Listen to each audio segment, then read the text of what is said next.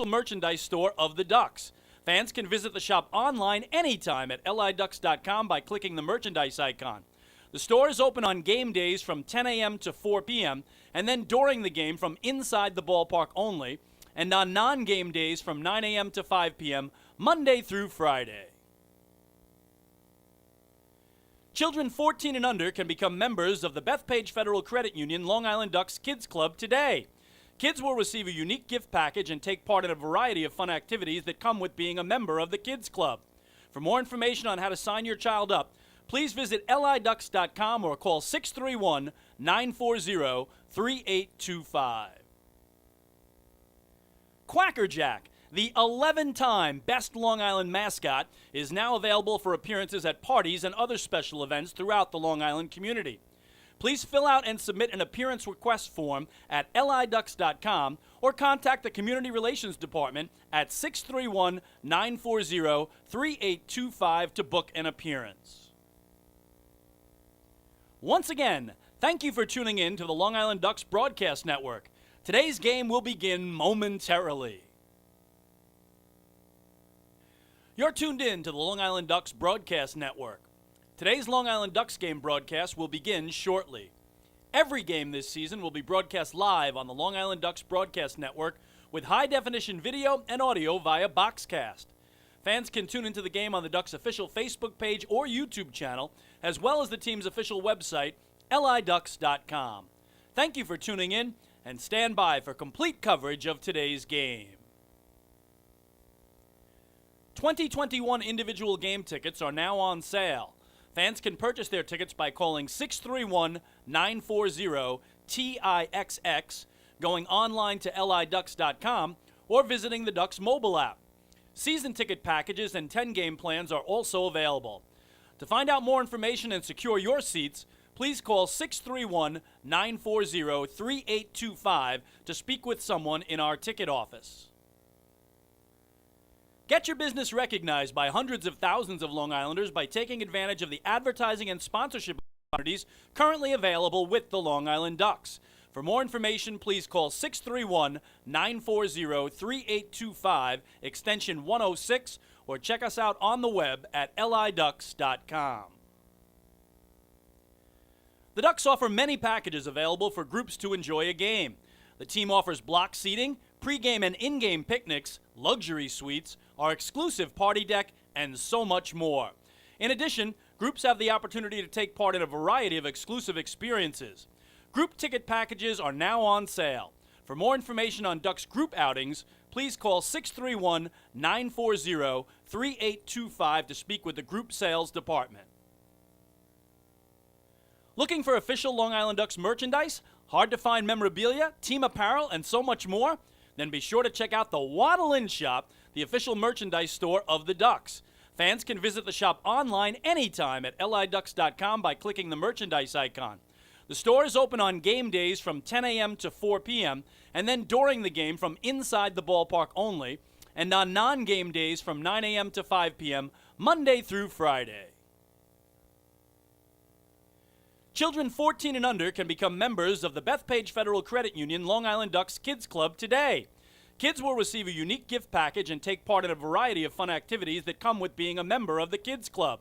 For more information on how to sign your child up, please visit liducks.com or call 631-940-3825. Quacker Jack, the 11-time Best Long Island mascot, is now available for appearances at parties and other special events throughout the Long Island community. Please fill out and submit an appearance request form at liducks.com or contact the Community Relations Department at 631-940-3825 to book an appearance. Once again, thank you for tuning in to the Long Island Ducks Broadcast Network. Today's game will begin momentarily. You're tuned in to the Long Island Ducks Broadcast Network. Today's Long Island Ducks game broadcast will begin shortly. Every game this season will be broadcast live on the Long Island Ducks Broadcast Network with high-definition video and audio via Boxcast. Fans can tune into the game on the Ducks' official Facebook page or YouTube channel, as well as the team's official website, liducks.com. Thank you for tuning in, and stand by for complete coverage of today's game. 2021 individual game tickets are now on sale. Fans can purchase their tickets by calling 631-940-TIXX, going online to liducks.com, or visiting the Ducks mobile app. Season ticket packages and 10-game plans are also available. To find out more information and secure your seats, please call 631-940-3825 to speak with someone in our ticket office. Get your business recognized by hundreds of thousands of Long Islanders by taking advantage of the advertising and sponsorship opportunities currently available with the Long Island Ducks. For more information, please call 631-940-3825, extension 106, or check us out on the web at liducks.com. The Ducks offer many packages available for groups to enjoy a game. The team offers block seating, pregame and in-game picnics, luxury suites, our exclusive party deck, and so much more. In addition, groups have the opportunity to take part in a variety of exclusive experiences. Group ticket packages are now on sale. For more information on Ducks group outings, please call 631-940-3825 to speak with the group sales department. Looking for official Long Island Ducks merchandise, hard-to-find memorabilia, team apparel, and so much more? Then be sure to check out the Waddle Inn Shop, the official merchandise store of the Ducks. Fans can visit the shop online anytime at liducks.com by clicking the merchandise icon. The store is open on game days from 10 a.m. to 4 p.m., and then during the game from inside the ballpark only, and on non-game days from 9 a.m. to 5 p.m., Monday through Friday. Children 14 and under can become members of the Bethpage Federal Credit Union Long Island Ducks Kids Club today. Kids will receive a unique gift package and take part in a variety of fun activities that come with being a member of the Kids Club. For more information on how to sign your child up, please visit liducks.com or call 631-940-3825. Quacker Jack, the 11-time Best Long Island mascot, is now available for appearances at parties and other special events throughout the Long Island community. Please fill out and submit an appearance request form at liducks.com or contact the Community Relations Department at 631-940-3825 to book an appearance. Once again, thank you for tuning in to the Long Island Ducks Broadcast Network. Today's game will begin momentarily. This is Long Island Ducks baseball. Justin Davies at the plate, the winning run at third. Crowd going nuts. Swung on, bouncing ball left side, off the mitt, up third baseman Brad Strauss. Here comes Willie Rodriguez. Justin Davies has done it again. The Ducks are one quack away from the championship. Jason Johnson makes the catch. He makes the catch, and the Long Island Ducks have swept the Camden River Sharks. They are the 2004 Atlantic League champions. Line bunt up the third baseline. Esquivel charging in. They're not going to have a play, and the Ducks are the champions of the Atlantic League here in 2012. Going back is Adam Bailey. He settles under it. He makes the catch, and for a second straight year, the Atlantic League trophy will reside on Long Island. Swung on and missed for strike three. The Long Island Ducks have come to Texas, and they'll be bringing the trophy back home to Long Island. The Long Island Ducks are the 2019 Atlantic League champions. And now it's time for the Long Island Ducks pregame show. Live from Fairfield Properties Ballpark in Central Islip, New York, it's time once again for Long Island Ducks baseball. And tonight it's Game 1 of the 2021 Best of 3 North Division Championship Series between the first half North Division champions, the Long Island Ducks, and the second half North Division champions, the Southern Maryland Blue Crabs, with the Ducks, David, finally getting a chance to defend their 2019 title. It's been almost 2 years since they had a chance to play playoff baseball, but tonight it returns here on just an absolutely perfect evening for Game 1 of this Best of 3 set. Don't you think you should introduce us? Chris King along with David Weiss. There you go. There you go. I'm out of my element. I guess, playoff baseball, we haven't done it in 2 years. We got to get back in the groove. Very well put, and I am thrilled to be here alongside the Kinger, ahead of the Islander season, but if you talk in the fall, you're talking Ducks playoff baseball. They become a staple in the it's postseason, of course. The Ducks and Southern Maryland. Last time we did a Ducks-Southern Maryland game, I believe it was Billy Joel night. I think so. I don't have any leftover songs. We're going to be playing it pretty straight tonight because every pitch, every moment takes on added importance. In a best-of-3 series, Chris, Game 1 is so important. So again, Game 1 here, Game 2 tomorrow night in Southern Maryland. If necessary, Game 3 in Southern Maryland. So, yeah, shortened series due to the pandemic, David. The season was a little shorter, 120 games instead of 140, and they decided just for this opening round only, a best-of-3 series. The championship series will stay best-of-5, but the team that loses this game tonight will face elimination tomorrow night in Maryland. That's why Game 1, it's all about this, but the Ducks are quite accustomed to being behind the 8 ball, coming back from 2 games on deficits and best-of-5s.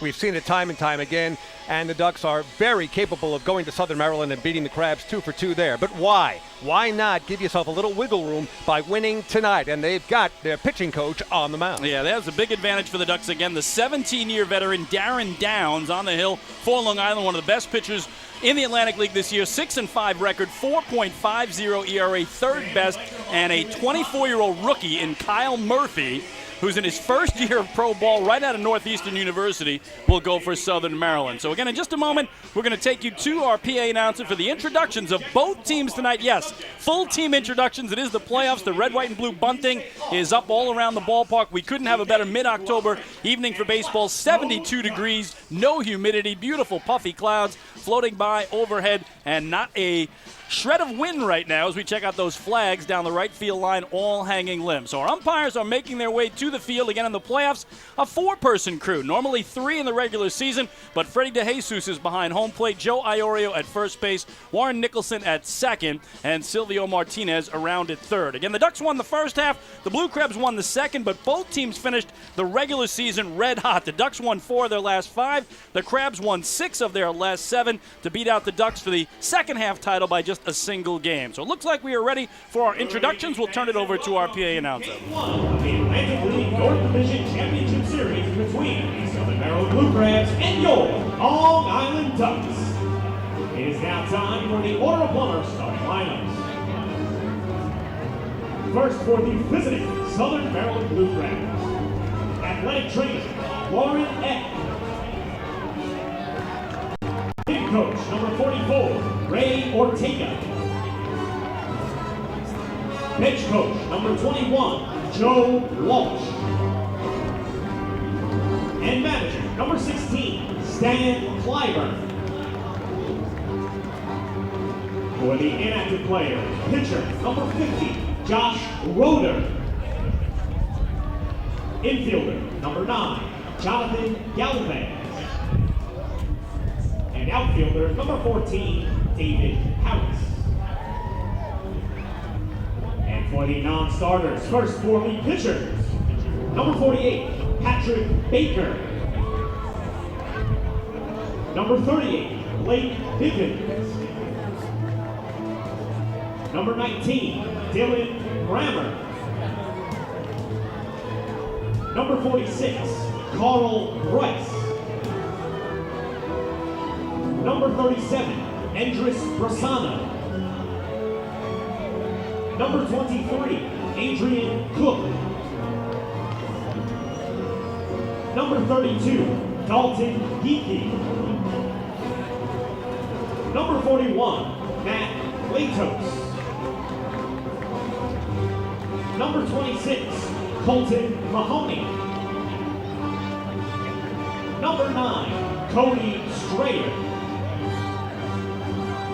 Number 20, Darryl Thompson. Number 25, Ty Tracy. Catcher, number 22, Bronson Butcher. Infielders, number 6, Kent Blackstone. And number 11, Jordan Howard. And outfielders, number 2, Tucker Nathan. And number 24, Cesar Trejo. And now for the Southern Maryland Blue Crabs starting lineup. Leading off, the left fielder, number 4, Matt Hibbert. Batting second, the second baseman, number 12, Ruby Silva.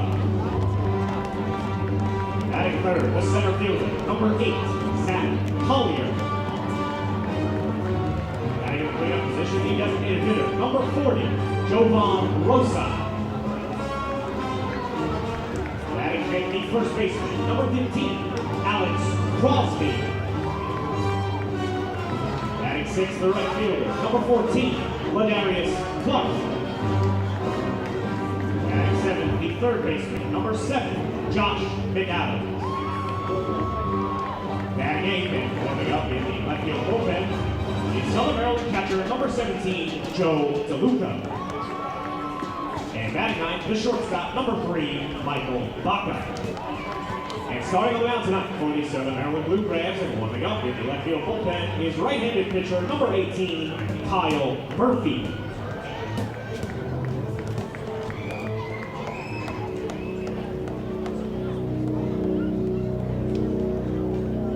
And now, fans, accompanied by the Junior Ducks fan tunnel, let's meet your Long Island Ducks. Clubhouse manager, Emil Caccaro. Assistant clubhouse manager, Evan Gillard. Clubhouse assistant, Ryan Huston.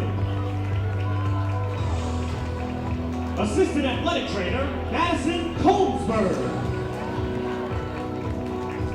Head athletic trainer, Deanna Reynolds. Bullpen catcher, Anthony Sirianni. And Ducks manager, number 6, Wally Backman. And now for the inactive players. Pitcher, number 34, Matt Dallas. Catcher, number 45, Juan De La Cruz. And outfielder, number 29, Daniel Fields. And now the non-starters. Pitchers, number 57, Anderson DeLeo. Number 30, Brady Dragmeyer. Number 31, Brendan Goldman. Number 17, Clint Reeman. Number 32, Rob Winslow. Number 9, Scott Harkin.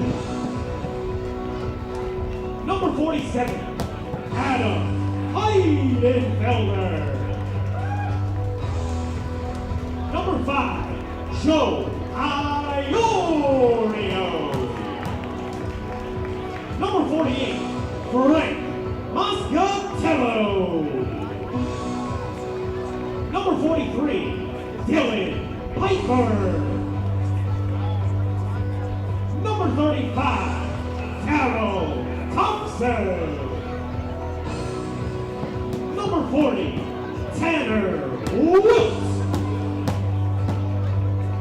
Catcher, number 24, Sal Giardina. Infielder, number 25, Jesse Berardi. And number 26, Nick Bazzari. Outfielders, number 15, Romo Flores. And number 14, Johnny Turbo. And now your Long Island Ducks starting lineup. Leading off, the center fielder, number 18, Boo Powell. Batting second, the shortstop, number 1, Vladimir Urias. Batting third, the second baseman, number 2, Steve Lombardo.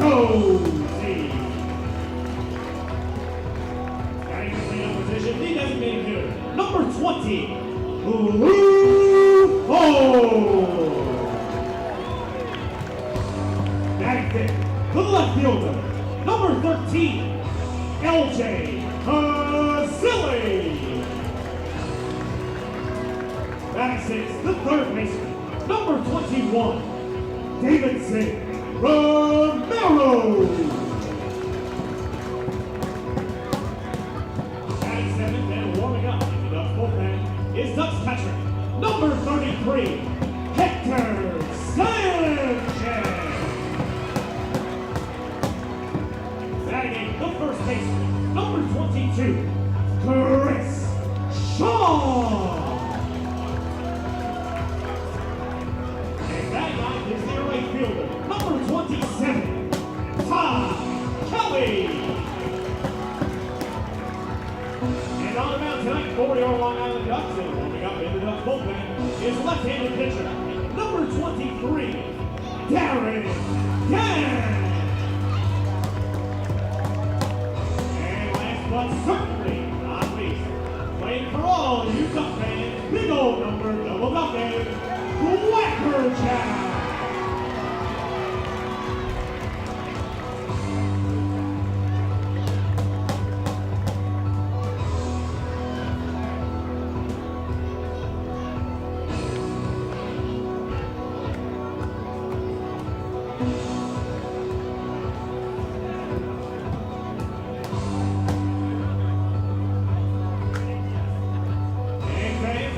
One more time for our fan tunnel and Nicolak Dream Team, the Junior Ducks.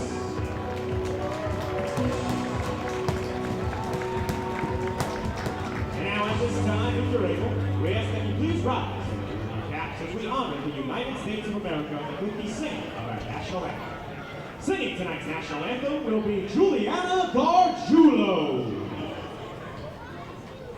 Oh, say can you see by the dawn's early light what so proudly we hailed at the twilight's last gleaming, whose broad stripes and bright stars through the perilous fight o'er the ramparts we watched were so gallantly streaming, and the rocket's red glare, the bombs bursting in air, gave proof through the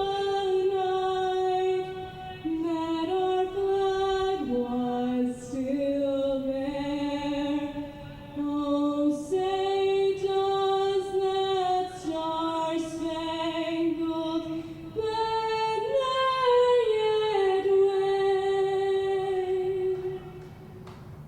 o'er the land of the free and the home of the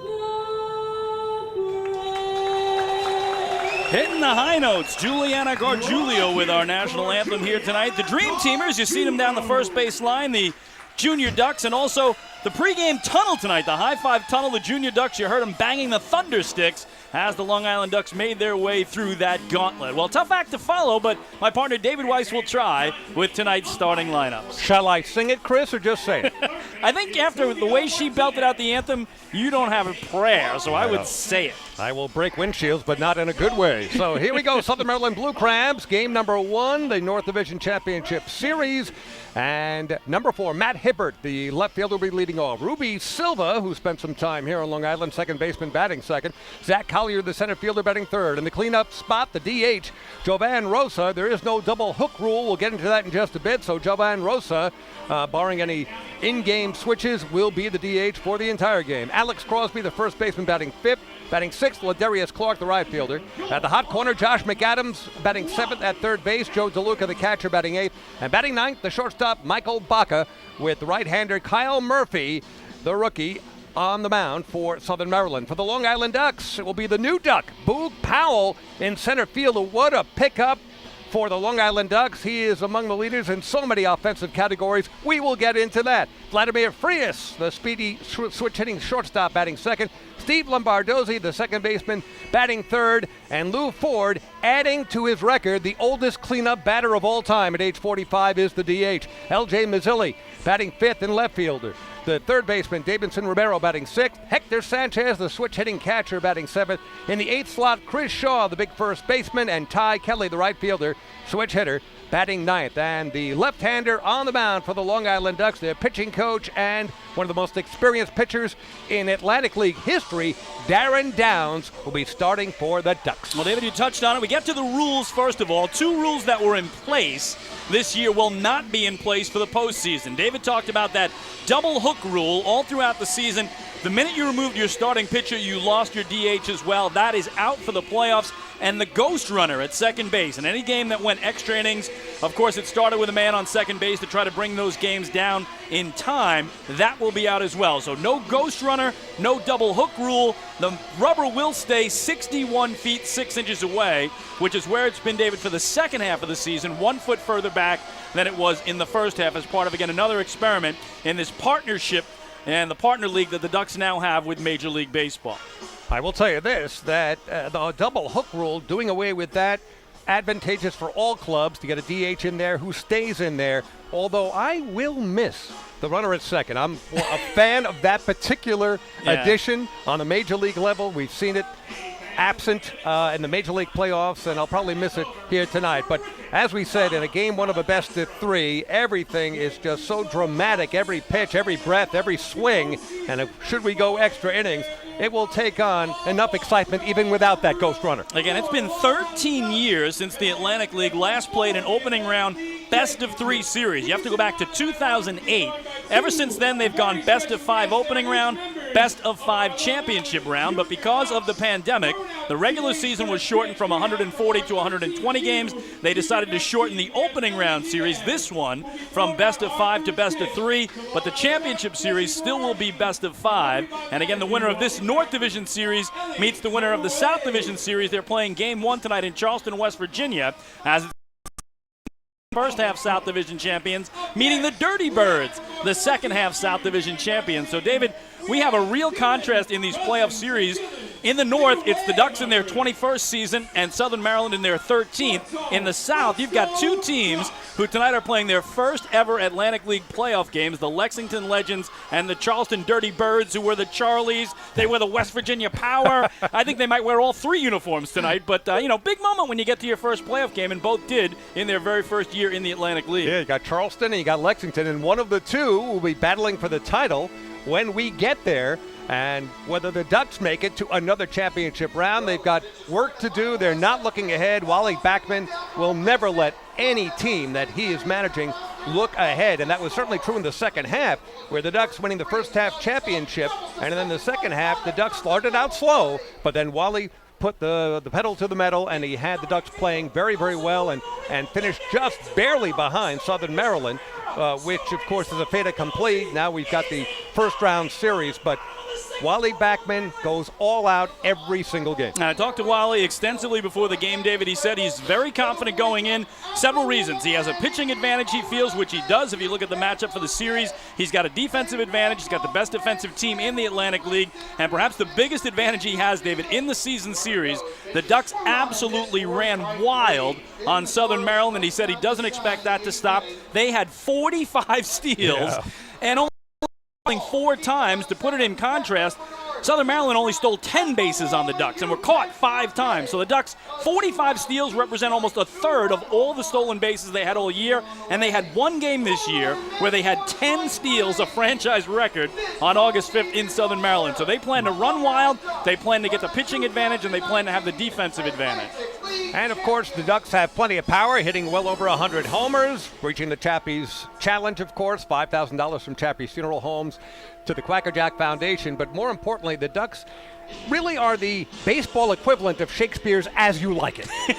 You want us to outslug you? We can do that. You want us to outrun you? We can do that. And defensively, the number one defense with the fewest number of errors in 2021. So the Ducks hitting on all cylinders, but all that can be erased if they stumble out of the gate. That's why Game 1 is so very important. Well, again, the Ducks have taken the field defensively tonight for Long Island. It's Chris Shaw at first, Steve Lombardozzi at second, Vladdy Frias, the shortstop, and Davidson Romero at third. L.J. Mazzilli in left, the newcomer, Boog Powell in center, Ty Kelly in right, Hector Sanchez does the catching, and right there on the mound, getting ready to begin his warm-ups. He's not only the starting pitcher for Game 1 of the playoffs, he's the pitching coach for the Long Island Ducks. The 36-year-old southpaw from Royal Palm Beach, Florida, 6'3", 200-pound Darren Downs in his fourth year with the Ducks, fourth year in the Atlantic League, his 17th year of pro ball. And yes, he did win the Atlantic League championship with the Ducks last season, which was 2019. Comes in off the regular season in which he was 6-5 with a 4.50 ERA, third best earned run average in the league. In 19 games, all starts, he tossed 98 innings, allowed 104 hits. He walked 35, struck out 93, that was ninth most in the league. Had the seventh best whip at 1.42 and the eighth best opponent batting average against him, just 274. And he also was red hot down the stretch, going 5-1 with 3 no decisions in his final 9 starts. So big difference. Again, the 17-year-old veteran Downs goes for Long Island. The youngster, a rookie, his first season of pro ball. In fact, finished his college career at Northeastern in the spring. Played some ball in the American Association and then joined Southern Maryland late. So you've got a first-year pitcher for the Crabs going against a 17-year veteran who's been in the majors, too. Darren Downs pitched for the Tigers in 2012 and 2013, for the Astros in 2014, and they hand the ball here, David, in the first game of a best-of-3 set here at home, hoping that he can lead them to that early 1-game-to-0 advantage. And 6 of the 9 players in the starting lineup for Southern Maryland will be facing Darren Downs from the right side. There are 3 lefties, Ruby Silva and Zach Collier, numbers 2 and 3 in the batting order. Then you go further down to Alex Crosby, the number 5 batter. So Darren Downs can be very difficult against left-handers, but as we've seen throughout the season and throughout the years here in the Atlantic League, he can be tough against anybody. And again, it is the 21st year of Ducks baseball. They are trying for their 5th Atlantic League championship. They are the defending champs, having won it in 2019. There was no season in 2020. For the Blue Crabs, still trying for that elusive first title, David. It's their 13th year in the Atlantic League. They have never won a championship. They are hoping that this is their lucky season. So we are just about set to go. Game 1 of a best-of-3. Tonight here, tomorrow, and if necessary, Wednesday, down in Waldorf, Maryland at Regency Furniture Stadium. So Darren Downs is ready. Matt Hibbert, the right-swinging left fielder for the Blue Crabs, is in as Downs digs away at the rubber over on the first base side. The southpaw comes set, and the first pitch of tonight's ball game is an inside strike, 0-1. We're underway. So 5:04, throwing that pitch a minute early tonight. We're starting about 90 minutes earlier than normal with it being the Columbus Day holiday. So get everybody out early, everybody home early as well. You got to be in the 70s. I mean, it's such a beautiful day. Let's see what we got here, David. I'm going to go 72. Where are you? 70. All right, let's see. Usually second pitch is temperature here, but on the foul ball, they may wait a little bit as we got some nice organ music to accompany that. 0-2, though, on Hibbert. In the regular season, a .270 hitter, 3 homers, drove in 18. Slightly open stance as Downs comes set. The exhale and then the 0-2. Backdoor breaker just missed for ball 1. Tonight's official Suffolk Transportation Services start temperature of the game is 70 degrees. 70. 70. 70 or 73? I don't know. I heard 7 something. I think it was 73. I'm not sure. You might be right. All right, the 1-2 here. Breaking ball, swing and a miss. He got him. So good start for the lefty. 1 down. Nice change of speeds from Darren Downs and a good curveball, good movement. So if that is a foreshadow of things to come, Darren Downs off to a very good start against the leadoff batter in the game. Well, here's the former Duck, Ruby Silva, coming off a terrific regular season. .323 batting average, 18 homers, and 71 runs batted in. Silva, the left-hander, in. And as David told you, Darren Downs getting ready to see him, one of just 2 straight lefties in the lineup, also a switch hitter who will bat left, the other 6 righties for downs, and just like he did to Hibbert, he drops in strike 1 on Ruby Silva. Again, these Crabs saw an awful lot of Darren Downs in the regular season. He made 5 starts against them. 0-1 is a little chopper foul. Again, an 0-2 start, same as he had on Hibbert. Downs, nothing but strikes here early on, only 1 ball in his first 5 pitches. Nice crowd on hand. They're still coming in. Earlier start time on this Monday holiday. And we mentioned the weather again, temperature in the low 70s. Not much of a breeze as we take a look at the flags hanging in the outfield. But you could not ask for a better game 1 in terms of the weather. Hey, good seats available. Come on out and join us. If you're watching at home, come on, join us with this early start. We'll get you home early as well. 0-2, did he get him? He did! A call, 3rd strike looking. Back-to-back Ks as Downs rings up Silva. 2 gone. Somebody should get a message to Southern Maryland. Why don't you just go home? Listen, I'm just kidding. We know we have lots of people listening down in Waldorf, Maryland. Yep. And across the Atlantic League. We're down to the final 4 of the Atlantic League. But it has started nicely here in the top of the first. Shall I say, a long way to go. So he gets Hibbert swinging, he gets Silva looking, and here's the 3-man and center fielder from the left side. It's Zach Collier. In the regular season, their leading hitter at .324. That was 10th best in the Atlantic League. 14 homers, 58 runs batted in. There's strike 1 from Darren Downs, who was locked in here early on. Downs has not pitched since Tuesday, so he's had a near full week off. That was in Lancaster. Took a no decision, going 5 innings of 6 hit, 5-run ball, 4 earned, 3 walks, 5 strikeouts. But he was terrific in September with a 4-1 record. Here he misses up high, a ball and a strike. Also had a pair of 10K games this year, both against Southern Maryland. So he certainly had a lot of success, and what would be defined as his best outing of the season was here against the Crabs on September the 7th. Give you his numbers in a second. The 1-1 is up high. In that game, 7 innings of 2-hit shutout ball, 3 walks, 10 strikeouts. So he's coming in confident, David, off that one. No doubt. And worked pretty quickly as well. The defense behind him enjoys that. Zach Collier, meantime, 2nd in the league in on-base percentage at .450, so nearly half the time he finds his way on base. 2-1 is lifted foul back behind home, and that'll level the count on Collier. And these teams met 25 times in the regular season. Ducks won 15, Blue Crabs won 10, but on this field, the Ducks went 9-4 at Regency Furniture Stadium, where they'll be tomorrow, 6-6. So certainly a home field advantage for Long Island, and they plan on making the most of that. The crowd gets behind Downs here, trying to strike out the side. 2-2 the count now on Collier. Swing and a miss, he got him! Darren Downs strikes out the side. What a start for Long Island as the Ducks retire the Blue Crabs 1-2-3, making this another PSEG Long Island energy efficient inning. With energy efficiency programs from PSEG Long Island, saving on your electric bill is also as easy as 1, 2, 3. Visit psegli.com/efficiency. It's just one more way PSEG Long Island is making things work for you.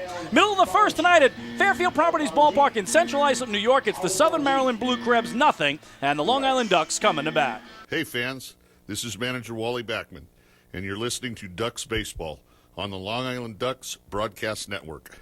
PSEG Long Island wants you to know how to save energy and money in your home. Did you know energy efficient appliances can use up to 25% less energy? Here's how to save. PSEG Long Island offers money-saving rebates when you purchase Energy Star appliances. Discover how a little energy efficiency know-how can mean savings in your home. Find more energy efficiency tips, tools, and money-saving rebates at psegline.com/save money. Want an awesome birthday without all the hassle? Book your Kona Ice birthday party with the Ducks today. 2 brand new packages are now available, including our exclusive game room suite. Along with enjoying an exciting Ducks game, your birthday child and his or her friends will have a blast playing video games on Nintendo Switch, Xbox, and PlayStation 4 in their very own private luxury suite. Plus, they'll be treated to food, beverages, snacks, and much more. Kona Ice birthday parties with the Long Island Ducks, the party of a lifetime.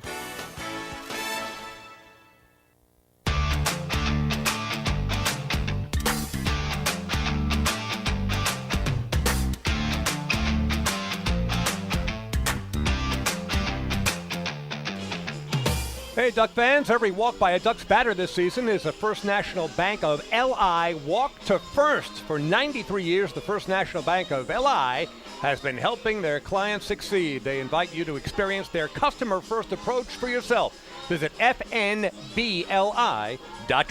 Defensively for the Blue Crabs tonight, Alex Crosby at first, Ruby Silva at second, Michael Baca the shortstop, and Josh McAdams at third. Matt Hibbert's in left, Zach Collier in center. Ladarius Clark just came over in a trade with the Barnstormers. He's in right field making his Blue Crabs debut.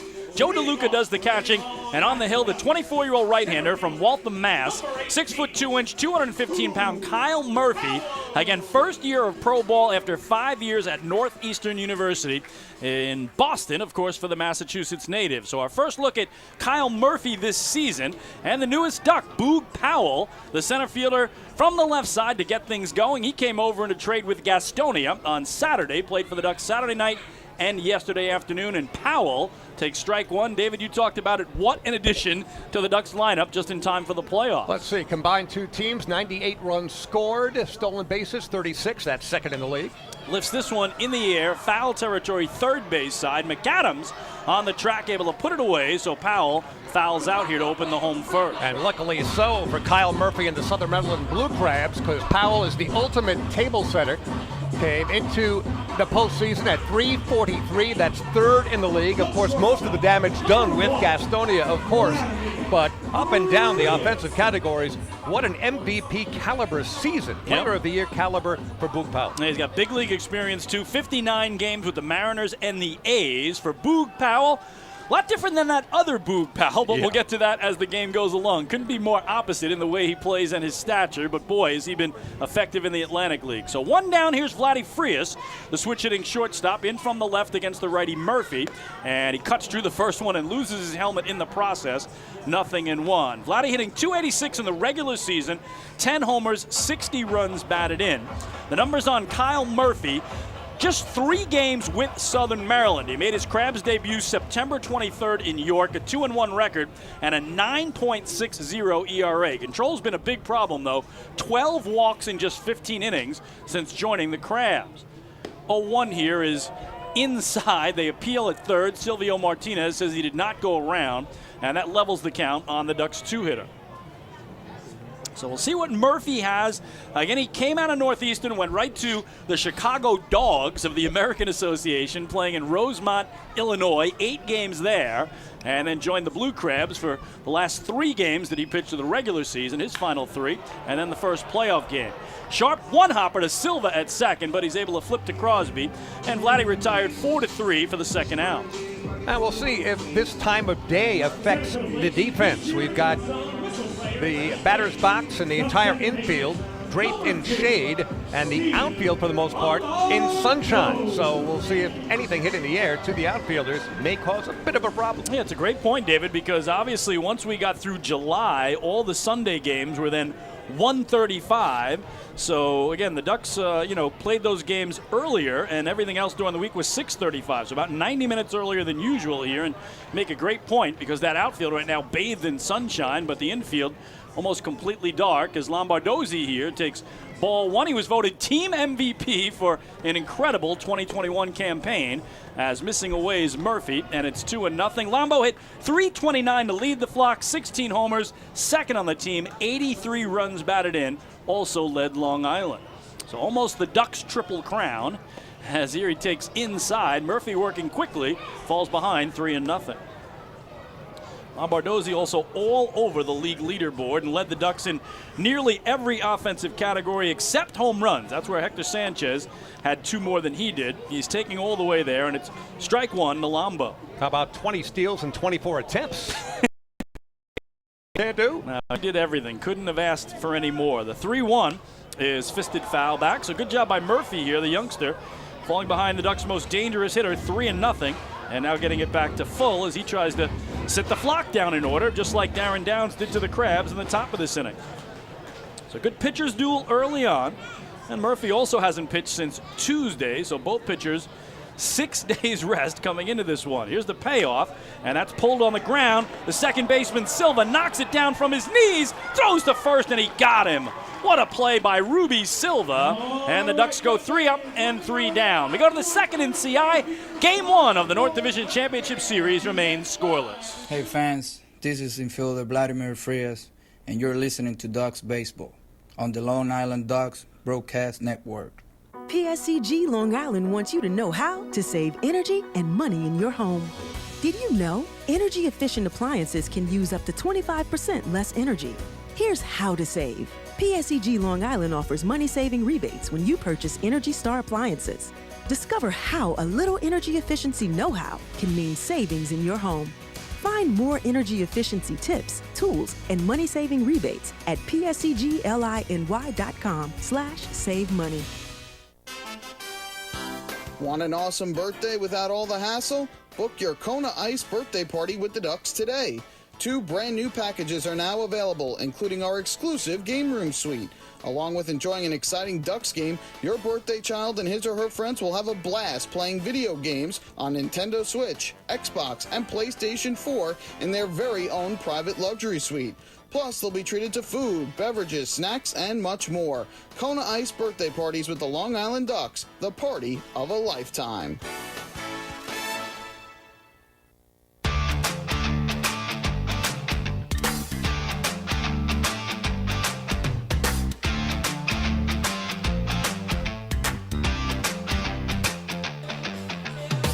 The 2021 season of Ducks baseball, and that includes the postseason, presented by Catholic Health. Visit them online at chsli.org.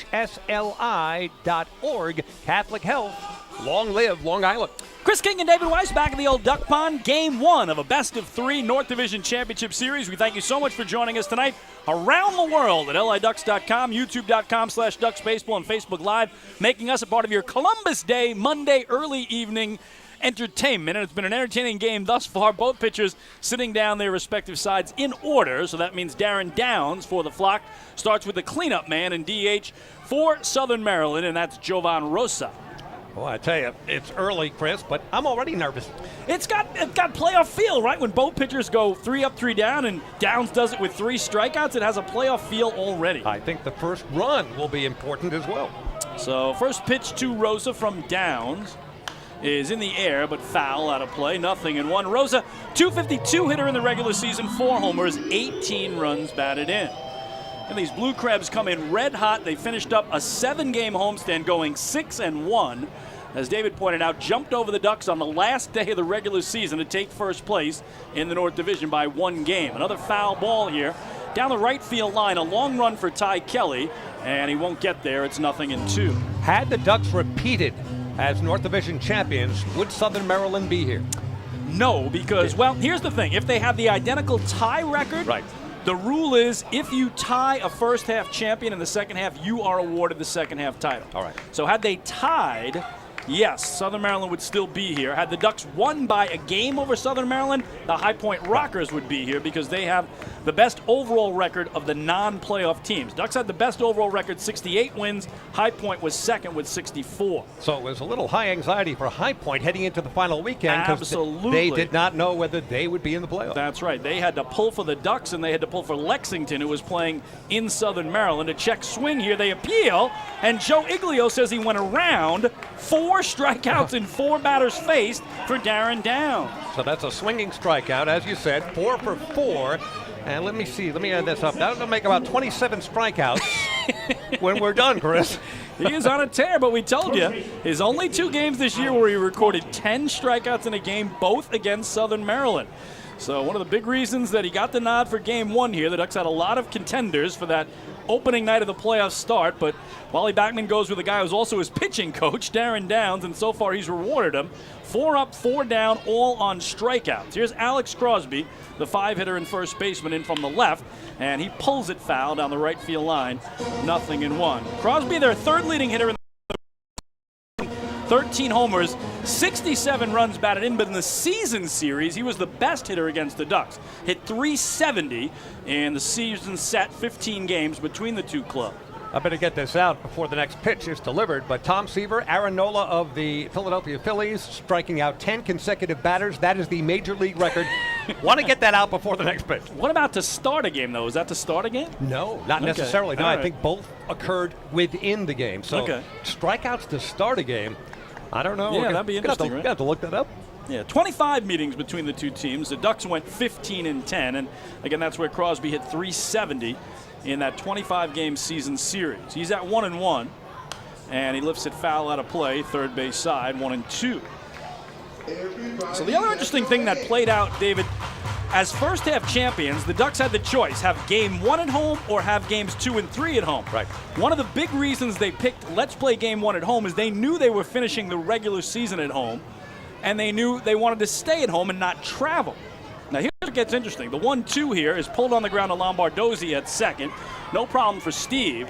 York was in the running right into the final weekend, and they were here this weekend. Had they swept the Ducks and got some help from Lexington and Southern Maryland, then the Ducks' entire philosophy of we want our opponent to be traveling would have been blown out because the Revs were here anyway this weekend, right, and they would have just stayed here. So that big advantage that Long Island wanted, putting Southern Maryland on a bus 5 hours, getting here at 1 in the morning, would have been gone had the Revolution won the second half title, because they were here like the Ducks were Friday, Saturday, and Sunday, and it would have backfired, but good thing for the Ducks it didn't.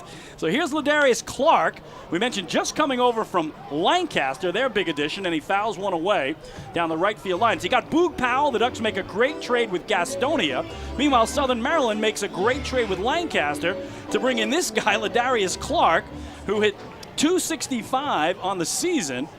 He had 18 homers, 65 runs batted in, but he's one of the best outfielders in the league. He's unbelievably fast.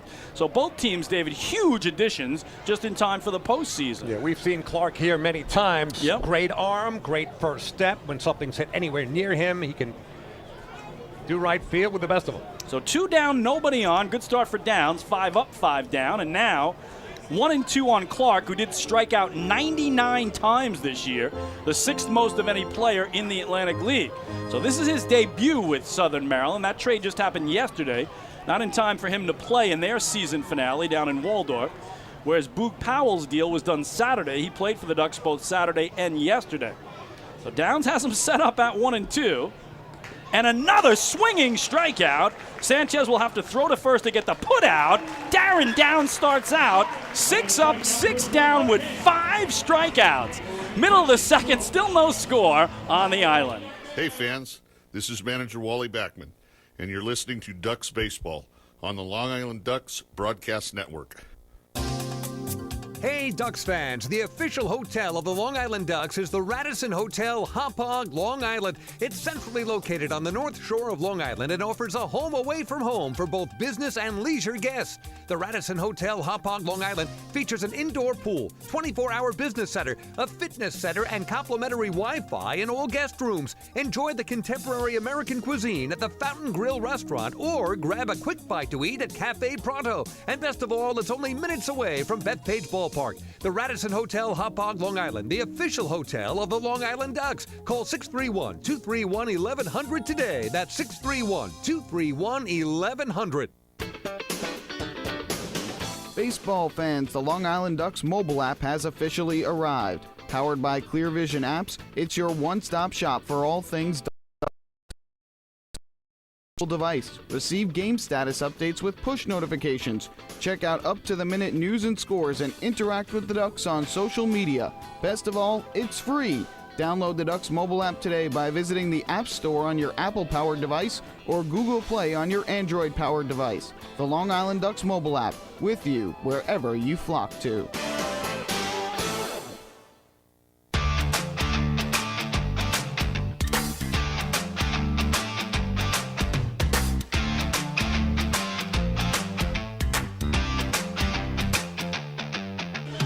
Back at Fairfield Properties Ballpark, the Daver and the Kinger, David Weiss, Chris King, scoreless going to the bottom of the second. 3 up, 3 down for each team in every frame, which means the guy walking to home plate, the old-time hit leader for the Long Island Ducks, 45-year-old Lou Ford, is the 10th batter of tonight's game.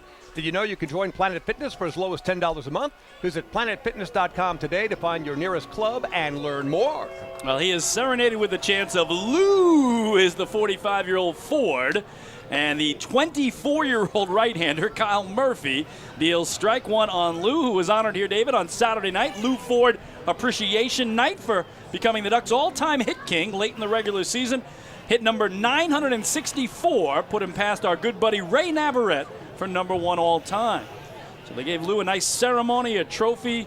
He thanked so many folks out on the field prior to Saturday's game here. The 0-2 is just inside. 1-2 now to Ford, who in the regular season, .311, David. He's still hitting over 300 at 45 years of age. 3 homers, all on the road, so he hasn't homered here. 31 ribbies. He waits on a breaking ball and chops it foul down the left field line. And still among the best clutch hitters anywhere, Atlantic League or at any level. Lou Ford with a really nice acceptance speech for all the accolades on Saturday night. And he was all over Facebook. They had that as a link on the LI Ducks Facebook page. And wish I could have been here in person, but was very happy to see it recorded. What a guy. Well deserved. The 1-2 again, a slider from Murphy here, down and away. And it levels the count at 2-2. So again, nobody's reached yet. 6 up, 6 down for the Crabs. 3 up, 3 down for Long Island. Will Ford be the first here, as the youngster Murphy will come 2 balls and 2 strikes to him. And he takes that the other way to right center field. That's a base hit. It'll go all the way to the wall. Lou Ford, let's see, he takes a look and he's going to pull up at second with the first hit of the game for either team, and opposite field double. Listen to that. Do we need to remind you they're not booing? They're yelling Lou, of course. L-E-W. And appropriately enough, in the bottom of the second, the first hit of the game is an extra base hit by the absolutely ageless Lou Ford. So Lou in scoring position, nobody out here, scoreless game last of the second. And here's another guy who got a lot of consideration from Duck fans for MVP, L.J. Mazzilli. On the season, a .303 hitter, 11 homers, 69 runs batted in, but he was the Ducks' best hitter against Southern Maryland this year. Hit .340 in the season series. So can he deliver Ford from second with the game's first run as Murphy starts him out with strike one? Mazzilli homered here yesterday. Ducks closed out the regular season with a 9-6 loss to the Revs. That snapped the 4-game winning streak. We're trying to win 5 in a row to close it out and had to settle for 4 out of the last 5. 0-1.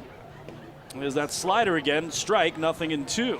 But overall, Wally Backman says he's happy with the way the Ducks were playing the last couple of weeks of the season, getting it in gear entering the postseason. Wally is a firm believer in momentum. Yep, no doubt about it. So there you see him coaching down at third, Wally with the coat on, although it's a beautiful night. So Maz down in the count, 0-2 here, as Murphy slows his rhythm down now with a runner aboard. Check of Lou, and then that breaking ball misses inside, 1-2. 400 feet to dead center field here at Fairfield Properties Ballpark. 325 down the lines, and again, no wind to speak of right now. Mazzilli, 69 ribbies in the regular season, third on the flock. Couple of checks of Ford, and then the 1-2 down and away to even things up. Well, things have slowed down considerably here with Lou taking his position after that double to right center. He took a look, too, David. He took a look about, maybe going for third, but that old adage, right? Don't make the first out of the last out at third base. And absolutely. Certainly didn't want to do that. Right. So he stayed with a 2-bagger. 2-2 in on the hands, tied him up. He got a piece of it, I believe. Yeah, LJ did, so he's alive. Second, I thought he had missed it there, but his reaction clearly was in off the handle of the bat, and the count holds at 2-2.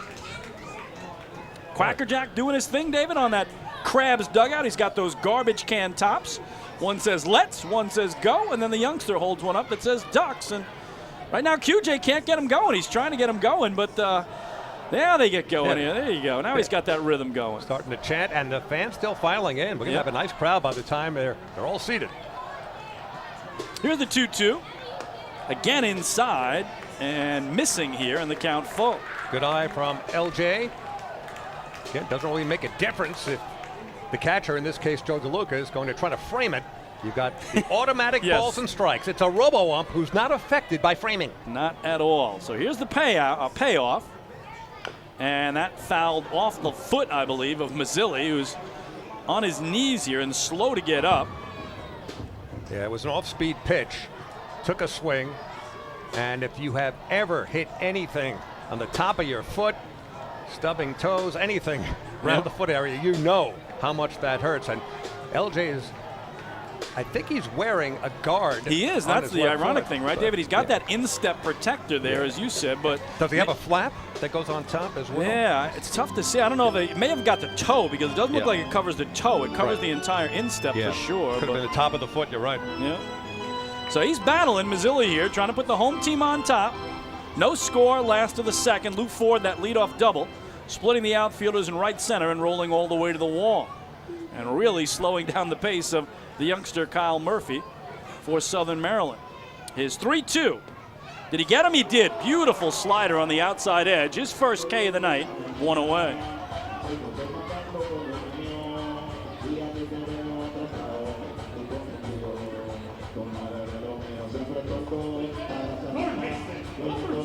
So far for Murphy, the slider about 83, 84 miles an hour, the fastball in the 91, 92 range. That's where he's been so far. He gets a key first out. Now Davidson Romero, the third baseman and six hitter, stands in from the right side. When you and I called games in the year 2000, how did we do it without a laptop? I know, right?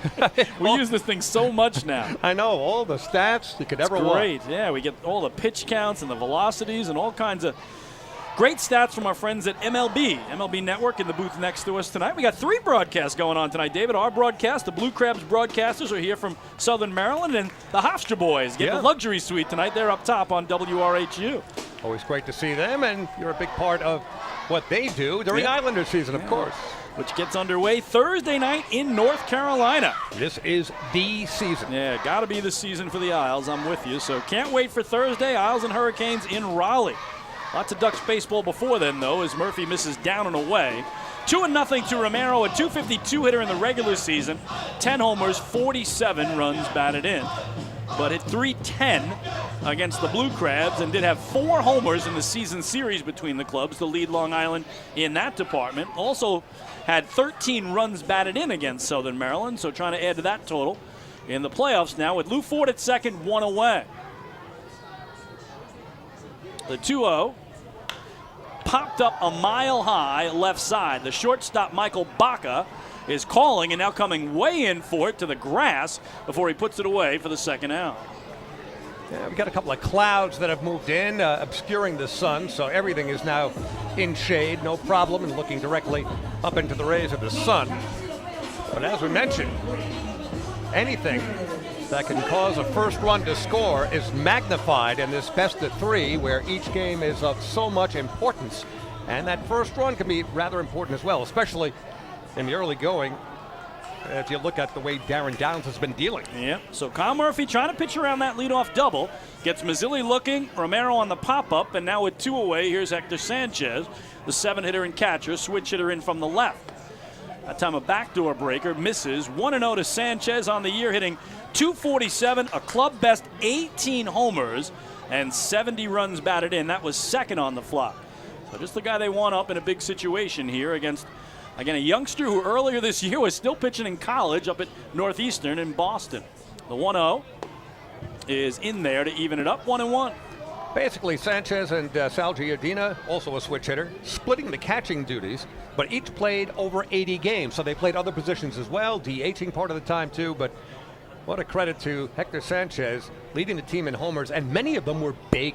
Oh, yeah, absolutely. He has a knack for those big home runs, late inning homers. Here he got one up high. It's 2-1. And I did ask Wally Backman in our pregame meeting, with Southern Maryland having nothing but right-handed pitchers on their entire staff. They don't have a single southpaw. I said, are you going to stay with the same 9 guys in the lineup every game? He said, no. He is going to work a lot of other guys in. As on the bench tonight are Berardi, Batari, Flores, Turbo, and Sal Giardina. So they will certainly see action in the series. There's a backdoor breaker again, but wide. And it's 3-1 to Sanchez. So no left-handed pitchers at all. No starters, no relievers for Southern Maryland. Straight rights from top to bottom on their pitching roster. Ducks, of course, going with Downs, the southpaw, as a starter tonight. They have Freeman and Thompson as the lefties out of the bullpen. 3-1 is golfed foul off. Now, I think she went between the railings on the Ducks dugout and into the dugout, but looks like everybody's okay in there and the count full. Well, that was a screamer into the dugout. Of course, we're so used to seeing that fence that guards the dugouts now. Once upon a time, not all that long ago, there was no fence and everything was in play. Hard to believe, right, David? That fence never used to be there. The bullpens were down the lines when this ballpark opened in 2000. That was dangerous for the pitchers and catchers warming up. Here's the 2-out payoff coming to Hector, and he hits it in the air, right field.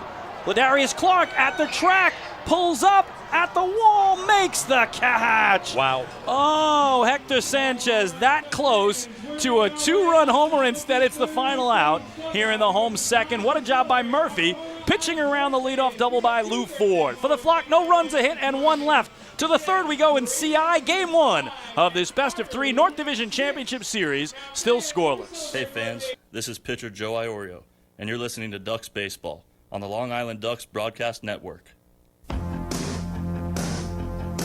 This is it. Check it out. See what everyone's talking about. Let Nicolak pave your way. Bring your outdoor living dreams to life. Visit Nicolak's Outdoor Design Center at 200 Henry Street in Lindenhurst and see thousands of square feet of pavers, retaining walls, fire pits, and outdoor living accents on display. Only Nicolak paving stones are made with Paver Shield technology for more vibrant color options than anyone else. Visit Nicolak.com to request a free sample or their Outdoor Design Center at 200 Henry Street in Lindenhurst. Nicolak. Ask for it by name. You'll see the difference. Visit Nicolak.com. That's Nicolak.com.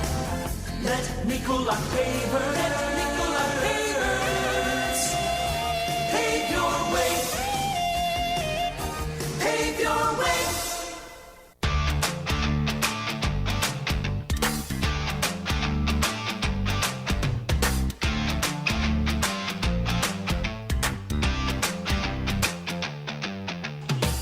Well, the Ducks Health Report is brought to you by Island Shore Physical Therapy, the official therapist of the Long Island Ducks. Just one injury to tell you about. That is Daniel Fields with a lower body injury, so he is out. And in my conversation with Wally Backman, the skipper, before tonight's game, he said obviously with him out, we needed someone to come in and play outfield, and we got one of the best center fielders in all of the Atlantic League in Boog Powell, who they picked up on Saturday. So he is the leadoff hitter in center field tonight. And again, Ducks hoping that Daniel Fields can return to the lineup very soon. We are scoreless here to the third. Darren Downs, the lefty starter for Long Island, has gone 6 up and 6 down with 5 strikeouts and a ground out to begin his outing. So that means he faces the 7-man and third baseman from the right side, the always dangerous Josh McAdams for Southern Maryland. Downs way over on that first base side of the rubber, misses high and away with ball 1. McAdams on the year, a .272 hitter, led the team with 22 homers, also had the most RBIs on the Crabs with 90. So those 22 long balls tied for 9th in the Atlantic League is 90 ribbies, 5th best in the circuit. Here he swings through it, and the count 1-1. So the only caveat I'll give you about McAdams is, again, 22 home runs this year, none of them against the Ducks in the season series. So these teams played 25 times, and he didn't hit any home runs, and there he'll take a base hit because it's the first hit and the first runner of the game for Southern Maryland, a leadoff single to right center. He went with the pitch there, Chris. It was on the outside corner from the lefty. Darren Downs didn't try to do too much, and McAdams is now aboard. He has 5 steals in the regular season, caught stealing twice, so not exactly somebody who runs wild on the bases, but we'll see how Stan Clyburn wants to play this. You the Crabs were last in the league in stolen bases with just 72. Ducks had 137. They were third most in the ATL. So first runner on of the night for Southern Maryland. That's McAdams at first. And here's Joe DeLuca, the switch hitting catcher, an 8-man in from the right against the southpaw Downs. Shows bunt and bunts through it for strike 1. As David, you've said it, the first run of this game could be huge, and there's the first evidence of it right there. Yeah, what does that tell you? Bunting in the 3rd inning just to get somebody in scoring position. And a guy who hit .304 in the regular season, 4th best average on the team, added 16 homers, 70 runs batted in. So he was top 3 on the club in both homers and ribbies, Joe DeLuca. Downs a check of McAdams at first, and then misses upstairs 1-1. Also a credit to what Stan Clyburn thinks of Darren Downs. He expects Downs to go deep into this game, and he doesn't expect to get too many opportunities. Yeah, Darren has gone 6 or more innings in all 5 starts this year against Southern Maryland. Against the Crabs, a 2-1 record, outstanding 3.19 earned run average. This fouled away up high on the first base side. It's 1-2. It's one of the big reasons, again, Wally Backman gives the ball to his pitching coach tonight. Tomorrow night, Scott Harkin, 5-0 with the Ducks this year. And then Wednesday, if necessary, Game 3 in Maryland would be Joe Iorio. 9-2 on the year. Can you understand why Wally feels confident in his pitching matchups for this series? He can go in so many different directions, and they're all good. The 1-2 is fisted foul back, and he couldn't even get a start for Anderson De Leon, who's owned the Blue Crabs this year. He said, look, I might have him come in relief tonight if necessary, because he's been so good against the Crabs all year. So again, in a best-of-3 series, you got your 3 starters lined up. Everybody else is available out of the pen. Doesn't matter if they were a starter or a reliever. You got to survive and get to that championship series. So 1-2 here from Downs, and that low and inside, 2-2. And Ducks have made it to the Atlantic League Championship Series the last 4 straight seasons and 7 of the last 9. That is just crazy stuff, David. Crazy.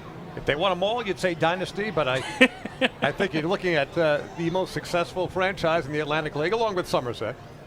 2-2 here is low and in, and the count full. So, yeah, Ducks only won it in 2019, in Wally Backman's first year. They had lost in the finals the 3 previous years, 2016, 2017, 2018. Tough losses before Wally arrived, and they won it all, and now Backman trying to win back-to-back titles, something the Ducks have done once in 2012 and 2013. The big payoff here, the runner goes, and that is pulled through the left side. What are they going to do with McAdams here? They're going to send him to third. Here comes Mazzilli's throw. It's cut off. Not in time. So what a start for the Blue Crabs here. First and third, nobody out as they play a little hit and run. Stan Clyburn putting McAdams in motion, and DeLuca delivering as Vladimir Frias was heading back towards second base. And the ball hit right through the hole, so DeLuca does his job. Now the number 9 hitter with runners on the corners and nobody out, so it's the first jam for Downs and the first true threat of any kind here this afternoon into the evening. Michael Baca in, 270 hitter, 5 homers, 46 runs batted in. Lifts it foul out of play. Right line, 0-1 on Baca. So 6 up, 6 down with 5 Ks to start for Darren Downs. Taking him to the third, and now back-to-back singles to open it up for the visitors. Again, Southern Maryland coming off the 4-game sweep at home against Lexington to close out their regular season, playing some great baseball. Nipped the Ducks by a game for the second half title. Downs misses low and in, 1-1. This is the 5th all-time playoff meeting between these two teams. Blue Crabs won the first ever playoff meeting against the Ducks in 2009. But Long Island knocked out Southern Maryland in the opening round in 2011, 2012, and 2013. 1-1 here low, and suddenly Darren, who's locked in through the first 2 innings, losing the plate here, and in front is Baca at 2-1. McAdams at third, DeLuca at first, nobody out. Crabs trying to break through here in a scoreless game, top of the third. Downs pitch outside, it's 3-1. You're just trying to nibble there, and as David told you, that automated ball strike system isn't going to go by any body English or any framing from catcher Hector Sanchez. It's taken out of the equation. Home plate umpire Fred DeJesus just relays the signal from that automated ball and strike system. Here's the 3-1, and he pops it up down the right field line, foul territory, long run for everybody, and it's about 4 rows deep. Count full. Yeah, there's no way that was going to stay fair as it twisted into the stands. We mentioned several times now there's no breeze of any kind here on just a gorgeous night. for baseball. I'm not sure when this afternoon becomes evening. If you wait for sundown, we'll just say tonight. Leave it at that. Yeah, we're in the twilight, getting close to there. Yeah, I'm always rough with that one. And then, like, at a minute past midnight, some people say, good morning. Right. I can't do that at midnight. I can't. I know it's a minute past. I know it's the next day, but it's not morning to me until the sun comes up about 7 hours later. It's a product of being in radio for so long. It's and true, though. I used to work the overnight shift, so to me, 4 in the morning is not last night. 4 in the morning is this morning. Here's a big payoff. Nope. Throw over to first here as DeLuca is back. So DeLuca 3 steals this year, caught twice. Will Stan Clyburn put him in motion here like he did on the payoff pitch to DeLuca with Adams running, and that got him corner to corner. We'll see here. It'll be interesting. So Downs worried about DeLuca at first and the guy at the plate in Baca. Here's the 3-2, and another foul ball. We'll do it again.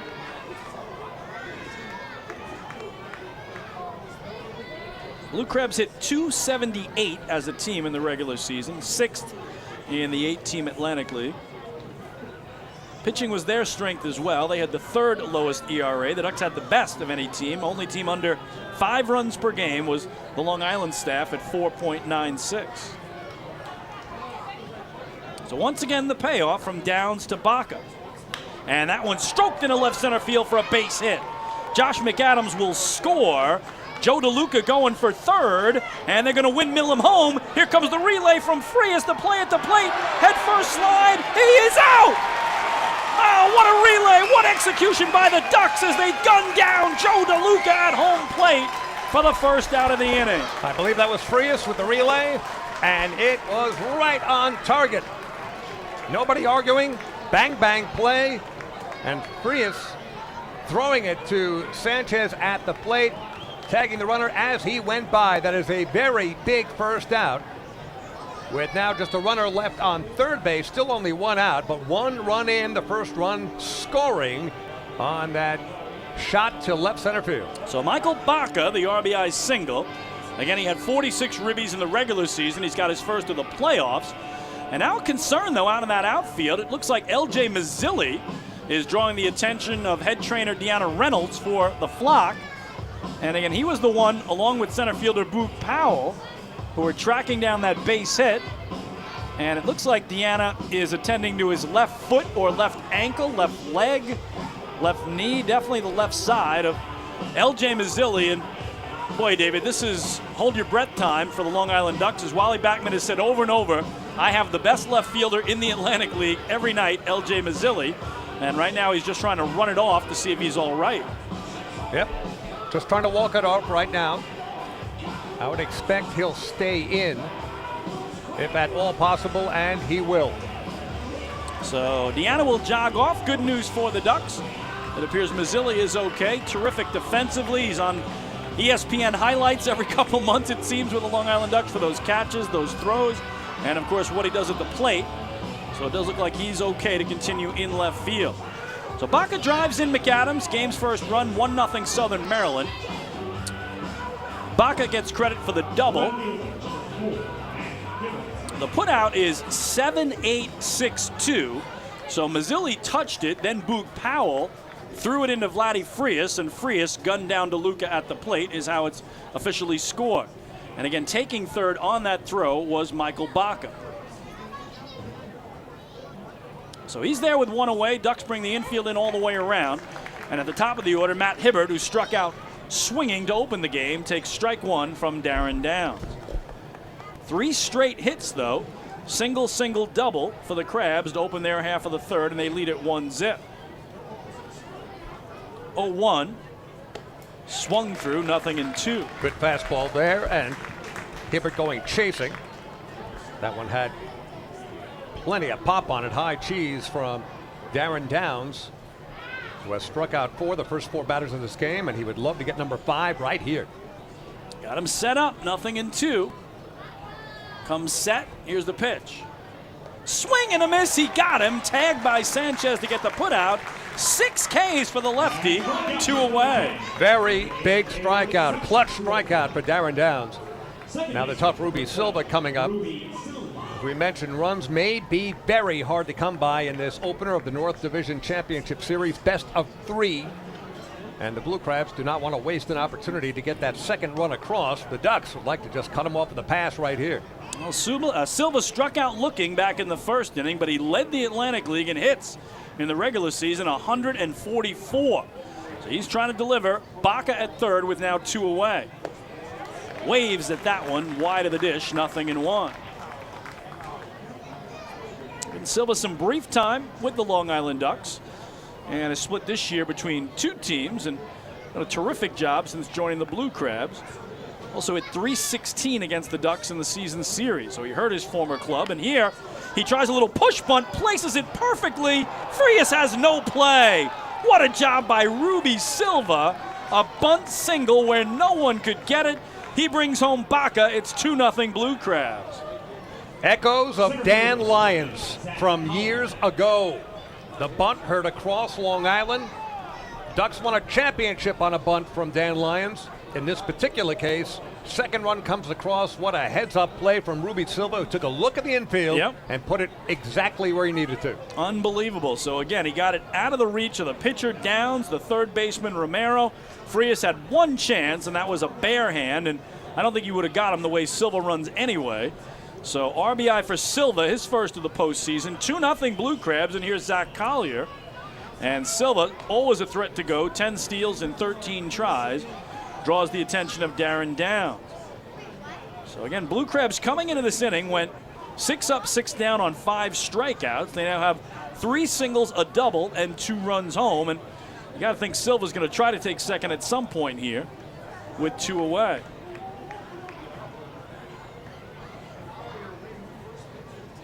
That one popped up, though, left side. The third baseman, Romero, moving toward home, still heading there, and puts it away to retire the side. But not before the Blue Crabs scored 2 runs on 4 hits. They leave 1. Middle of the third, it's now Southern Maryland 2 and Long Island 0 here at the Duck Pond. Hey fans, this is catcher Hector Sanchez, and you are listening to Dog Baseball on the Long Island Ducks Broadcast Network. When we see Long Island, we see you. Because at Catholic Health, we know that it's your remarkable lives that breathe life into our island.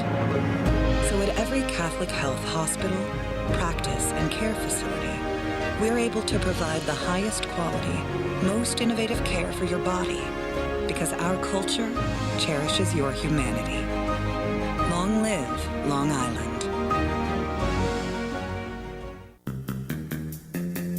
Take your group out to the game this season and enjoy all the fun of Ducks baseball at discounted prices with the picnic area, luxury suites, party deck, and so much more. Bringing your group to the game will be an unforgettable experience. The Ducks even offer opportunities to sing the national anthem, serve as the Ridgewood Savings Bank color guard, be the Nickolock Dream Team, or put on a pregame performance. To book your outing today, call 631-940-3825 and ask for the group sales department. Long Island Ducks baseball. Good times every time.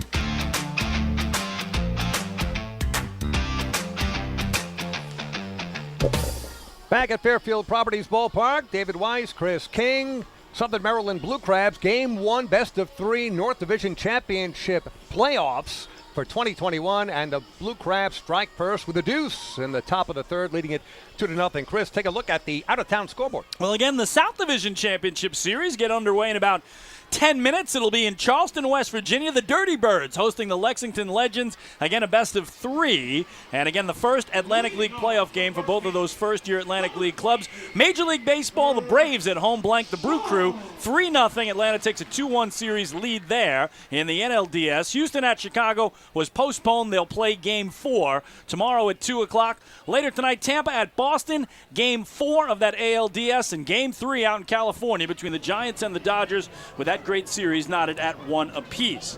So Chris Shaw, the 8-hitter for Long Island, will lead off the bottom of the third. Ducks trailing for the first time now 2-0 as the youngster Kyle Murphy misses low. Ball 1. Shaw on the season, a .219 hitter, 5 homers, 18 runs batted in. 1-0 is away for ball 2.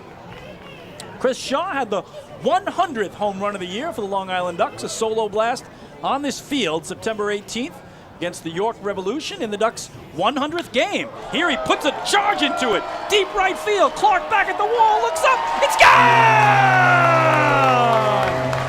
Chris Shaw! A solo homer to right. His first of the playoffs. And the Ducks are on the board. That cuts the lead in half.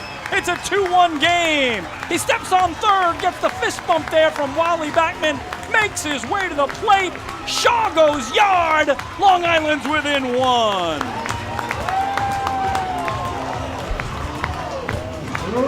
Talk about a prognosticator. Chris King just said Chris Shaw hit the 100th homer of the season for the Chappies Home Run Challenge to be accomplished back on September 18th. No sooner did he get that out that Shaw swings the bat and it leaves the park. So just the second hit of the night for Long Island. They've both been leadoff hits for extra bases. Lou Ford the double in the second inning, and now Shaw the homer here to start the third, and Ty Kelly takes ball one from Kyle Murphy. 2-1 the score in favor of Southern Maryland. That'll put a charge into the Ducks and their faithful flock here. 1-1 to Ty Kelly on the year. Hit .298, no homers. 8 runs batted in, but did bat .400 in brief action in the season series. He puts it deep to right field. Clark going back toward the track at the wall, but it's in foul territory. Oh, they say he caught it. Oh, my goodness. Wow. Ladarius Clark disappeared on us, David, but apparently made that catch before going out of our view, one away. No wonder he was streaking to the right field foul pole.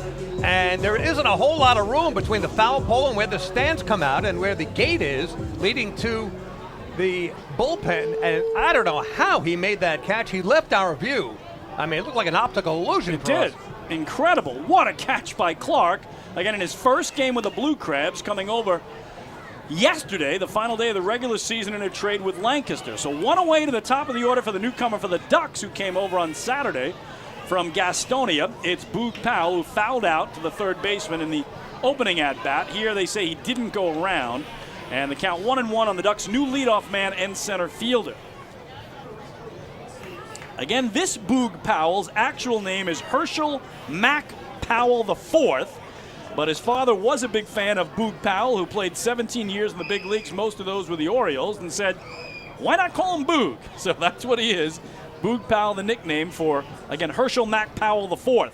Rolls off the tongue a little easier, doesn't it, David? It does. Can you imagine how many times in his life he's had to answer that question? Oh, my goodness, You know, right? people look at him and say, listen, Boog, are you? No, no, no, and no. I am not that Boog. No. 3-1 is fouled away. And again, I mentioned the difference in size. This Boog Powell, 5'10", 180. The Boog Powell, 6'4", 230. Hit over 300 homers in his incredible big league career. And these days, David, he's got that barbecue stand at Camden Yards with some great barbecue out beyond the center field wall. That's very true. And Boog, of course, played against the Mets in '69. Yep. Here's the 3-2. It's low. Ball 4. So good eye by Boog Powell. And at the first National Bank of LI walk to first, go far. And David, you touched on it. Boog Powell in the regular season, 36 stolen bases, second in the league. He was only caught 5 times. Second only to Darren Stanford. Stanford, who went nuts with 78 steals this season. Crazy. From 2 teams, but Boog always a threat. We know Wally Backman's aggressive. Only a matter of time. He'll pick his pitch.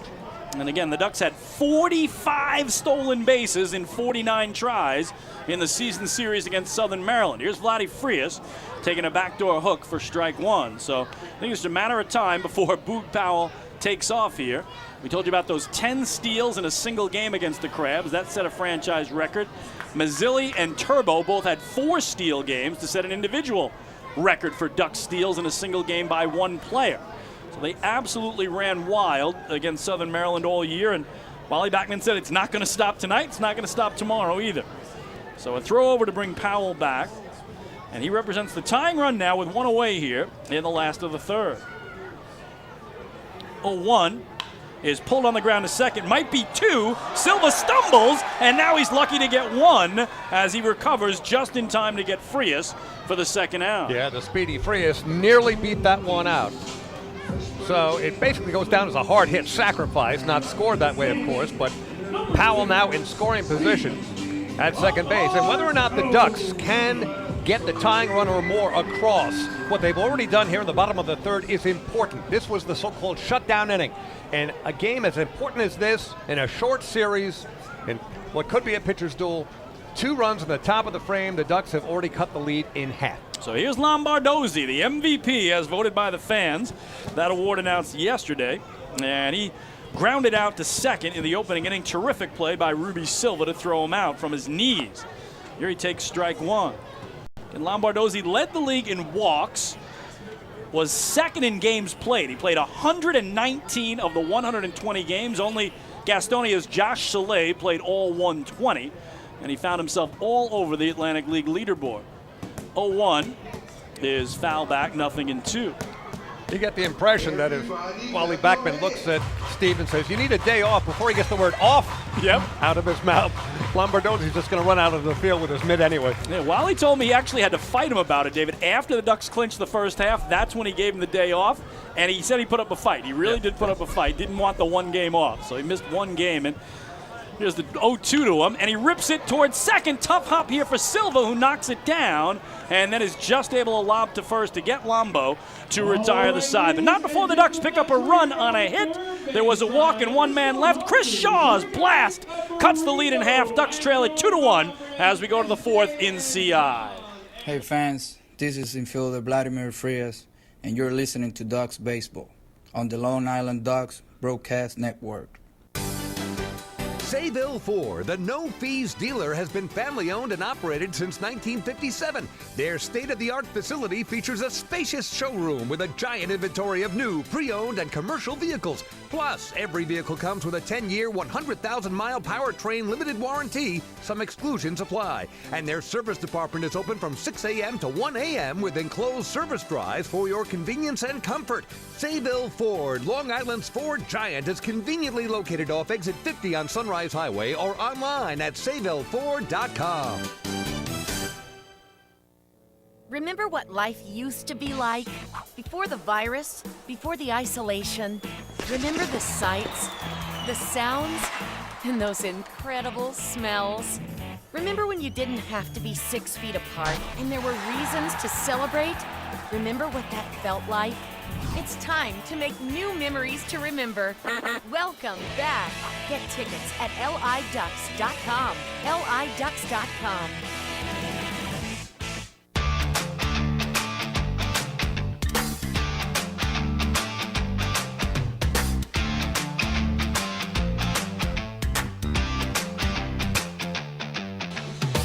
Well, Duck fans, we thank you for following along all season long as the Long Island Ducks tried to meet the Chappie's Home Run Challenge. They needed 100 home runs for our friends at Chappie's Funeral Homes to donate $5,000 to the Quacker Jack Foundation. They hit 124 in the regular season. Chappie's Funeral Homes, we're caring for others, is our family tradition. And tonight, thanks to Chris Shaw, they have won in the postseason. So in our broadcast booth, we turn it over to David Weiss for the next couple of innings with the Ducks trailing 2-1 as we start the 4th. Thank you, Kinger. Chris King. 2-1, the score, as Chris mentioned. 2 runs, 4 hits for Southern Maryland. No errors. Long Island Ducks, 1 run, 2 hits, and have played sparkling defense thus far. As Darren Downs pitching from the stretch, as he always does. Jovan Rosa at the plate for Southern Maryland, leading off here in the top of the 4th. A ball, 1-0 to Rosa, the DH, who struck out his first time up. 6 strikeouts, a half dozen for Darren Downs thus far through 3 innings of work. Struck out the first 4 batters he faced. As Rosa hits it in the air, that's going to sail into the stands between the decks and sections. And the count even at 1 ball and 1 strike. Numbers 4, 5, and 6 in the order. Middle part of the roster for Southern Maryland against Darren Downs here in the 4th inning. Rosa, Alex Crosby, and Ladarius Clark against Downs. 1 ball, 1 strike against the right-handed swinging Rosa, who swings and misses on a good fastball, 1-2. Best of 3 series, the playoffs, beginning on the 11th of October on this holiday Monday. And a very nice crowd on hand. Got all pumped up with that Chris Shaw homer in the bottom of the 3rd. Next pitch from Downs, curveball just downstairs. And it's 2 balls and 2 strikes. We mentioned that 100th home run by Chris Shaw on September 18th. He hadn't hit many homers at all, David, during the course of the season, but he's on fire late. Finished with 5 in the regular season, all late in the year, and now another one here in Game 1 of the postseason. Remember how slowly the Ducks started, trying to reach that Champions Home Run Challenge, but heated up during the summer. When the weather gets warm, so do the Ducks when it comes to hitting them out. Easily eclipsing the 100 homer mark. So they count 2-2 to Rosa at the plate. Stands pretty close to the plate. And Downs 2-2 is on the way, and that is a broken bat. Flare, infield. Frias calling off Lombardozzi to his left. And Vladimir makes the catch, 1 down. Just about underway in Charleston, West Virginia tonight. Again, Game 1 of the Best of 3 South Division Championship Series. For the Lexington Legends, Francisco Jimenez, the starting pitcher. And for the Dirty Birds, Arnaldo Hernandez. Again, for both clubs, first year in the Atlantic League. They both qualified for the postseason. Lexington won the first half, the Dirty Birds the second. So we wish them the best of luck. And, of course, the winner of that series will meet the winner of this in a Best of 5 Championship Series. At the plate, Alex Crosby, who bounced to second his first time up. Lefty-lefty matchup here. Downs to southpaw. And the pitch is tapped over the mound. Taken by Frias. No, it isn't. Looked to stab it. It eluded him. Had a little English on it. I'm not sure if Vladimir thought that Lombardozzi was going to take it. Maybe some miscommunication. Whatever the case, it dribbles through to center field for a single and scored a hit for Crosby. That's exactly what it was, David. Vladimir Frias, to me, the ball was closer to him. It looked like there was a lack of communication there with Lombardozzi, but he clearly felt that Lombardozzi was going to take it and pulled up at the last second. So you don't see that from two guys that have played almost the entire season together up the middle here, Frias and Lombo. But that time, I think Vladdy thought Steve was going to get it and Steve the other way, and it just went between them. Yeah, kind of no man's land right up the middle. Ladarius Clark struck out his first time up at the plate. Big home run cut for Clark. Swings and misses. 0-1. Clark again, a brand new Southern Maryland Blue Crab. Regular season, 265, 18 homers, 65 RBIs. Coming aboard, late season trade. 0-1 the count. Crosby takes a very short lead at first base and draws a throw from Darren Downs. And Crosby just had to take maybe a step and a half to get back to the bag. Alex Crosby on the season, 6 steals, caught stealing 3 times. Doesn't exactly look runnerish over at first base, to flip the phrase from hitterish. And the pitch is outside, 1 ball, 1 strike to Clark. Josh McAdams waiting on deck. He lit off the third, first of 3 consecutive hits in that 2-run third for Southern Maryland. Check swing, foul tip into the mitt of Hector Sanchez. 1 ball and 2 strikes on Clark. Well, I mentioned the Blue Crabs still trying to win that first Atlantic League title in their 13th year. But just getting to the playoffs, an accomplishment for them, David. They haven't been to the postseason since 2017. It's the first time in 4 years they're playing playoff baseball. And they're trying to take advantage of it here with an early 2-1 lead. Next pitch, check swing. Did he go? No. According to first base umpire Joe Iglio, as home plate umpire Freddie DeJesus looked for help. So the count now even at 2 balls and 2 strikes. You do have the robo-ump, the automatic balls and strikes, but home plate umpire is necessary for a host of reasons, and one of which, the always mysterious check swing. Not really sure what constitutes going around these days.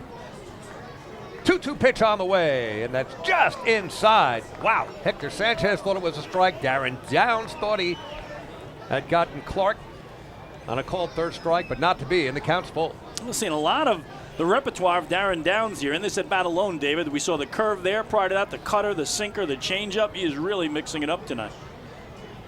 The Downs come set. See what Stan Clyburn wants to do with his runner with the count full, and the runner takes off. Ground ball foul, Tapper left side. So with a full count, Alex Crosby was off and running on the pitch. And we'll do it all over again with the count full, 1 down, 1 on, and the Blue Crabs leading by 1 here in the top of the 4th. I asked Wally Backman, what's the biggest key for Darren Downs tonight? He said, just hit his spots. We know what he can do. He's done it all year long for us. Hit his spots and he'll be fine. And again, we've seen that 4-pitch arsenal from him using everything tonight. Walked with good speed, tough to double up, but the Ducks would love to get that. Instead, it's a swing and a miss for strike 3. The throw down, double play! Hector Sanchez with a one-bouncer down to second base and nailing Alex Crosby, who was off on that full count. So a twin killing in a perfect way for the Ducks to end the top of the fourth. And with that caught stealing, nobody left, one hit along the way. And the Blue Crabs are done in the fourth inning. The end of 3.5. We go to the bottom of the fourth. Score remains the same. Southern Maryland 2, Long Island 1. Hey fans, this is outfielder Daniel Fields, and you're listening to Ducks Baseball on the Long Island Ducks Broadcast Network.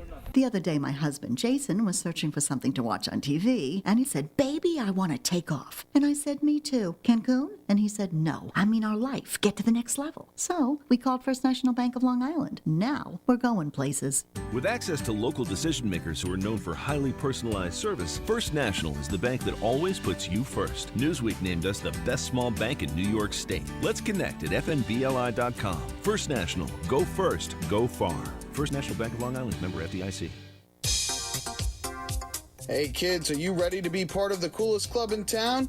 If so, sign up today for the Long Island Ducks Kids Club presented by Bethpage Federal Credit Union. Children 14 and under will receive exclusive perks that only come with being a member, including a free ticket to a Ducks game, a free commemorative yearbook, 10% off at the Waddle Inn Shop, and much more. They'll also receive priority access to skip the line during Kids Run the Bases at all Sunday home games. Sign up today by visiting liducks.com or by calling 631-940-3825, and we'll see you at the ballpark.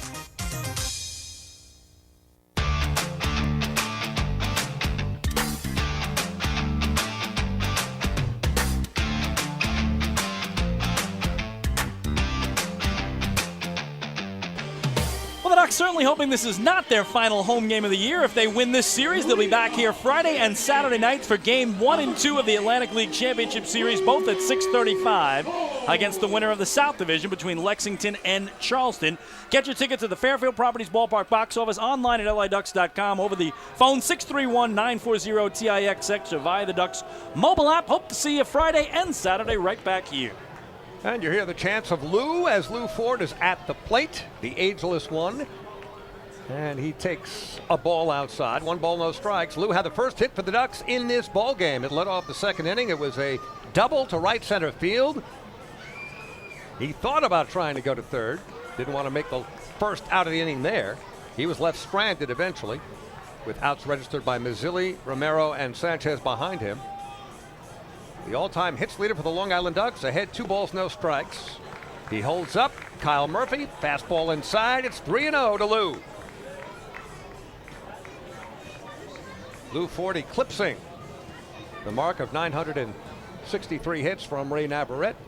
Now the all-time hits leader, of course. Lou Ford Appreciation Night this past Saturday night. Big crowd. Gave a wonderful speech out on the field. First and foremost, thanking the fans who have been behind Lou all the way. 3 balls and a strike, and the pitch bounded foul left side, and a count full at 3-2. Of course, Ray Navarrete finished up in 2013, winning the title with the Ducks and being carried off the field on the shoulders of his teammates in Somerset County, New Jersey. What a way to end it. And here it took 8 years for Lou to finally catch him and pass him, but Ducks, David, don't have anybody right now that's been with them a long time. This mark is going to stand for a long, long time. Yeah, no doubt about that, as Lou Ford works his way on with a walk. That is another First National Bank of LI walk to first, go far. So Lou on base in both of his at-bats. Second walk given up by starter Kyle Murphy for the Crabs. So here's Maz. LJ struck out looking his first time up back in the second inning.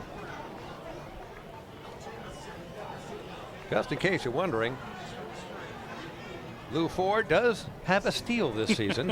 1 for 1, batting 1,000 on the base pass. And if there's a team to steal it against, the one the Ducks have done 45 swipes in 49 tries. 45 steals, caught stealing 4 times. Yeah. 4. A pretty good ratio there. 1 ball, no strikes to Maz at the plate. Lou taking a pretty good lead. And LJ fouls it out of play right side. Count even at 1-1. Well, going back to the 2019 playoffs where the Ducks won it all, LJ Mazzilli hit 400. So you want to talk about saving your best baseball for when it matters most. And this is pretty incredible, David, because we're 2 years removed from that title now, right? No season last year in the Atlantic League. Right. Ducks tonight in the starting lineup, 7 players who won that championship 2 years ago. And that bodes well for the playoffs this year. 1-1 pitch on the way inside. 2-1 to Maz. 303 regular season average. 11 homers, drove in 69. And most impressively, at least as you take a look at all those great numbers, 19 for 19 in steals. Yes, nobody caught him all year. Not once. 2-1 pitch on the way. Swung on, lifted in the air, playable, right field. Ladarius Clark is coming in. With all that speed, no problem. Catches it on a slow jog, and there's one down. Again, the 7 Ducks in the lineup tonight who all won the title with Long Island in 2019, led by starting pitcher Darren Downs. And then in the order, 2 through 7, Frias, Lombardozzi, Ford, Mazzilli, Romero, Sanchez, all won the title in 2019, trying to repeat for the Flock. So Davidson Romero coming up. Regular season average of 252 with 10 homers, knocked in 47. He popped the short his first time up. 1 down, 1 on. Lou Ford, who worked his way aboard with a leadoff walk. Pitch to Romero is well outside, blocked by Joe DeLuca, catcher for the Blue Crabs. Kept it within reach. No advance by Lou Ford, 1-0. And of course, this guy here, Davidson Romero, named the Atlantic League Championship Series MVP in 2019 in that 5-game series against Sugar Land. He hit .444 with 2 homers and 9 runs batted in. Crazy number. And you remember, the Ducks came from behind in that series, as they have so many times in the playoffs over the years. Trailed 2-1 in the series. We're into extra innings in Texas in Game 4 to pull that out. And then Romero had a monster game in the decider. Pitch to Davidson, inside corner for a strike. And it's 1 ball and 1 strike. 2 runs, 5 hits for Southern Maryland. Ducks with 1 run, just 2 hits. Lou Ford's double in the second inning, and the solo homer leading off the third by Chris Shaw. And that's been it so far against the rookie, Kyle Murphy. Next pitch hit a mile high by Romero in the infield. Who's calling it? Looks like the first baseman, and making a catch on the pitcher's mound, Alex Crosby, but just barely. And nearly stepped on his pitcher in the process. That is such a difficult catch, literally going uphill when you can't watch your footing at all, David. Your feet are out of your view because you got to keep your eye on the ball, and he's climbing a hill and making the grab. It certainly seems like it would be a much easier catch for the pitcher, but these days they bail out right away. They do. Even the best fielding pitchers will usually give way to somebody on the infield who takes charge. Hector Sanchez, the switch hitting catcher for the Ducks, who flied out to deep right field, right up against the wall. Catch made by Ladarius Clark. That was back in the second inning. Sanchez, the leader in homers for the Long Island Ducks with 18 this season, takes outside. 1 ball and no strikes. Lou Ford still at first. The leadoff walk. And now 2 down. He is the tying run. Ducks trailing 2-1, bottom of the 4th. Pitch taken right off the dirt by catcher Joe DeLuca. And that keeps Ford where he is, outside of scoring position for the moment. 2 balls, no strikes to Sanchez. Yeah, Davidson Romero down in Texas last year, the deciding Game 5, David, all he did, 2 for 4, homer, 5 runs batted in to help earn that MVP award. That was in 2019. Of course, you more or less have to erase 2020 from memory. Yep. As if it didn't happen, at least from a baseball standpoint. 2-0 pitch. That was a looping backdoor breaking ball that stayed in the backyard. And it's 3 balls and no strike to Sanchez. Chris Shaw, who hit that long homer to right, is standing on deck. Getting the sign, Murphy. Ford takes his lead, and the 3-0. A swing on 3-0 from Sanchez, and you just knew that Wally Backman telling Sanchez and probably everybody else, hey, 3-0, looks good, swing. You have to. The season he's had, absolutely the right call there.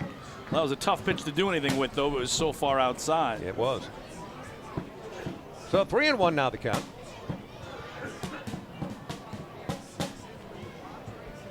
As Murphy comes set. And the pitch, another nubber foul. Left side. So Sanchez hanging in there, and the count now full at 3-2. And Lou Ford was running on that pitch.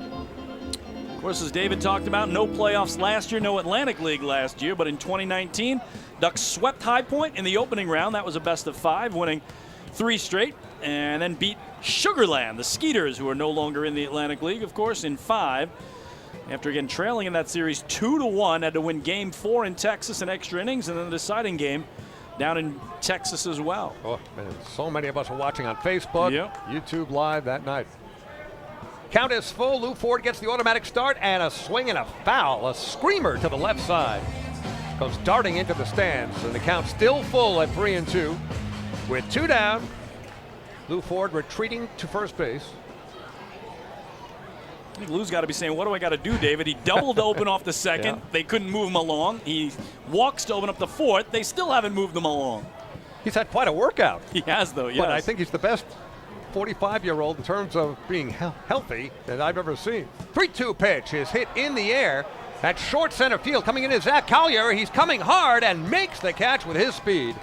Looked like that might fall in for a moment, but Collier makes the grab on the run, and the side is retired. In the inning for the Ducks, no runs, no hits, leadoff walk, 1 man left. We finished 4 complete at Fairfield Properties Ballpark. Score lanes in Game 1 of the North Division Championship Series, best of 3.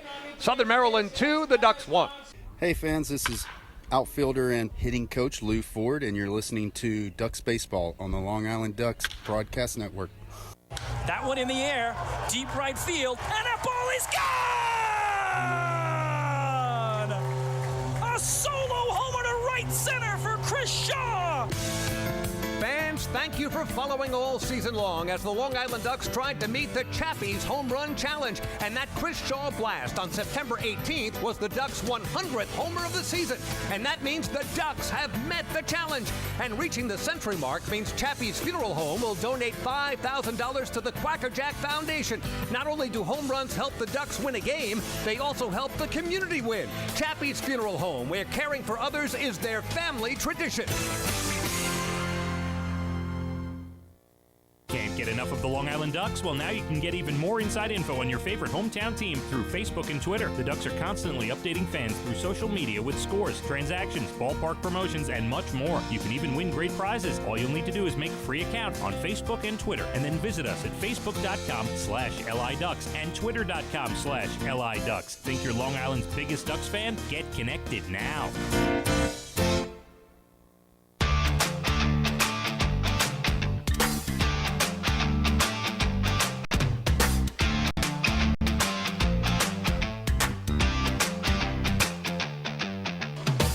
We go to inning number 5. Ducks trail at 2-1. That always means 5th inning trivia. We'll give you the question here in the top of the inning, the answer in the bottom of the frame, and it concerns best of 3 playoff series. Are you ready, David Weiss? I'm ready. All right, the Long Island Ducks have played 5 other best of 3 playoff series in their 20-year history prior to this year. But they've only won 1 of those 5 best of 3 series. So which is the only best of 3 playoff series they've ever won? What year? And who was it against? I will tell you this. It was a very memorable series. I'll just leave it at that. All right. But you got to tell me what was their only previous win in a best of 3 playoff series. I'm pretty sure I know the year. I'll have to come up with the team, which I believe I know as well. But we'll see. Bottom of the frame. Right now, top of the frame is Josh McAdams, followed by Joe DeLuca, then Michael Baca. Bottom third of the order against Darren Downs in his 5th inning of work. He has given up 2 runs, 5 hits thus far. McAdams singled the lead off the third. It was the first of 3 consecutive hits, which produced the first run for Southern Maryland. Swing and a miss, good pitch from Downs. It's 1 ball and 1 strike. Downs at 62 pitches here as he works in the 5th. Not bad in terms of being economical. He has yet to walk a batter, now that I put the whammy on it. Mm-hmm.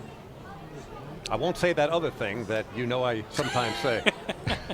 I've just been pointed out to me by Vice President of Communications and Media Relations Director Michael Pollack that I have not been as funny as I usually am on this. You got your playoff face on. It is. This Absolutely. Is serious stuff. All right. Wait a minute. Okay. You satisfied, Pollack? 2 balls and a strike. At least we're entertaining ourselves. That's all that counts. 2-1 to Josh McAdams. If not the masses. The masses, we hope so. 3-1 to McAdams. What did I just say? I said he hasn't walked the guy. And 3-1. You're about to be your usual kiss of death self. That's it. I've got 1 foot in my SUV. I'm going to head home if this ball is outside. 3-1. Oh, my goodness. It's unbelievable. Unreal. First walk issued by Darren Downs, and it wasn't his fault. You got to own it. You got to own it. Mine. It's me. I feel like running onto the field and actually apologizing to Darren Downs right now. Joe DeLuca coming up. Well, that leadoff walk is a key. Obviously, you get a leadoff man on. Makes it a little tougher. DeLuca singled to left. His first time up. And I believe McAdams had taken off. It was a hit and run. He did, yeah. And DeLuca was able to get McAdams to third, putting runners on the corners with nobody out. See what happens here. DeLuca from the right side. Downs the southpaw. Pitches on the way, and he bunts. It's a beauty. It's taken by Darren Downs. Only one play, first base, and he throws it over the head of Kershaw at first base. Great backup by Lombardozzi, though. Absolutely. Saved it from going down the right field line. So 2 runners on, nobody out.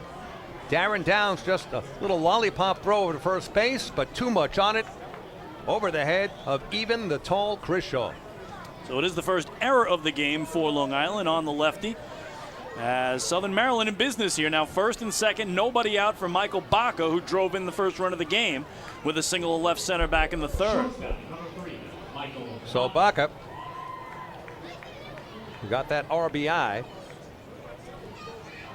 in that third inning. First run of the 2 scored by Southern Maryland.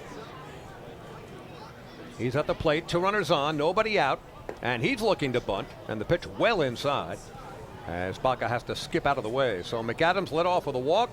DeLuca, recipient of an errant throw from Darren Downs. So 2 on, nobody out. And Baca looking to bunt both runners up. They've had success with that bunt. Silva had a bunt, single, a drive, and a run in the third inning. So 1 ball, no strikes. Only first baseman Chris Shaw is playing in. Just barely on the grass is Romero at third. So he's playing ahead of the bag, right near the cutout. Third base, right near the grass. But it's now 1 ball and 1 strike to Baca. Leadoff man Matt Hibbert will strike out twice tonight, is waiting on deck. Yeah, I think they want Romero to have a chance to get the force at third if Baca puts too much on the bunt. Yep. Being a lefty, he should be able to get the ball over there quickly without having to spin around. And there's the bunt down the third base line. Nobody at third to take that bunt, and the throw across is high from Romero at third to Shaw at first, but in time, and there's 1 down. Yeah, it was actually Lombardozzi covering there, David. Right. So, but a great bunt, right? They forced Romero to play it, so there's no way he could cover third. And so officially, it'll be 5-4 on the sac bunt. So McAdams moves up to third, DeLuca to second. And Baca did exactly what he needed to do, getting Romero to field it with nobody there to cover third for a possible force. So Matt Hibbert comes up. He has struck out twice against Darren Downs, who has struck out 7 overall in this game and could use 1 here. And that one is looped to center field, a base hit. 1 run is in. The throw home will cut off the second run. So McAdams scores. DeLuca to third. RBI single by Hibbert. It is 3-1 Crabs. Well, just chipping away, and this small ball has worked well tonight for Southern Maryland as they get that 2-run lead back now on Hibbert's first hit of the night after back-to-back strikeouts to open his evening. So the always dangerous Ruby Silva coming up. Struck out his first time up. First mentioned that bunt for a base hit and driving in a run in the third. Perfectly placed bunt on the left side. And that happened with 2 down to get the second run across for the Blue Crabs. And we'll see if Silva might be thinking about doing the same thing here. Now Silva tough to double up. He's got lots of speed. Ducks at double play depth. And the pitch. Big looping curveball as Silva has to duck underneath it.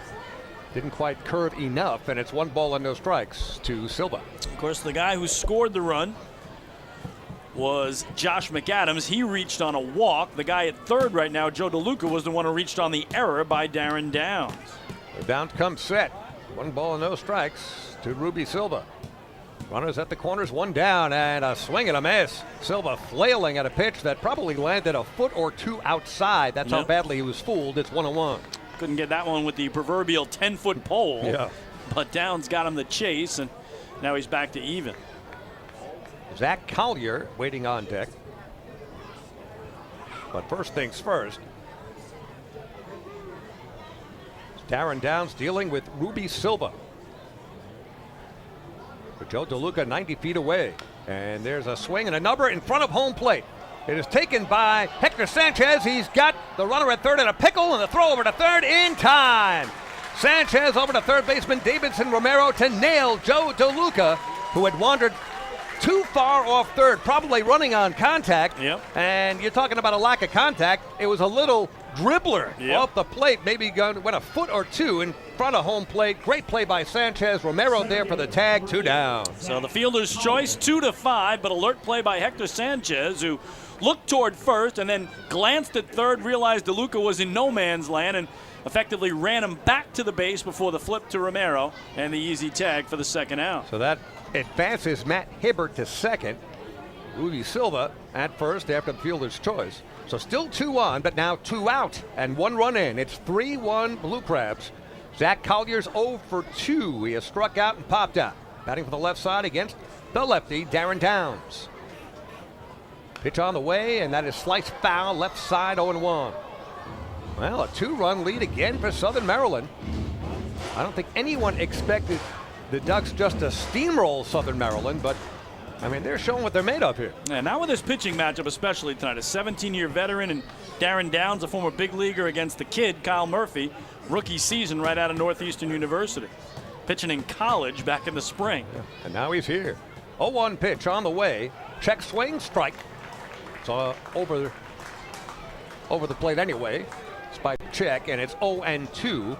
Downs way out in front of Zach Collier with the DH, Jovan Rosa, waiting on deck. Yeah, fans getting a little restless here. Trailing by 2. They don't want any more runs come across. Neither do the Ducks. As Darren Downs looking to deliver to Collier. 0-2 on the way, and that is down and away. Blocked nicely by Hector Sanchez. 1-2. Hibbert has had a huge lead off second base, David. Yeah. Every pitch, he is just dancing, and threatening to try to swipe third if Downs doesn't pay him any attention. Of course, Darren being the lefty, it's not easy for him to keep an eye on Hibbert. Hibbert 6 for 7 in the larceny department. Not likely he'll try to steal here, but you never know. 1-2 the count. Hibbert takes his lead, so does Silva. He's got a very big lead. Shaw playing behind him, and that one is hit in the air, playable Fairfield. Boog Powell waiting for it to come down. Now he's lost it, and he gives way. Left fielder L.J. Mazzilli. I don't know, that faked me out. Yep. Looked like Powell was calling it, couldn't find it, and Maz to the rescue, able to make the play and the catch in left field. In the inning, for the Southern Maryland Blue Crabs, they get another run to come across. There was 1 hit, 1 walk, an error, and a couple of men left at the end. 4.5 go to the bottom of the 5th. And the score now, the Blue Crabs 3, the Ducks 1. Hey fans, this is infielder Steve Lombardozzi, and you're listening to Ducks Baseball on the Long Island Ducks Broadcast Network. PSCG Long Island wants you to know how to save energy and money in your home. Did you know energy-efficient appliances can use up to 25% less energy? Here's how to save. PSCG Long Island offers money-saving rebates when you purchase Energy Star appliances. Discover how a little energy efficiency know-how can mean savings in your home. Find more energy efficiency tips, tools, and money-saving rebates at pscgliny.com/save money. Want an awesome birthday without all the hassle? Book your Kona Ice birthday party with the Ducks today. 2 brand new packages are now available, including our exclusive game room suite.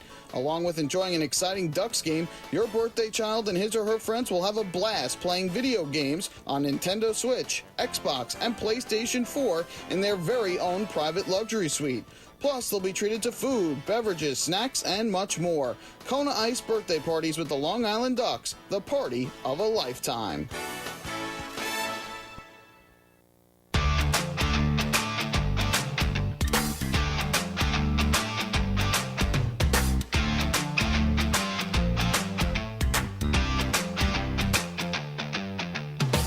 right, time to wrap up our fifth inning trivia. David Weiss, the pressure on you because Michael Pollock has got the correct answer.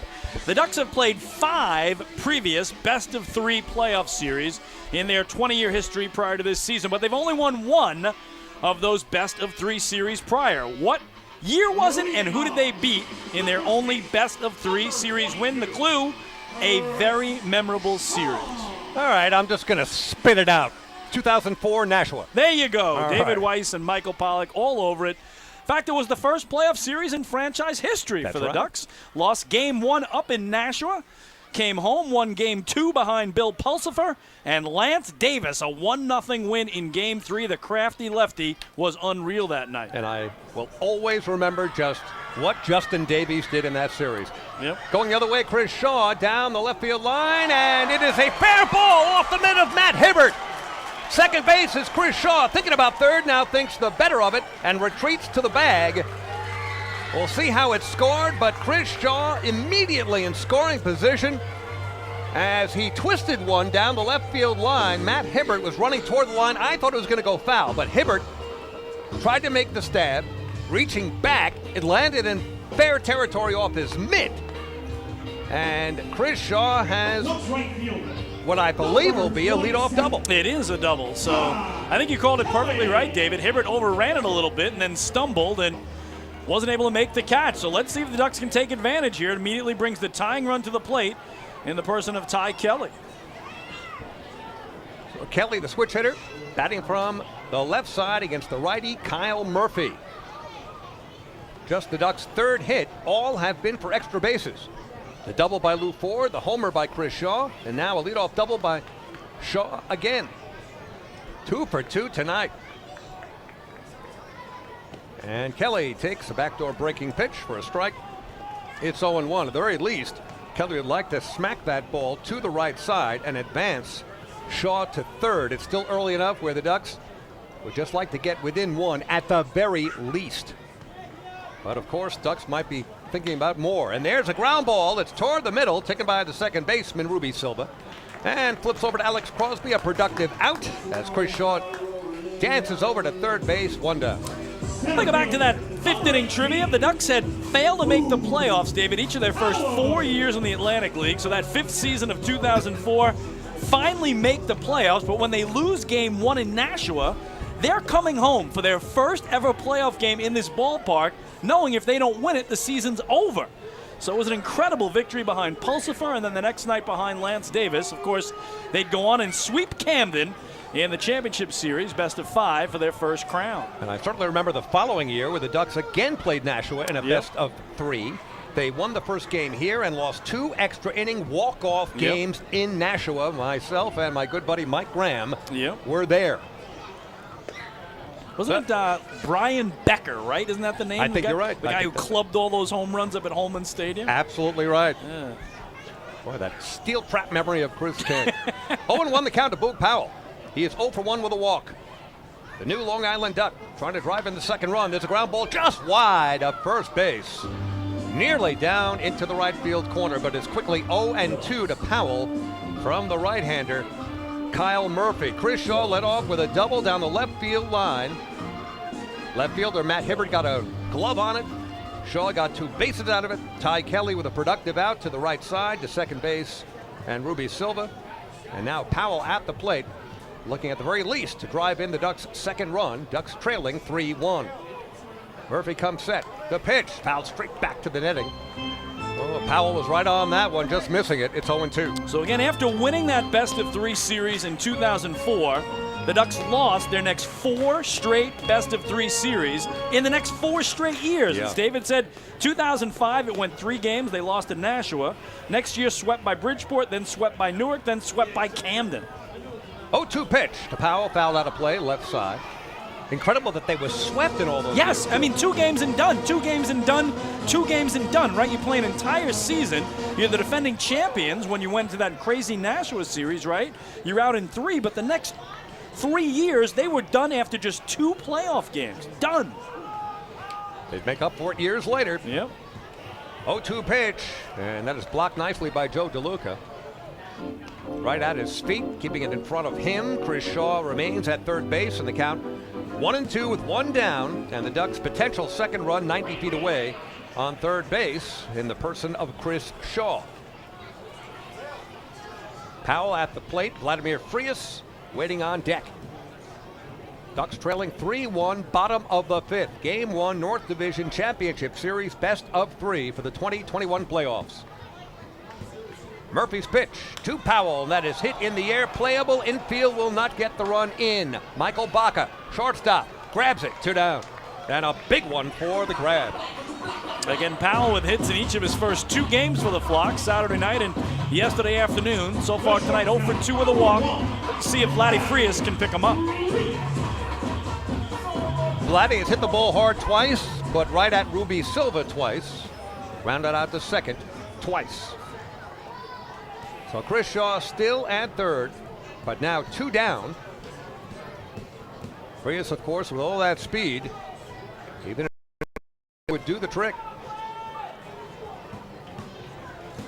Of course, you got to watch for the pass ball, wild pitch. Anything could bring Shaw in. As the first pitch from Murphy, fastball missing wide, 1-0. Steve Lombardozzi waiting on deck. 3 runs, 6 hits for Southern Maryland. The Ducks with 1 run, 3 hits, as mentioned moments ago, all 3 extra base hits. Pitch to Frias, and that is sliced foul. Boy, in the netting right above the dugout for the Southern Maryland Blue Crabs. And somebody in that dugout grabbed it on the ricochet. That's a nice hockey move in there. Yes. A little ricochet save. Well, the youngsters behind the dugout hoping that souvenir gets flipped to them, and I think some of the Blue Crabs will oblige. So, Kyle Murphy. Ducks looking at the very least to cash in with a second run here. Count is 1-1. Pitch to Vlad, a swing, a miss. A little foul, ends up near the backstop. 1 ball and 2 strikes to Frias. Yeah, we mentioned Murphy, just 3 games with Southern Maryland, but he's gotten better and better in those 3. Gave up 9 earned runs in his first outing, 5 in his second. And his most recent outing, though, 6 innings of 4 hit, 2-run ball.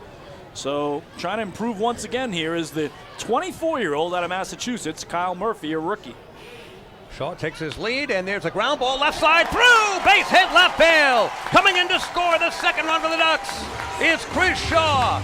Great piece of hitting by Vladimir Frias. Just backhanding it right into left field, eluding third baseman Josh McAdams. Second run on the board. The Ducks now trail 3-2. What a piece of hitting by Vladdy Frias, David. You called it, and I think Josh McAdams was upset with himself at third because I think he took a step to the right thinking it was going to be closer to the bag, and then he had no chance to go back to his left, and he just had to watch it roll in the left and bring home Shaw to make it a 1-run game. So Vladimir Frias now, with all that speed, 19 steals, caught stealing only 4 times. We'll see if skipper Wally Backman wants to put him in motion here with Steve Lombardozzi at the plate. Lombo has bounced out to second twice. First time in the first inning, it was a superior play by Ruby Silva to retire Lombo. 1 ball and no strikes. Frias taking a very big lead at first base, being held on by Alex Crosby. 1-0 pitch on the way is a moonshot right side. Crosby gives chase, but that is going to land in the stands, well back in fact, near the concession. 1 ball and 1 strike to Steve Lombardozzi. 1 run in here, bottom of the 5th. This is the second time the Southern Maryland Blue Crabs are looking for the so-called shutdown inning. Second time the Ducks have put up a single run. They trailed 2-0, scored in the bottom of the 3rd, made it 2-1. Fell behind 3-1 in the top of this frame. Now in the bottom of the 5th, 1 run across, it's 3-2, with still a long way to go. And Vladimir Frias draws a throw, dives back safely, no problem. And the season series between the two clubs, Frias had 5 stolen bases. Crabs didn't throw him out at all. We'll see what happens here. 1 ball, 1 strike with 2 down. Lombardozzi at the plate and another throw across. A little closer this time, but Frias gets back diving. The Ducks would love to get Frias into scoring position with their team MVP, Steve Lombardozzi, at the plate. At the moment, Frias at first. 1-1 pitch. Frias takes off. It's a pitch out. Throw down to second base. Is it in time? It is. Wow. How do you like that? Well, skipper Stan Clyburn out dueling the Ducks. Knew Frias was going to take off at some point, and Vladimir is cut down. He was only thrown out 4 times in the regular season with 19 steals, but he is caught that time, and the side is retired. 1 run for the Ducks. There were a couple of hits, and with the caught stealing, nobody left. At the end of 5 complete. Score now, Southern Maryland 3, the Ducks 2. Hey fans, this is pitcher Darren Downs, and you're listening to Ducks Baseball on the Long Island Ducks Broadcast Network. Hey Ducks fans, the official hotel of the Long Island Ducks is the Radisson Hotel Hauppauge, Long Island. It's centrally located on the north shore of Long Island and offers a home away from home for both business and leisure guests.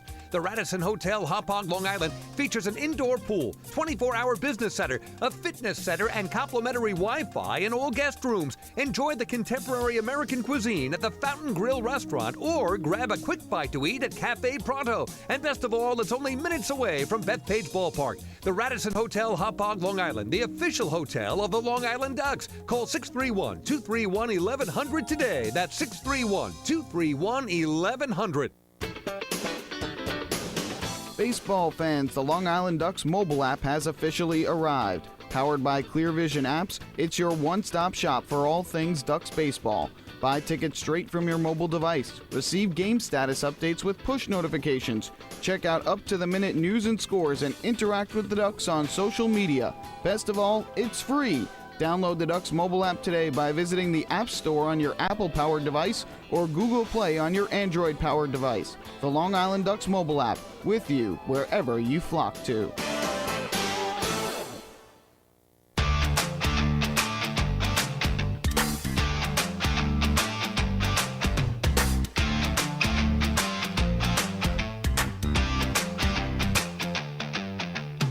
Well, Ducks trail 3-2 as we go to the 6th, and Wally Backman goes to his bullpen as Anderson De Leon, the right-hander, is the first in on the year, a 6-6 record, 5.26 ERA in 113 innings. He allowed 125 hits, walked 36, struck out 109, and opponents batted .279 against the right-handers. So we'll give you Darren Downs' final numbers in just a minute.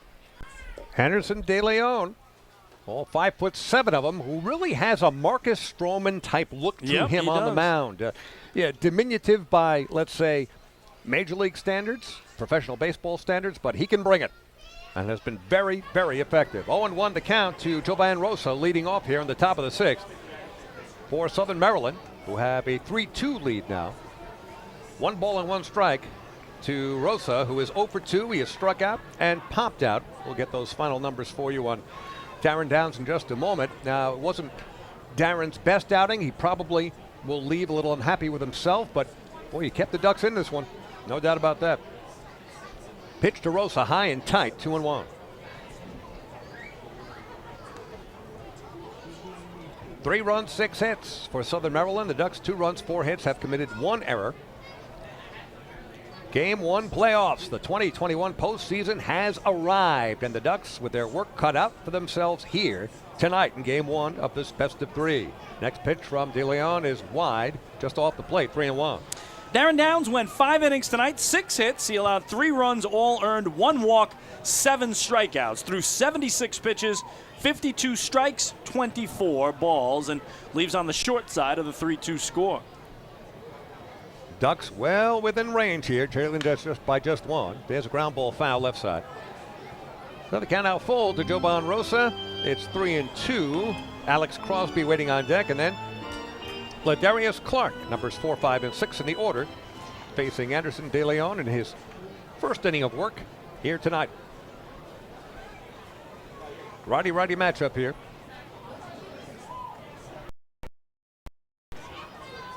De Leon kicks and deals, and there's a ground ball just foul down the left field line. I don't mean to belabor the comparison here, but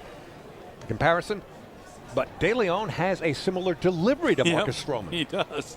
Long Island native Marcus Stroman. Love following his career. Patchogue Medford. Many of us remember a great matchup against Stephen Matz at Ward Melville years ago. Yep. 3-1 pitch, swung on and missed. Big strikeout leading off the 6th inning for Anderson De Leon. That is the 8th strikeout overall for Ducks pitching. The first, of course, for Anderson.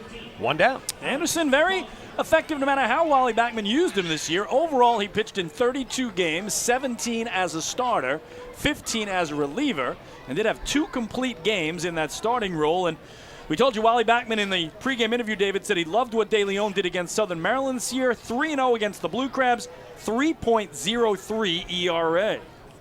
Not bad at all. Alex Crosby at the plate from the left side.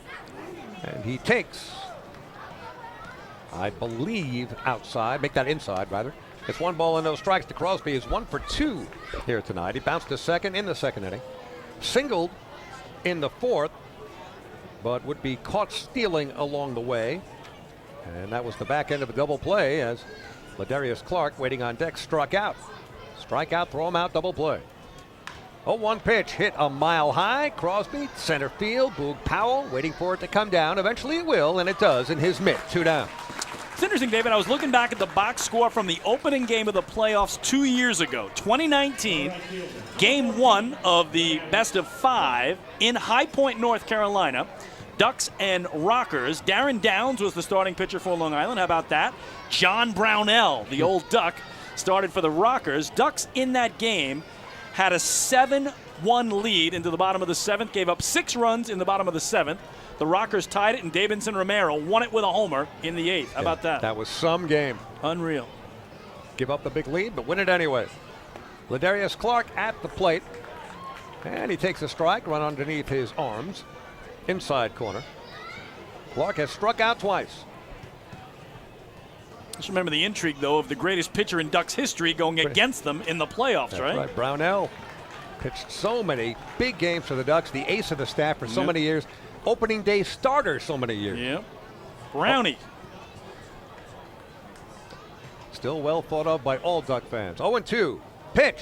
Looked like it had the strike zone, maybe a little low. 1 ball and 2 strikes to Clark. 2 out. Nobody on.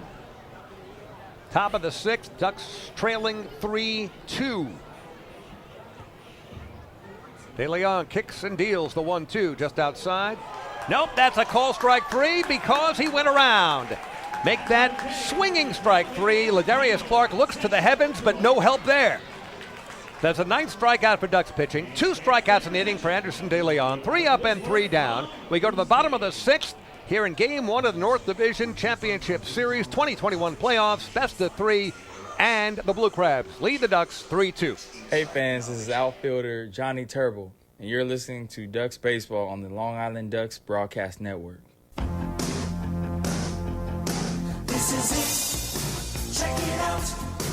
See what everyone's talking about. Let Nicolak pave your way. Bring your outdoor living dreams to life. Visit Nicolak's Outdoor Design Center at 200 Henry Street in Lindenhurst and see thousands of square feet of pavers, retaining walls, fire pits, and outdoor living accents on display. Only Nicolak paving stones are made with Paver Shield technology for more vibrant color options than anyone else. Visit Nicolak.com to request a free sample or their Outdoor Design Center at 200 Henry Street in Lindenhurst. Nicolak. Ask for it by name. You'll see the difference. Visit Nicolak.com. That's Nicolak.com. Let Nicolak paver, let Nicolak pavers pave your way. Pave your way.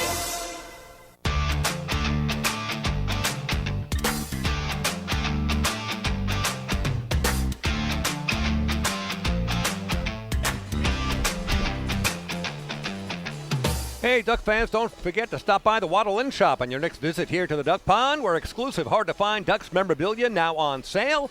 Proceeds benefit the Quackerjack Foundation, the charitable arm of the Long Island Ducks. David Weiss, Chris King, Game 1, best of 3, North Division Championship Series for 2021.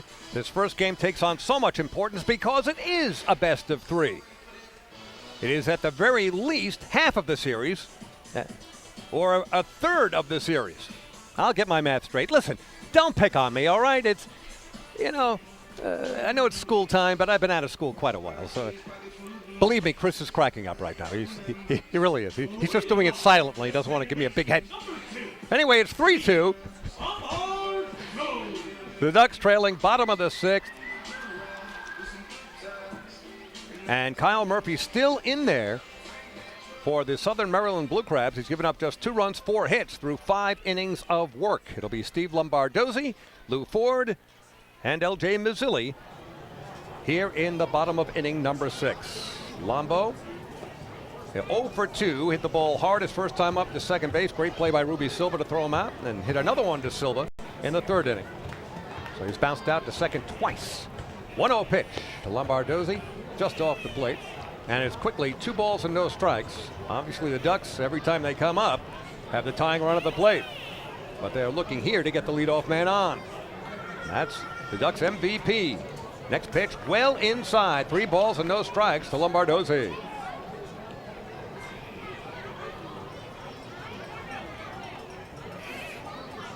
Rich and Steve has done a little bit of everything this season. 20 steals, caught stealing only 4 times if he should get on. Takes a strike right down Carlton Avenue. It's 3 balls and a strike. 3-1. Outfield and infield playing Steve straight away. That one's ripped center field. Zach Collier is going back, way back, and makes the catch on the run. Wow. Steve could not have hit that one any harder. On the button, and had a little bit of slice to it. So heading from our right to left, and Collier stayed with it and made a very nice grab on that line out to center field. So a long, loud out for Steve Lombardozzi, and it brings up the ageless Lou Ford. He's already had a great night. Got the Ducks' first hit. It was a double to right center field. That back in the 2nd inning was left stranded there. Led off the 4th with a walk and was left stranded there. As he takes a ball downstairs. 1-0 to Lou. 1 out, nobody on. Bottom of the 6th, 3-2. Blue Crabs lead by 1. Righty-righty matchup here. Kyle Murphy kicks and deals. Ground ball left side. Hot shot taken by Josh McAdams. The throw across is low. Taken by Alex Crosby at first base. 2 up and 2 down. Lou hit it hard, but handled by McAdams at 3rd. Well, David, one of the things we haven't talked about could be a huge key to this series. The fact that the Ducks kept winning all weekend forced Southern Maryland to keep winning to try to make the playoffs.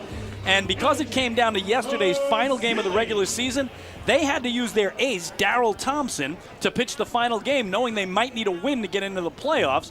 And so effectively, because it's a best of 3, and he threw 83 pitches yesterday, he's probably not going to appear in this series. That's a very good point.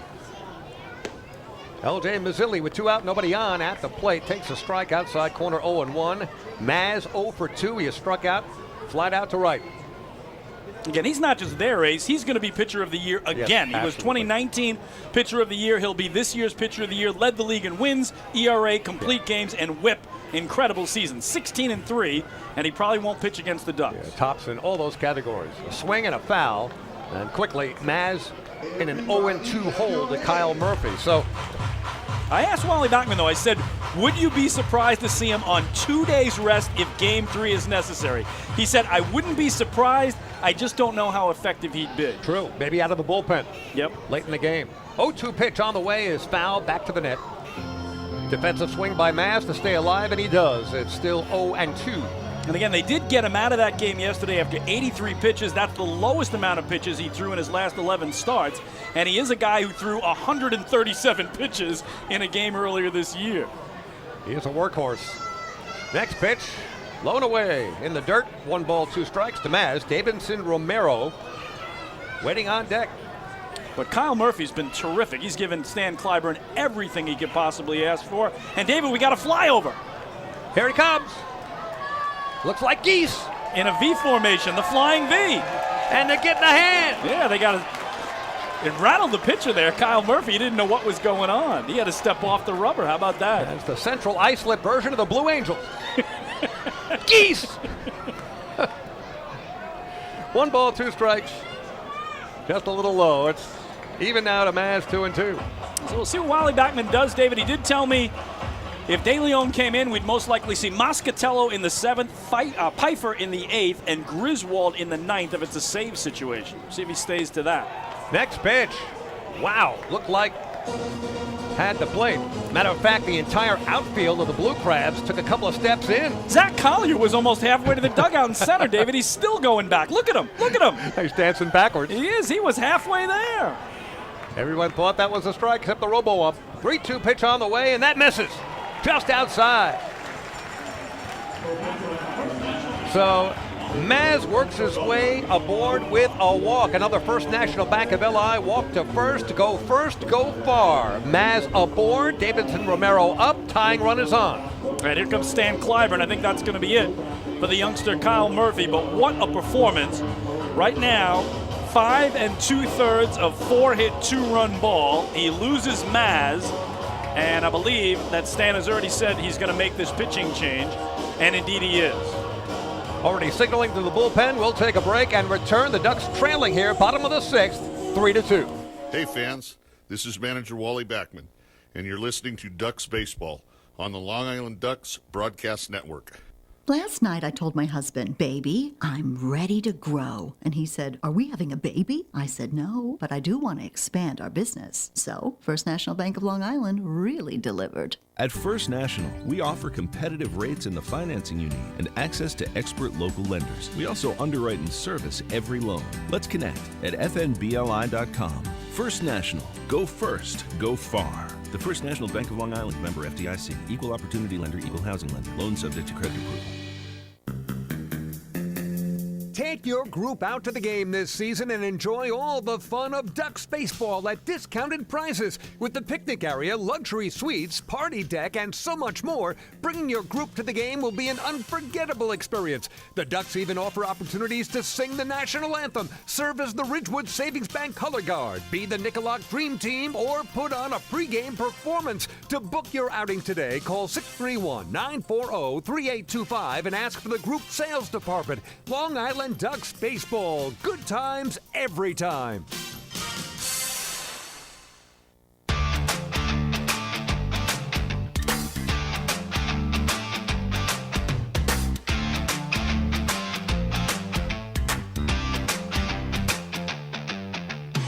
Well, first up out of the Crabs pen is the 31-year-old right-hander Dylan Brammer. He stands 5'10", 190 pounds out of Mishawaka, Indiana. Last pitched in the Frontier League with the New Jersey Jackals and is a relative newcomer as well for Southern Maryland. He's pitched only 9 times for the Crabs, but a great record, 1-0 with a 1.93 ERA. In 14 innings, he has allowed only 6 base hits, has walked 6 and struck out 16. Opponents batting only 133 against him. So big spot for Brammer here, David, because you pointed it out before. L.J. Mazzilli, 19 steals on the year. He's at first. He has not been caught stealing all year. And earlier this season, he set a franchise record against this Blue Crabs team with 4 stolen bases in a single game. First Duck ever to do that in their 21-year history. Well, the Ducks have attempted 1 steal here tonight. Vladimir Frias has got plenty of steals himself, 20 steals on the season, but he was nailed by catcher Joe DeLuca on a pitch-out. That was ending the 5th inning. But here we are in the 6th. And Maz, you would think, would be running at some point during this at-bat from Davidson Romero, who is 0 for 2. He has popped out twice to the infield. Ducks trailing by 1. The tying run is aboard. As Yogi Berra, the late great one, once said, he gets late early. And it's starting to get a little late in the bottom of the 6th. Still time, and Ducks only trailing by 1, but they'd like to do something with this opportunity here in the 6th. So we got a righty-righty matchup here with Dylan Brammer on the mound. Not quite the same kind of stance on the mound that you've seen from some relievers, but he does kneel way down. And the first pitch, a fastball outside. 1 ball, no strikes. And again, Romero did have that game-winning homer in Game 1 of the playoffs 2 years ago for the Ducks in the victory over the Rockers in High Point, North Carolina. Brammer looks in for the side to Joe DeLuca and gets it. Holding on at first for the moment is Maz. He takes off. Here's the pitch. It's in there. The throw down is not in time. Stolen base. L.J. Mazzilli. He is in now scoring position. Well, he stays perfect on the season, David, 20 for 20. And now the Ducks, who have trailed all night, are a base hit away from tying this one up. So the count 1-1 on Davidson Romero. There are 2 down, but a very important steal by Maz on the second pitch faced by Romero. So Davidson gets back into the box. I have to mention, not exactly a Greg Kimbrell type of weird Batman. A little bit, yeah. He's not hanging the arm, right? No, the dead arm look. But he does go way down, almost limbo-like, before delivering. And there's an overhand fastball well outside, blocked by DeLuca. And the count now 2 balls and 1 strike to Romero. Hector Sanchez waiting on deck, but Mazzilli is in scoring position. The potential tying run with the Ducks trailing 3-2 in this game 1 of the best-of-3 playoff opening series against the Southern Maryland Blue Crabs. So far, all fastballs, David, right around 89, 90 miles an hour from Brammer. And Brammer comes straight over the top, almost from behind his right ear to deliver the ball. Comes set, looks the runner. And the pitch well up high. Now 3 balls and a strike to Romero. He should get something good to hit here, unless he would prefer to face Sanchez, and I don't think he wants to. Sanchez, of course, the switch-hitting catcher, will be batting from the left side and all that power. And also a propensity for clunch hits. So we'll see what Romero gets to hit here, if anything. 3 balls and a strike. Mazzilli taking a healthy lead off second base, as Brammer gets the sign from his catcher. And a 3-1 on the way to Davidson. And that is low for ball 4. Back-to-back walks issued by 2 different pitchers from the Southern Maryland Blue Crabs. Kyle Murphy issuing the free pass to L.J. Mazzilli.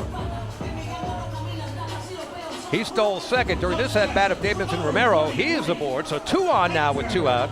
And a big at-bat and a key moment in this game with Hector Sanchez at the plate. Well, David, we talked about it. He hit one to the wall in right field in the second inning and then flew out to center in the 4th. Sanchez, the switch hitter, batting from the left side. Led the Ducks this season with 18 home runs. Sharing the catching duties with Sal Giardina, another switch-hitting catcher. 2 of the best catchers in the league on one team, both switch hitters. Coming set. Brammer, pitch is downstairs. 1 ball and no strikes. So early on here, Brammer having trouble locating the plate. We mentioned those 18 homers for Sanchez. Only 1, though, against the Blue Crabs in the season series. All right, with Sanchez, love to park one over the right field wall here. Chris Shaw, who has hit a home run tonight, earlier, is on deck. 2 runners lead. 1-0 pitch. On the way to Sanchez, and he takes up high. It's 2 balls and no strikes. And you can actually see the ulcer forming in Stan Clyburn's stomach. He's got to be sweating it out in the dugout. Yeah, 6 walks in 14 innings for Brammer. I mentioned, David, only 6 hits allowed. That's very impressive for 14 innings of work out of the pen. Maz and Romero take their leads. The 2-0 pitch is on the way. A swing and a foul. Right at the plate. Bounced into fair territory, but that was clearly foul. Off of some part of Sanchez himself. It's 2-1. And he got the pitch he wanted and just didn't connect on it. But again, the Ducks trying to get ahead for the first time tonight. They trailed 2-0, made it 2-1, trailed 3-1, made it 3-2. And here a base hit with Maz's speed at second would certainly tie the game. A extra base hit would bring Romero home and put the flock in front. As Chris mentioned, Sanchez has hit it in the air twice, once to very deep right field. And in the 4th inning, flew out to center. 0 for 2, but looking to break through here. Ducks trail by 1, but they have 2 on with 2 out, bottom of the 6th. Coming set, Brammer in deliberate fashion. Pitch to Sanchez, and he gets under one, playable right side. Looks like second baseman Ruby Silva calling everybody off and makes the catch, and that will do it.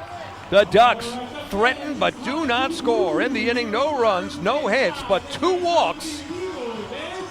And with that, 2 men left at the end of 6 complete here at Fairfield Properties Ballpark. Game 1 of the North Division best of 3, and the Blue Crabs still clinging to a 3-2 lead. Hey fans, this is pitcher Darren Downs, and you're listening to Ducks Baseball on the Long Island Ducks Broadcast Network. When we see Long Island, we see you. Because at Catholic Health, we know that it's your remarkable lives that breathe life into our island. So at every Catholic Health hospital, practice, and care facility, we're able to provide the highest quality, most innovative care for your body, because our culture cherishes your humanity. Long live Long Island. Take your group out to the game this season and enjoy all the fun of Ducks baseball at discounted prices with the picnic area, luxury suites, more. Bringing your group to the game will be an unforgettable experience. The Ducks even offer opportunities to sing the national anthem, serve as the Ridgewood Savings Bank color guard, be the Nickolock Dream Team, or put on a pregame performance. To book your outing today, call 631-940-3825 and ask for the group sales department. Long Island Ducks baseball. Good times every time.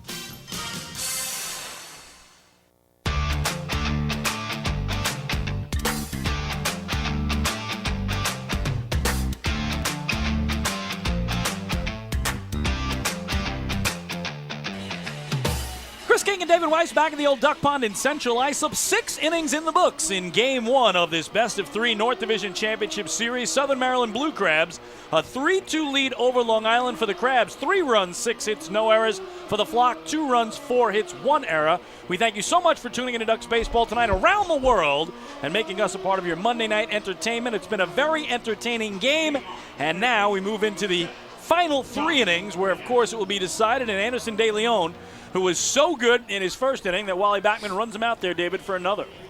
Would this officially qualify as a nail-biter? To me, it is, absolutely. Me too. Yep.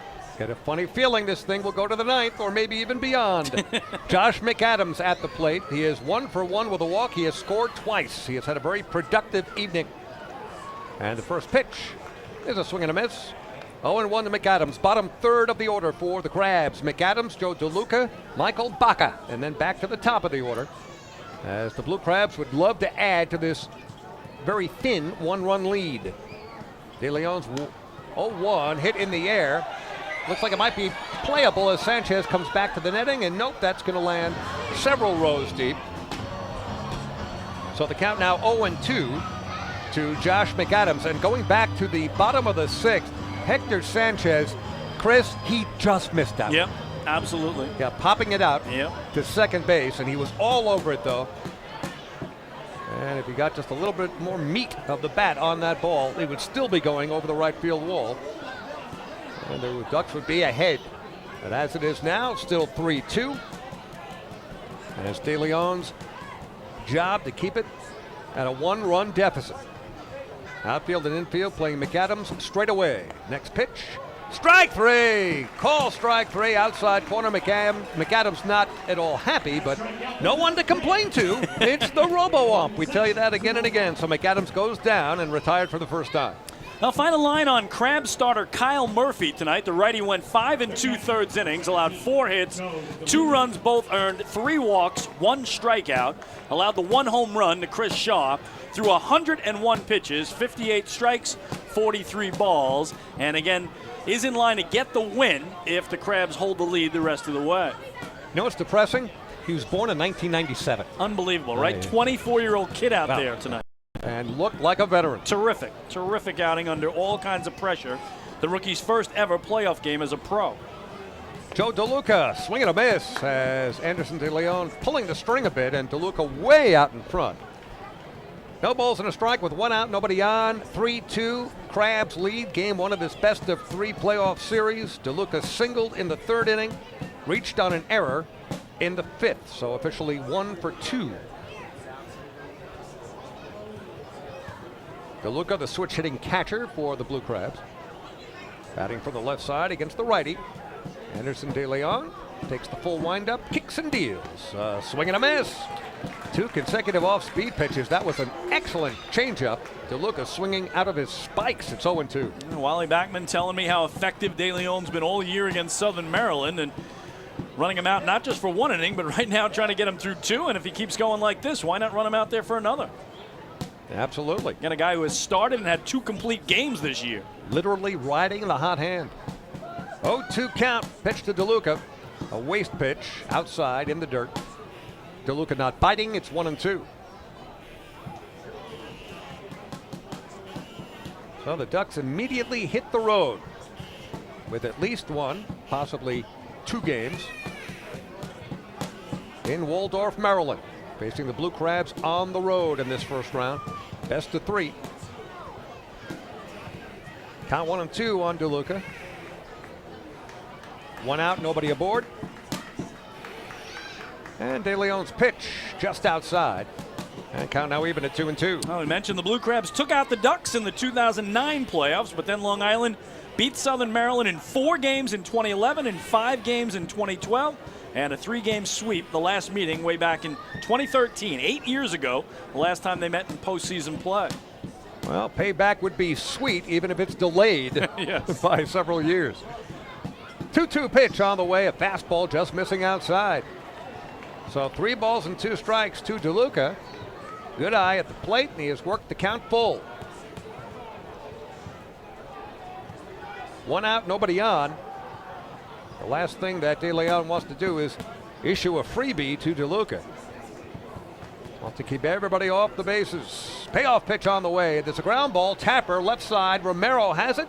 And we'll throw across to Chris Shaw in time. No problem. 2 down. Well, I mentioned, David, they're still looking for that first championship down in Crustacean Nation, as they like to call it. 13th year in the Atlantic League. The closest they've got, they made the championship series twice. In 2009, after beating the Ducks, they fell to the Patriots in 4 games. And then in 2015, after they beat Lancaster in the opening round, they fell to the Patriots in 4 games.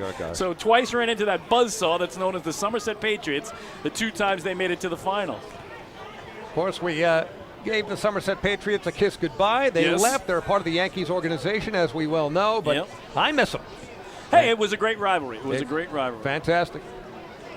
Michael Baca, a swing and a miss. Good pitch by De Leon. It's 0-1 to Baca, who had, back in the 3rd inning, was that scored a single or a double? I have it down as a double. It was a double. Okay. Doubled in, left center field.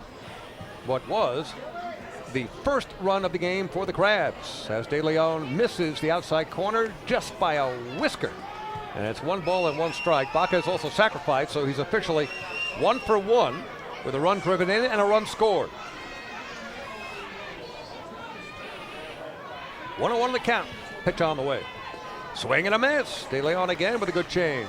1 ball, 2 strikes. And most of all, I miss Sparky Lyle. Sparky, the great Sparky Lyle, right? For so many years there, the manager, and then stuck around in the organization. And again, they won 6 titles. Ducks won 4.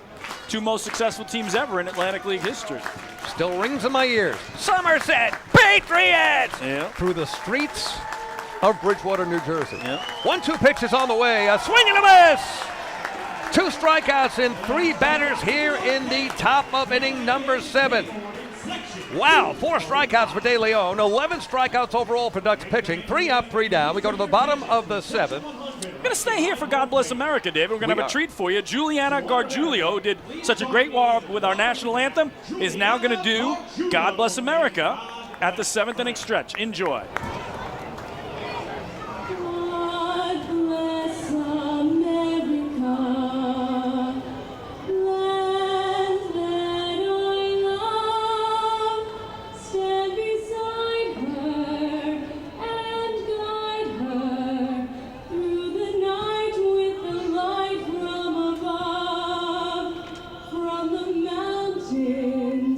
To the prairies, to the ocean.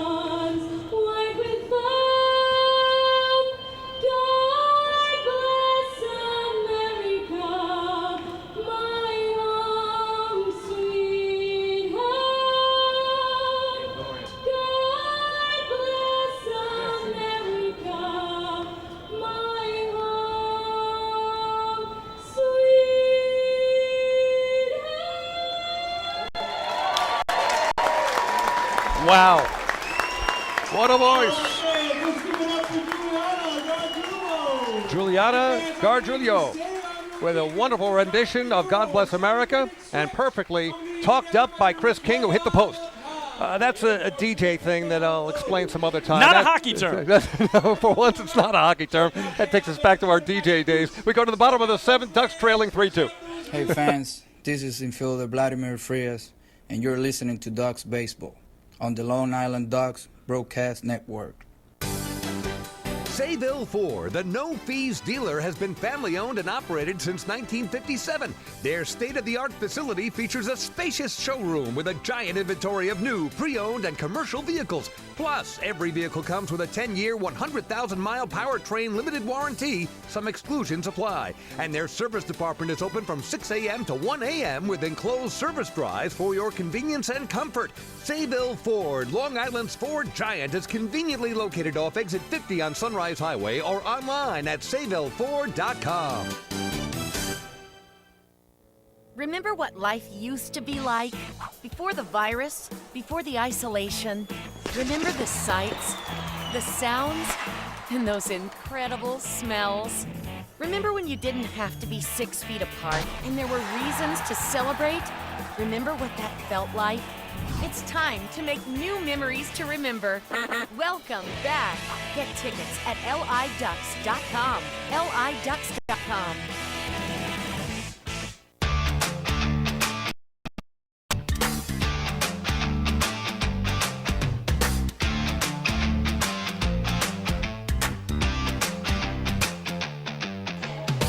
Well, Ducks trailing 3-2 as we go to the last of the seventh. New pitcher for the Blue Crabs, the 27-year-old right-hander Dalton Geeky. Stands 6'5", 230-pounder out of Houston, Texas.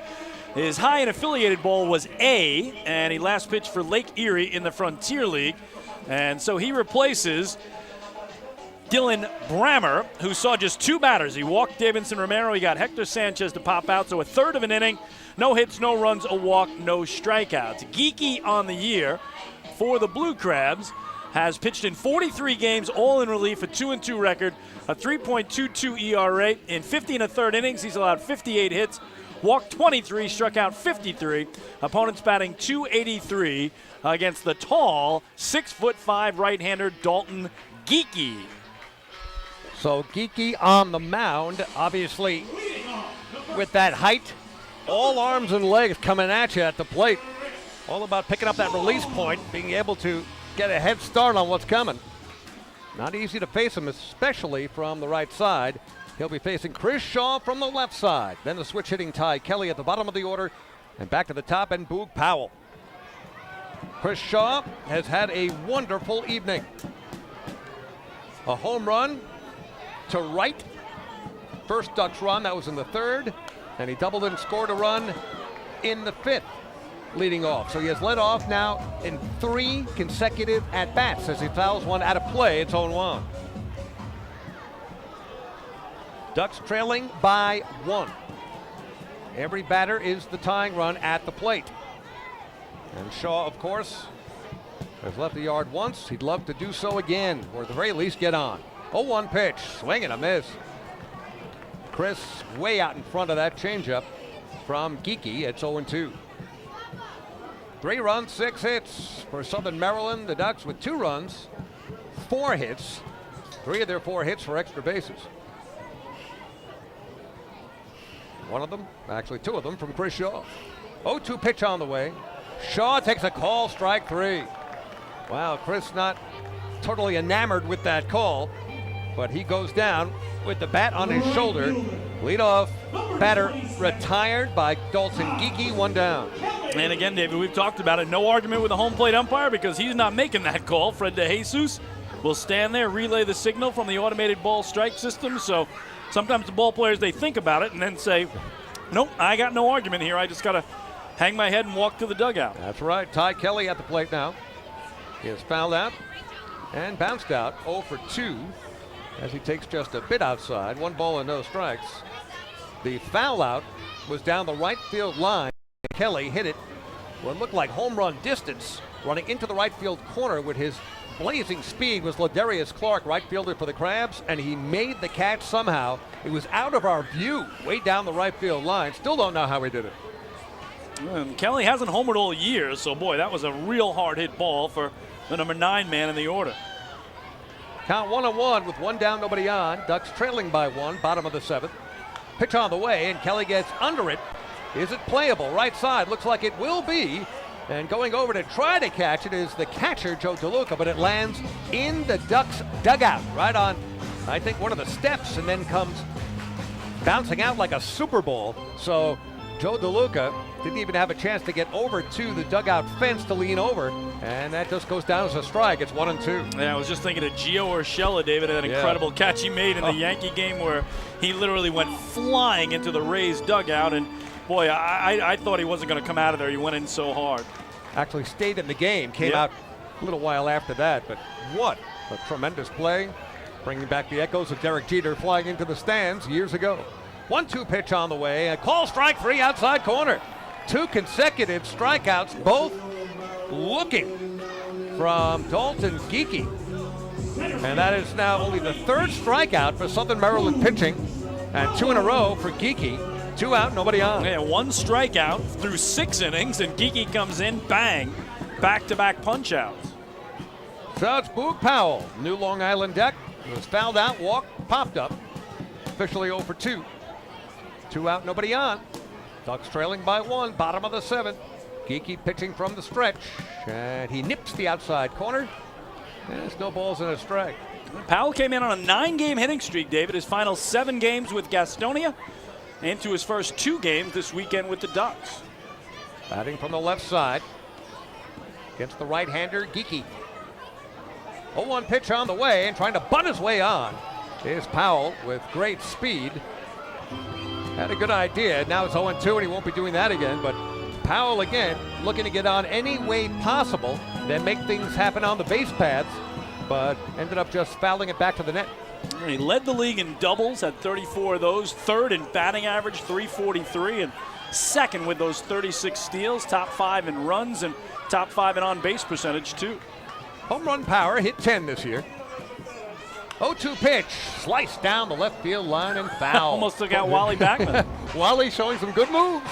Still has the speed of his 86 self. Yep, pirouette there for the former second baseman of the Amazons, who won it all with Wally in 86. Did you see the 4-part series? Oh, so good. It was so fantastic. Good. Yep, I had a chance to speak to it, and I've become a little chummy with Nick Davis, who produced and directed the entire thing. What a great job he did with that 4-part series about the 86 Mets.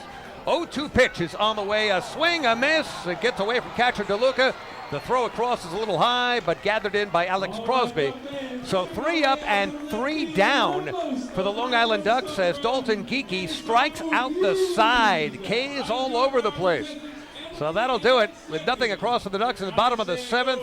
Chris King, the Kinger, will take in the rest of the way. The Ducks in a hole, trailing by 1, 3-2, going to the 8th. Hey fans, this is pitcher Clint Freeman, and you're listening to Ducks Baseball on the Long Island Ducks Broadcast Network. Last night while my husband was sleeping, he shouted, "Baby, I want more." And I said, "What more could you want? You got me." And he said, "I was dreaming about a new house." So we went online to First National Bank of Long Island and applied for a mortgage. Best night of my life. With competitive mortgage rates and flexible solutions, First National is the local bank that always puts you first. Let's connect at fnbli.com. First National. Go first. Go far. The First National Bank of Long Island. Member FDIC. Equal opportunity lender. Equal housing lender. Loan subject to credit approval. The Waddle Inn Shop is your home for everything Ducks baseball. The team store is full of official Long Island Ducks merchandise, great gifts, hard-to-find memorabilia, team apparel, and so much more. You can even get your favorite name and number put on the back of your very own Ducks jersey. Celebrate Waddle Inn Wednesday as well, with exclusive deals in store during every Wednesday home game. Visit the Waddle Inn Shop today at Fairfield Properties Ballpark or shop online anytime at liducks.com.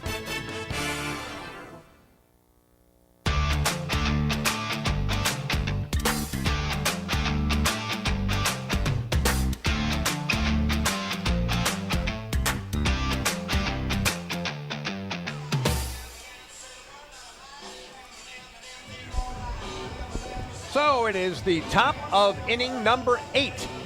Ducks trailing the Southern Maryland Blue Crabs by a score of 3-2 in Game 1 of the North Division Championship Series. It's the best of 3. Ducks have work to do.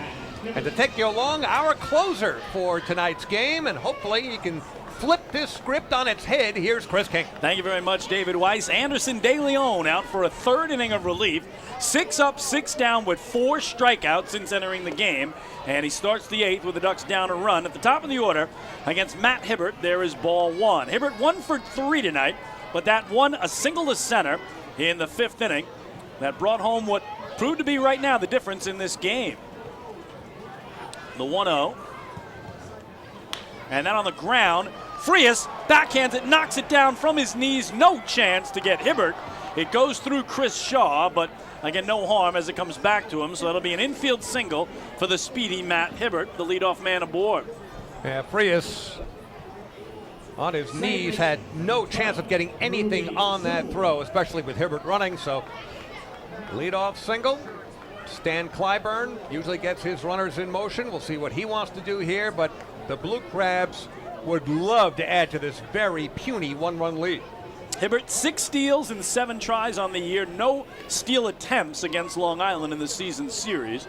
And here's Ruby Silva, who's also 1 for 3, with an RBI bunt single back in the 3rd inning, perfectly placed just to the left of the mound. That brought home Michael Baca. So let's see what they do with Hibbert here, the leadoff man on. Chris Shaw holds him aboard. First time Anderson De Leon has had a runner aboard in his 3rd inning here of work. Takes a look at Hibbert, right to the cutout is where he is. And then gets a swinging strike on Silva. It's 0-1. A lot of tension here in such a huge game. Every playoff game obviously is, but even magnified when it's now a best-of-3 series instead of a best-of-5, which it's been every year since 2009.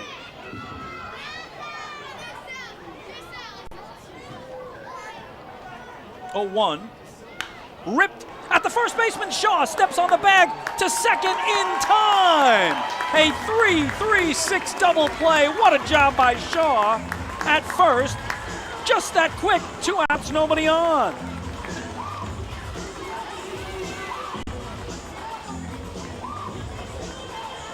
And Matt Hibbert was the proverbial dead duck down at second base. Just had to slide into the glove of Vladimir Frias after Shaw picked it cleanly at first, stepped on the bag, and then obviously it becomes the tag play once the force is removed.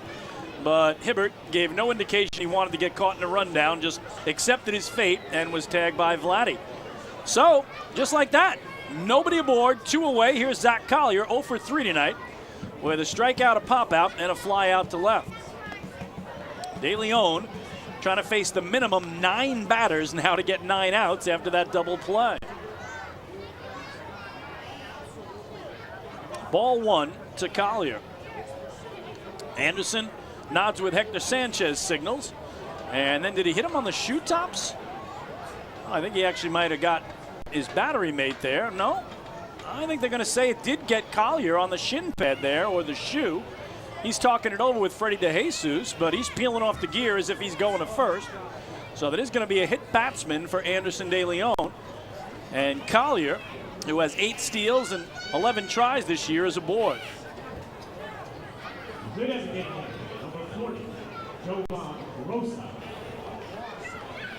So keep our eye on Collier. In the season series, he had 1 attempt against the Ducks and was successful stealing. Especially with 2 outs here, certainly likely to take off as the cleanup man. Jovan Rosa in, 0 for 3 tonight with a pop-up sandwiched in between a pair of strikeouts, swinging.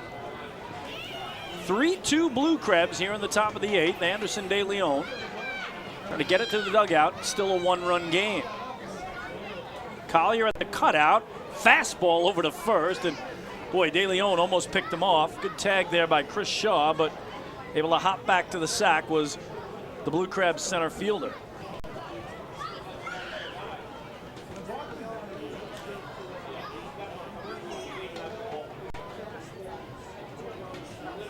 First pitch to Rosa, and that low for ball 1. Rosa, .252 hitter in the regular season, but just .176 against Long Island. As again, the Ducks won 15 of the 25 games between the two clubs, and Long Island was 9-4 here at home against Southern Maryland. 6-6 down at Regency Furniture Stadium, where both clubs will be tomorrow night, and then, if necessary, Wednesday for a deciding Game 3. De Leon at the belt, and another throw over to first, and Collier diving back.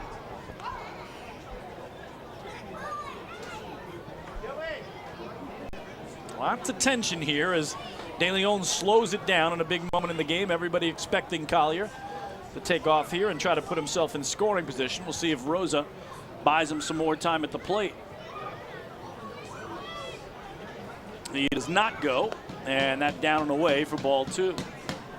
Or you can tell everyone is just on pins and needles here in the stands, and there is a heightened sense of awareness on the field. I mean, we are now in the latter innings, and every moment is a key. And chess, they call it the end game, right, David? We're reaching the end game here, and certainly incumbent on the Ducks in the 8th inning. Tell you about that in a second. There's another throw over, because the closer for the Southern Maryland Blue Crabs is Matt Latos, the former big leaguer. 24 saves this year in 25 tries, second in the league. And you know he's coming in the 9th if Southern Maryland's still in front, right, David? So I think it's up to the Ducks to try to at least tie the game in the 8th and avoid seeing Latos if they can if they can help it. Not the guy you want to face at all this season he's had. Is right now De Leon very concerned with Collier, keeping him honest over at first base. Be interesting to see what happens if the Ducks tie it. And we're looking at extra innings. The ghost runner not being used in this playoff in the 2021 season. So finally we'll get the 2-0, I believe. We do. And that's a strike on the outer edge of the knees, 2-1. As we mentioned, the double hook rule where the designated hitter is lost when the pitcher is taken out during the game. That is not in play here in this postseason in the Atlantic League. Neither is that automatic runner at second base. So this could go quite a while. Here's the 2-1. And that hit on the ground is short. Frias shovels to Lombardozzi. They get the force there on Collier, and the side retired. For the Crabs, no runs, a hit batsman, and one man left. We go to the bottom of the 8th in Game 1 of this best-of-3 North Division Championship Series. It's still the Blue Crabs 3 and the Ducks 2. Hey fans, this is catcher Sal Giardina, and you're listening to Ducks Baseball on the Long Island Ducks Broadcast Network. That one in the air, deep right field, and that ball is gone! A solo homer to right center for Chris Shaw! Fans, thank you for following all season long as the Long Island Ducks tried to meet the Chappies Home Run Challenge. And that Chris Shaw blast on September 18th was the Ducks' 100th homer of the season.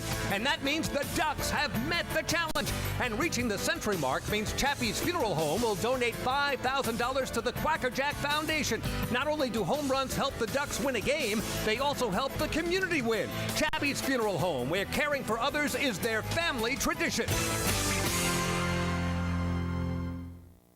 Can't get enough of the Long Island Ducks? Well, now you can get even more inside info on your favorite hometown team through Facebook and Twitter. The Ducks are constantly updating fans through social media with scores, transactions, ballpark promotions, and much more. You can even win great prizes. All you'll need to do is make a free account on Facebook and Twitter, and then visit us at facebook.com/LIDucks and twitter.com/LIDucks. Think you're Long Island's biggest Ducks fan? Get connected now.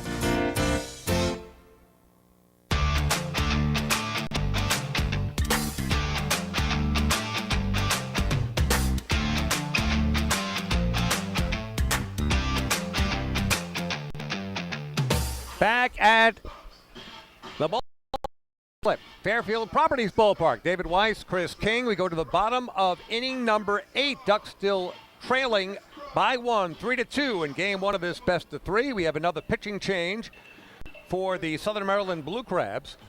And into the game is the 6'5" right-hander Endris Bricano. Is that close enough? Brisano. Oh, I wasn't even close.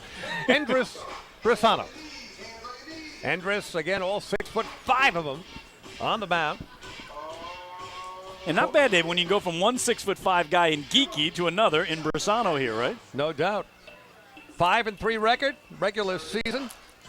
Appearing in 51 games, all in relief. 1.87 ERA. 57 2/3 innings pitched. Gave up just 38 hits and just 12 earned runs. Striking out 77, walking 23. Another one of the key components of the Southern Maryland bullpen. And is in there to face Frias, Lombardozzi, and Ford, numbers 2, 3, and 4 in the order for the Long Island Ducks. Here in the bottom of the 8th, Ducks have 6 outs with which to work and have to make every one of them count, trailing by 1. Well, if you're the Ducks, maybe you're happy that Geeky's out of there, David. A 1-2-3 7th with 3 strikeouts. Yeah. So he was dominating, and again, to go from one 6'5" right into another, nice luxury to have for Stan Clyburn. So Vladdy Frias leads it off here. He's driven in a run tonight, 1 for 3, with a single through the left side. Back in the 5th, it plated Chris Shaw. Goes after the first pitch from Brasano and waves over the top of it, 0-1. Bottom of the 8th, Ducks trailing 3-2 in this game 1, knowing that if they don't get at least 1 run in this inning, they certainly would see Matt Latos, the closer, in the 9th. Unless Southern Maryland blew it open in their half of the frame. Trying to get it done here against Brasano. From the third base side of the rubber, the tall, lanky righty deals. And it's lifted in the air, left field line. A long run for Hibbert. Has the call, can't. Oh, I thought he lost it for a second, David, but he did have it and made the catch. I thought that was his I don't have it, I can't see it signal. But he was, calling off guys that were 100 yards away, so that's why it surprised me. That's a good point. I thought so also, that he lost it somewhere in the darkness with a high night sky, but he was able to find it in time and an important first out. You don't usually see outfielders calling off infielders who are 100 yards away, but that's what he did. Just in case. Just in case. All right, Steve Lombardozzi, MVP on the year for the Ducks, stands in with 1 away now, and a slider from Brasano in there, 0-1. Tonight, 0 for 3 with a pair of groundouts to his counterpart, Ruby Silva at second, and a fly ball to center on the ledger of the 3-hitter and second baseman for the Flock, Steve Lombardozzi. The chant, "Let's go Ducks," and Lombo can't connect, or got a piece of that, but it's 0-2. And Lombardozzi closed out the regular season, reaching base in 28 of the final 30 games. And again, he does have that home run power, 16 of those, second on the team, 1 against Southern Maryland. Ducks are just 1 swing away from a tie game. Brasano's 0-2 will be delayed here as time was called at home. Ducks only 4 hits tonight. Chris Shaw with 2 of those, a homer and a double, a Lou Ford double, a Frias RBI single. That's it offensively for the Flock.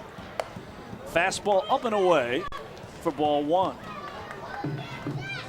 Lou Ford waiting on deck. We mentioned he had 3 homers this year, but all on the road. So maybe Lou's saving his first Duck Pond homer, David, for the biggest moment of the year. Well, he has a knack for timing. He certainly does. That one in the dirt, good block by DeLuca, even with nobody aboard. And the count even on Lombardozzi, 2-2.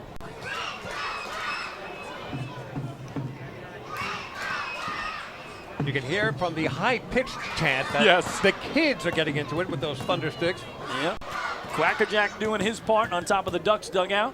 Lombardozzi bounces it again to second for the 3rd time tonight. And Silva throws him out for the 3rd time tonight, 2 away. Yep. Just rolled over that one. Lombo, a little disappointed with himself, but a very good pitch by Brasano. So 2 in a row, retired by the righty. And here is the aforementioned Lou. A double, a walk, a ground out to 3rd. 1 for 2 officially is Ford. A year ago, or 2 seasons ago, I should say 2 years ago, 1 season ago, in the 2019 playoffs, Lou hit .324 en route to the title. Hits a little comebacker here to Brasano, and he will make quick work of the Flock as they go quietly in order. We go to the 9th, still 3-2 Southern Maryland in Game 1 of this best-of-3 North Division Championship Series. Hey fans, this is outfielder and hitting coach Lou Ford, and you're listening to Ducks Baseball on the Long Island Ducks Broadcast Network. PSCG Long Island wants you to know how to save energy and money in your home. Did you know energy-efficient appliances can use up to 25% less energy? Here's how to save. PSEG Long Island offers money-saving rebates when you purchase Energy Star appliances. Discover how a little energy efficiency know-how can mean savings in your home. Find more energy efficiency tips, tools, and money-saving rebates at pseglyny.com/save money. Want an awesome birthday without all the hassle? Book your Kona Ice birthday party with the Ducks today. 2 brand new packages are now available, including our exclusive game room suite. Along with enjoying an exciting Ducks game, your birthday child and his or her friends will have a blast playing video games on Nintendo Switch, Xbox, and PlayStation 4 in their very own private luxury suite. Plus, they'll be treated to food, beverages, snacks, and much more. Kona Ice birthday parties with the Long Island Ducks, the party of a lifetime.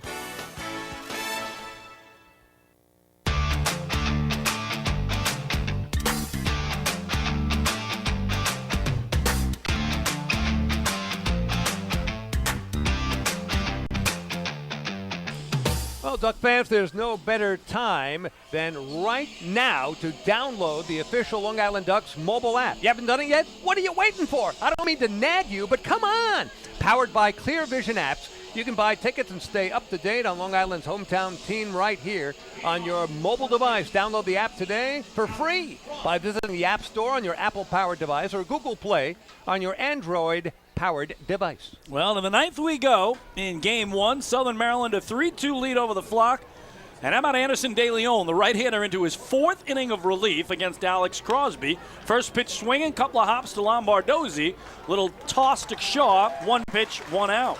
What a great job De Leon has done, keeping the Ducks in it, not allowing anything more than what Southern Maryland has in that all-important run column. And he needs to do it one more time here in the top of the ninth. Give the Ducks a crack at it, or a quack at it, if you will, in the bottom of inning 9. He has faced 11 batters now. De Leon has, surrendering only an infield single. That's it. So here is Ladarius Clark in his Southern Maryland Blue Crabs debut. Again, spent the whole season with the Barnstormers, came over in a trade yesterday, and he's had a rough night. He's got the hat trick with 3 strikeouts. There's ball 1 from Anderson De Leon. But probably made the play of the game in running that ball down in the right field corner off the bat of, was it Ty Kelly? Yep, Ty Kelly, yep. And we saw him do that in center field many times for the Barnstormers here throughout the whole summer. 1-0 is a slider wide. 2-0 now on Ladarius Clark. So for the Ducks in the bottom of the 9th, they will be at 5, 6, and 7. Mazzilli, Romero, Sanchez, with available off the bench from the left, Berardi and Flores. From the right, Batari and Turbo, and the switch hitting Sal Giardina. So if Wally Backman wants to go bench or stick with his starters. Ducks have not had a base hit over the last 3 innings, none. Great work out of the pen for Stan Clyburn's crew. The 2-0 popped up foul behind home plate. That'll reach the upper deck club seats. Well, David, the only way the Ducks can win this game now is to waddle off. Right. They had 4 waddle-off wins in the regular season, the final 2 of which were both against Southern Maryland. How about that? That bodes well. It could be a foreshadow of things to come. Wouldn't that be incredible? A waddle-off playoff win. That's the only way they can win this one tonight. Is here missing inside is De Leon. He's fallen behind 3-1. Otherwise, they fall behind 1-0 in a best of 3 and would face elimination going south. Yeah, tomorrow night. That's a quick turnaround. The 3-1 is in there as Clark a step toward first. Never makes umpires happy, even though he's not making the call. I'm sure Freddie DeJesus still isn't happy with that move. Good job by De Leon to get it to full here with 1 away and try to keep another speedy man aboard in Ladarius Clark, who had 28 steals and only caught 3 times for the Stormers all season. Now he'll get a 1-out payoff, but time call by Hector Sanchez, the Ducks catcher.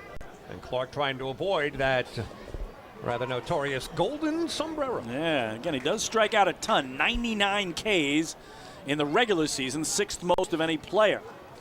Here's the payoff. And he lifts it foul, slicing out a play down the right field line.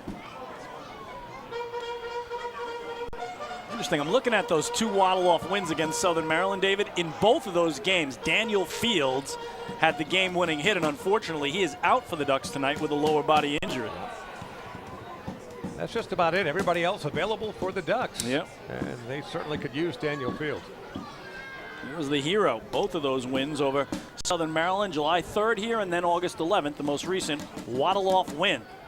3-2 is low and outside, so he's walked him. That's the first base on balls tonight for Anderson De Leon, and now we really got to keep our eye on Clark with those 28 steals and 31 tries. Only the second walk, at least on my score sheet, surrendered by Ducks pitching tonight. They have done a great job and not issuing free passes to the Blue Crabs. And again, De Leon hit a batter last inning. That was Collier, but he hadn't walked anybody, so Darren Downs only walked 1 in his 5-inning stint to start. And again, De Leon into his 4th inning of relief.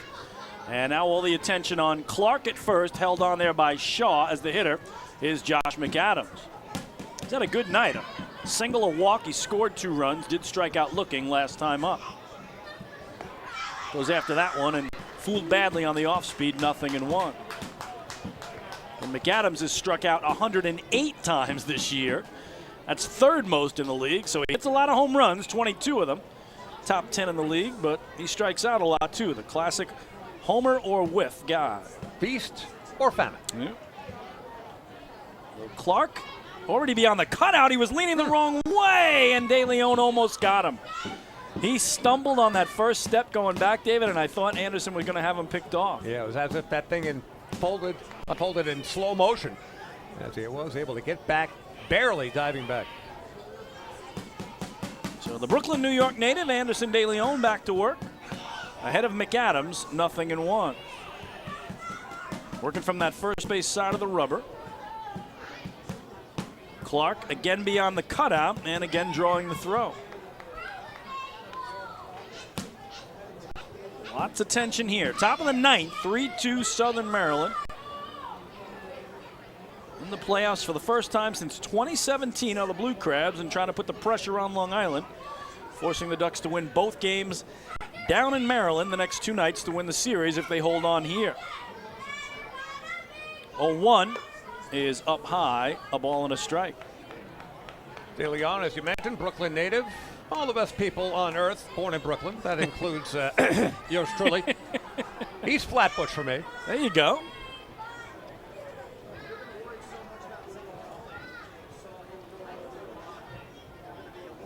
De Leon peering over that left shoulder at Clark. Coming set, and then Clark goes, a swing and a miss. The throw from the knees by Sanchez sails into center field. Clark thought about going to third. It actually got through Boog Powell in center, but then he quickly recovered, and it'll just go down as a stolen base for Ladarius Clark, his first as a Blue Crab. Wow, a lot of things happened on that particular play with Sanchez overthrowing at second base. Powell overrunning that one as it came toward him, but Clark wasn't looking back at the time.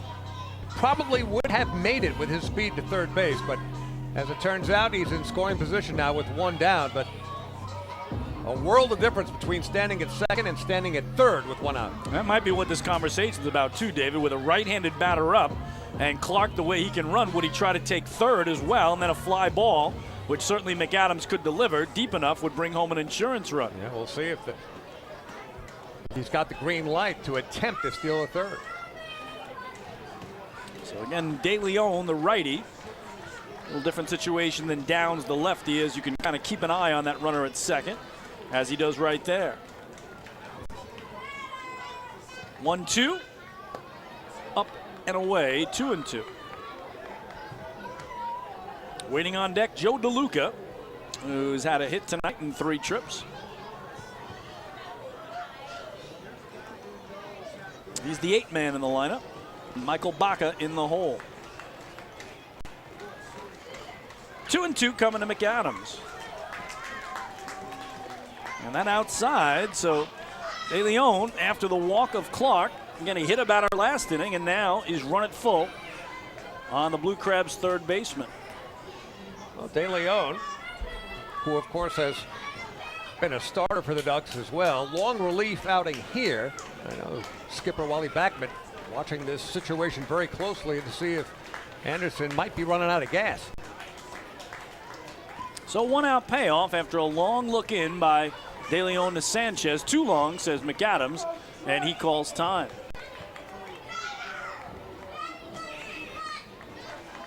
So everybody resets. Clark, the 1-out runner at second. Josh McAdams, the big ready slugger, to get a 3-2 here. And that misses in, ball 4. Back-to-back 1-out walks for the right-hander. So at second base, Clark will remain there. Occupying first base now, McAdams, 2 on with 1 out, but this does set up the force and potential double play for De Leon to get out of this. They're going to pinch run here at first base, David, as it looks like they brought in Tucker Nathans to run for Josh McAdams as his night comes to an end. Right.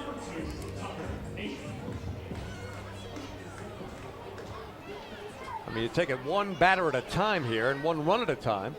Clark with that all-important potential 4th run for Southern Maryland. Give the Crabs a 2-run lead, but they're also certainly hoping that Tucker Nathans can come around and further widen the lead. So here's Joe DeLuca, single to the left side, then reached on an error on a bunt attempt and also grounded out to third. De Leon misses again, and it's 1-0. So again, Wally Backman telling me in our pregame interview that he has Moscatello, Pfeiffer, and Griswold was his plan for innings 7, 8, and 9, but Anderson's been so good, and he ran him out there in the 6th, the 7th, the 8th, and now the 9th. And David said he could be out of gas, although he started so often this year, David, with those 2 complete games. I don't think that's the case. It just could be the loss of control here that concerns Wally Backman. So this might be his last batter, whether he gets him or he doesn't. It's a double play ball. He's the perfect ending. Gets a swinging strike there on DeLuca, 1-1. DeLuca runs fairly well for a catcher, but a good double play candidate, and that's exactly what the Ducks are looking for here. DeLuca playing a bit to pull on the infield, outfield straight away. Still 3-2 Crabs here in their half of the 9th. Trying to get some insurance runs before the expected entrance of Matt Latos, the closer, in the bottom of the inning. The 1-1, high and away, 2-1. So Clark continues to dance off second. Tucker Nathans, that pinch runner, at first. And DeLuca working the count in his favor. Well, a game that has featured many big moments, another big one right here. This pitch is a key. Last thing Anderson De Leon wants to do is to go 3-1 on DeLuca. Joe with that closed stance from the left side. Check a second, and the pitch. Ooh, boy, great pitch. He fooled him there, and he evened it up at 2-2. That was a very big pitch, and now De Leon has DeLuca set up. 2 strikes, possible strikeout, and the double play still in order. But the Blue Crabs trying to take advantage with a couple of walks issued to them here in the top of the 9th. Crowd getting behind the right-hander. 4,342 on hand here tonight for first of what the Ducks will hope will be 3 home playoff games. If they advance into the championship series, they'd be here Friday and Saturday nights. Take on the South Division Championship Series winner. Right now, that first game in Charleston tied at 1 in the 6th inning, Lexington and the Dirty Birds. 2-2 swing and a miss. He pulled a string on him, and Anderson De Leon gets a huge second out with another K, his 5th of the evening. De Leon has shown a great changeup since coming in way back in the 6th.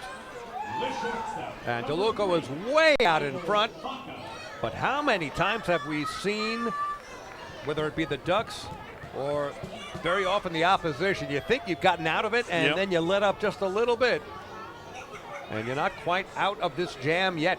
And can't let up with Baca, the 9-hitter. He did have an RBI single, scored a run back in the 3rd. A beautiful sacrifice bunt in the 5th and struck out swinging in the 7th. So Michael Baca now 2 out, 2 on. Anderson De Leon trying to get his guys to the dugout in a 1-run game that favors the visitors right now. First pitch to Baca. Swung through, 0-1. 12 Ks tonight for Ducks pitching, 7 for lefty Darren Downs, and I mentioned 5 for righty Anderson De Leon. Yeah, in many cases, they have had Southern Maryland out in front of off-speed pitches. So it hasn't been the high heat. It has been, in many cases, curves and changeups.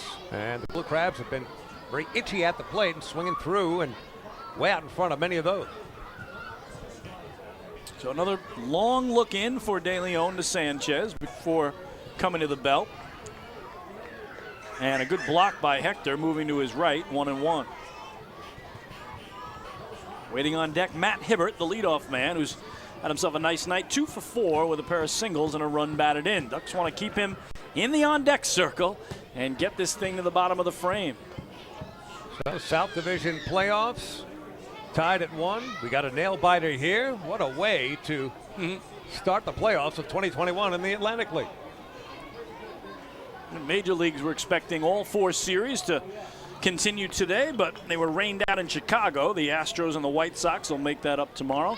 Braves won 3-0 at home over Milwaukee. They have a 2-1 lead in that best-of-5 series in the NLDS. No score. Rays and Red Sox at Fenway, bottom of the 3rd. Game 4, they lead it 2-1. And later for the Giants and Dodgers out west. Great series, 1-1. This one away for ball 2. I mean, that series, David, it's hard to believe, first of all, they've never met in the playoffs, right? The Giants and Dodgers before, but, I mean, you got 2 teams that both had over 100 wins. You knew one was going to win the division, one was going to be the lock for the wild card, and they find a way to get through to each other. It's just an unbelievable series out west. Yeah, you know, that thing is going to be very tense right to the end. 2-1. In the air to right, long run toward the line for Ty Kelly over into foul territory, and he just can't get there as it bounced up against the wall, and everybody will reset. Boy, Kelly on his horse, just running as hard as he could into the right field corner, unable to catch up with it. Right off the bat, you knew that that thing wasn't going to stay fair, but the question was whether Kelly could catch up and make that grab before it bounced to the dirt, which it did. But he gave it a great try. I'm just looking at some of the velocities for Anderson De Leon. He's mixed it up well here. He's had a 91-mile-an-hour sinker, 81-mile-an-hour changeup, 84-mile-an-hour slider, 83-mile-an-hour slider. So showing a little bit of everything here to Michael Baca. Crowd now getting behind him with that rhythmic 2-strike clapping. 2 balls, 2 strikes, 2 outs, 2 on. And Anderson asking Hector Sanchez to roll through those signs once more.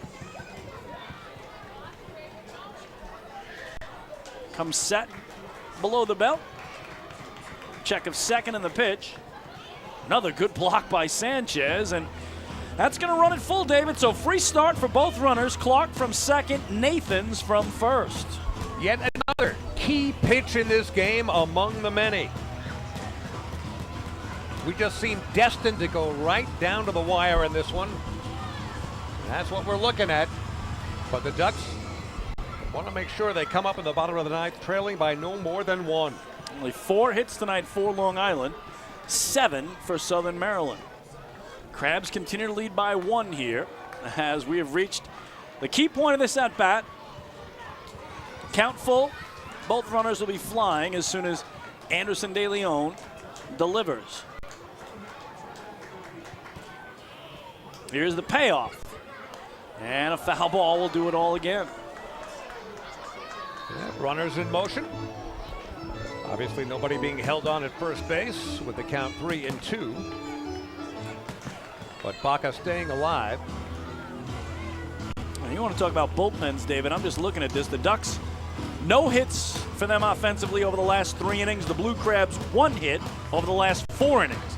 So the guys out of the pen have dominated. It's all been De Leon here for the Flock and a couple of different relievers for the Blue Crabs.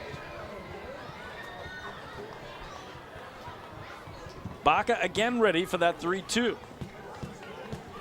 Here it comes. And he's swinging a miss. He struck him out. Anderson De Leon. Fans, Michael Baca make it 6 strikeouts in his 4 innings of work, and he sends this game to the 9th with Southern Maryland leading it 3-2. For the Crabs, no runs, 2 walks, 2 left. Can the Ducks waddle off in Game 1? Stick around to find out. Hey fans, this is infielder Steve Lombardozzi, and you're listening to Ducks Baseball on the Long Island Ducks Broadcast Network. Hey, Ducks fans, the official hotel of the Long Island Ducks is the Radisson Hotel, Hauppauge, Long Island. It's centrally located on the North Shore of Long Island and offers a home away from home for both business and leisure guests. The Radisson Hotel, Hauppauge, Long Island features an indoor pool, 24-hour business center, a fitness center, and complimentary Wi-Fi in all guest rooms. Enjoy the contemporary American cuisine at the Fountain Grill restaurant or grab a quick bite to eat at Cafe Pronto. And best of all, it's only minutes away from Bethpage Ballpark.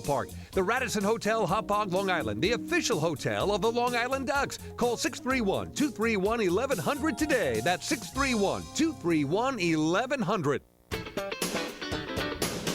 Baseball fans, the Long Island Ducks mobile app has officially arrived. Powered by Clear Vision Apps, it's your one-stop shop for all things Ducks baseball. Buy tickets straight from your mobile device. Receive game status updates with push notifications. Check out up-to-minute news and scores and interact with the Ducks on social media. Best of all, it's free. Download the Ducks mobile app today by visiting the App Store on your Apple-powered device or Google Play on your Android-powered device. The Long Island Ducks mobile app, with you wherever you flock to.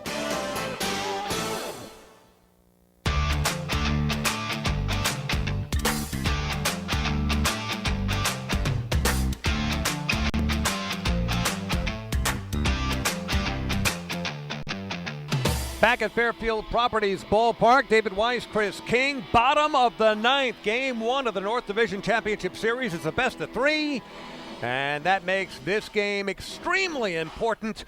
And with the bottom of the 9th looming and Southern Maryland up by 1, they bring in their shutdown closer, Matt Latos, the 6'6" right-hander from Alexandria, Virginia. Latos on the season, a record of 2-5, an ERA of 2.76, only part of the story. Appearing in his 44th game of this season, 43 in the regular season, all in relief. Saves, plenty of them. 24 out of 25 opportunities. 42 in the 3rd innings pitched, 32 hits, 14 runs, 13 of them earned. Struck out 46, walked 11. And that is the numerical story on Matt Latos. The Ducks are down to their last 3 outs. So Geeky pitches a 1-2-3 7th, Brasano a 1-2-3 8th, and they hand it to Latos to try to finish it out here.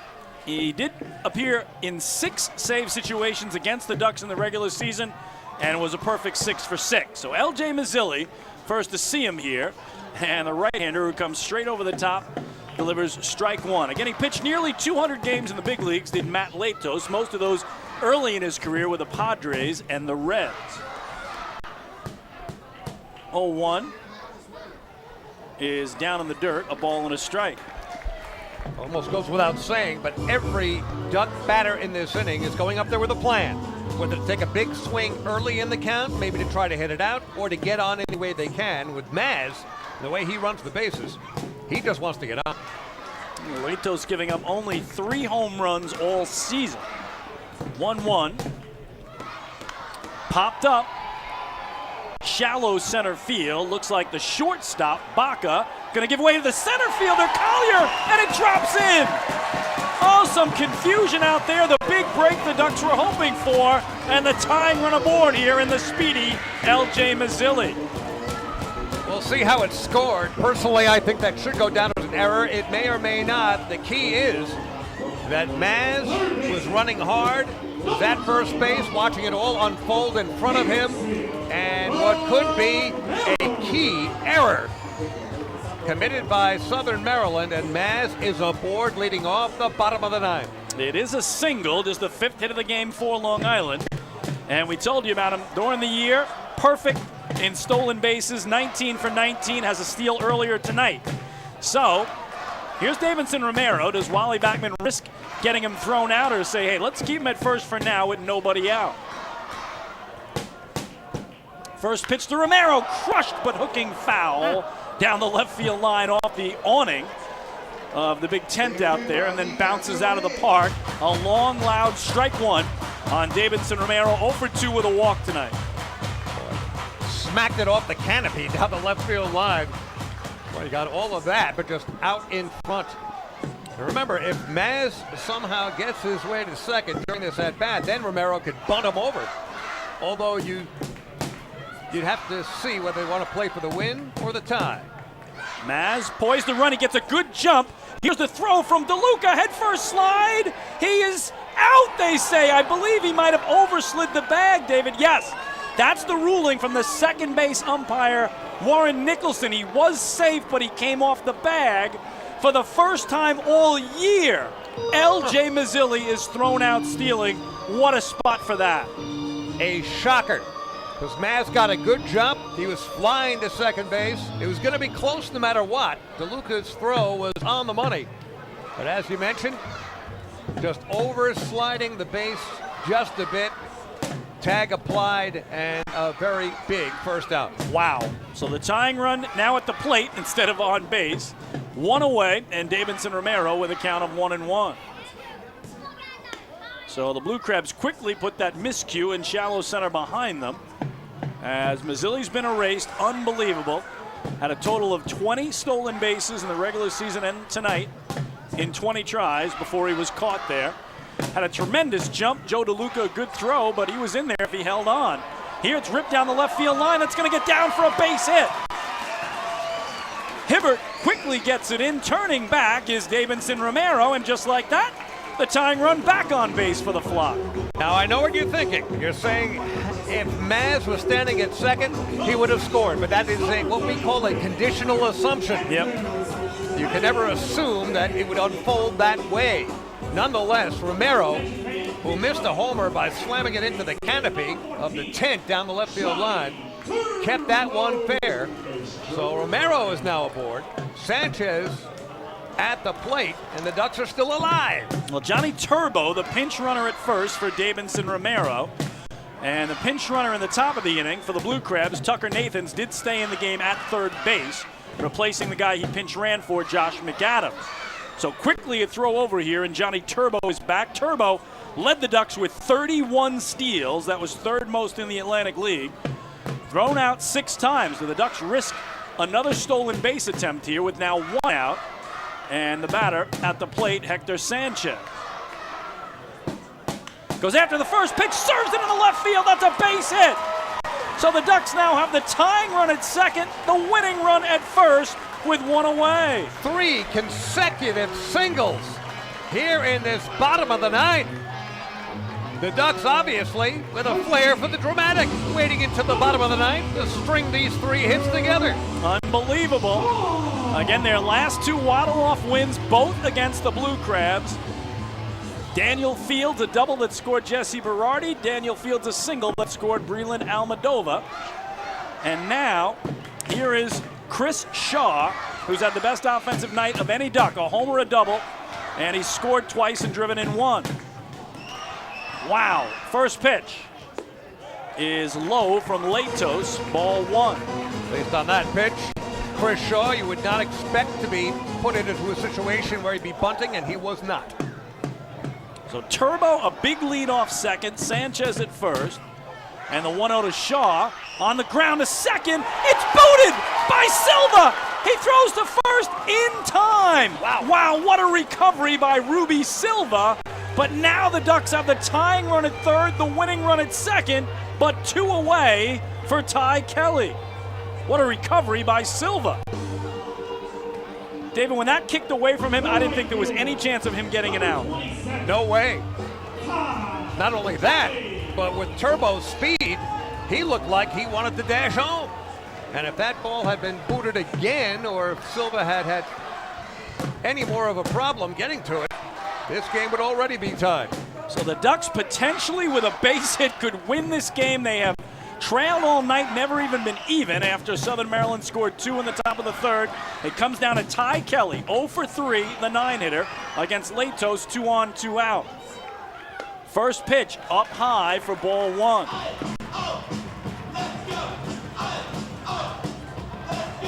Boy, the last thing that late host wants to do is to face the guy in the on-deck circle, Boog Powell. There's no thought of pitching around Ty Kelly. Nope, first base is open, but you want to deal with the 9-hitter here, not one of the best in the league this year in Powell.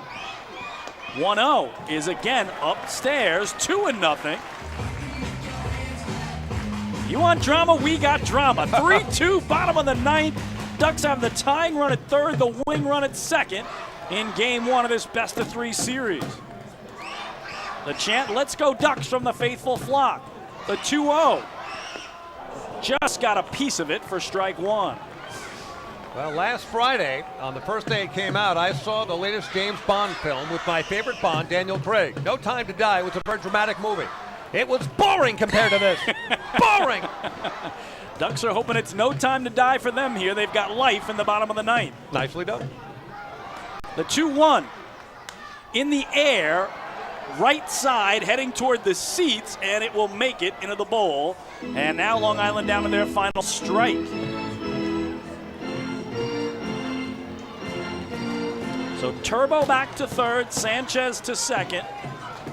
And we got deuces wild. 2 balls, 2 strikes, 2 outs, 2 on. And then Ty Kelly trying to keep himself and the flock alive here. Latos at the set, the pitch. Fouled straight back, will do it again. Wow, he just got a piece. Went right back to the netting. So Kelly is still alive. Hits now even at 7 apiece. As you mentioned, all the deuces. To think that a base hit could score the tying and winning run. Can they waddle it off? The 2-2 to Kelly.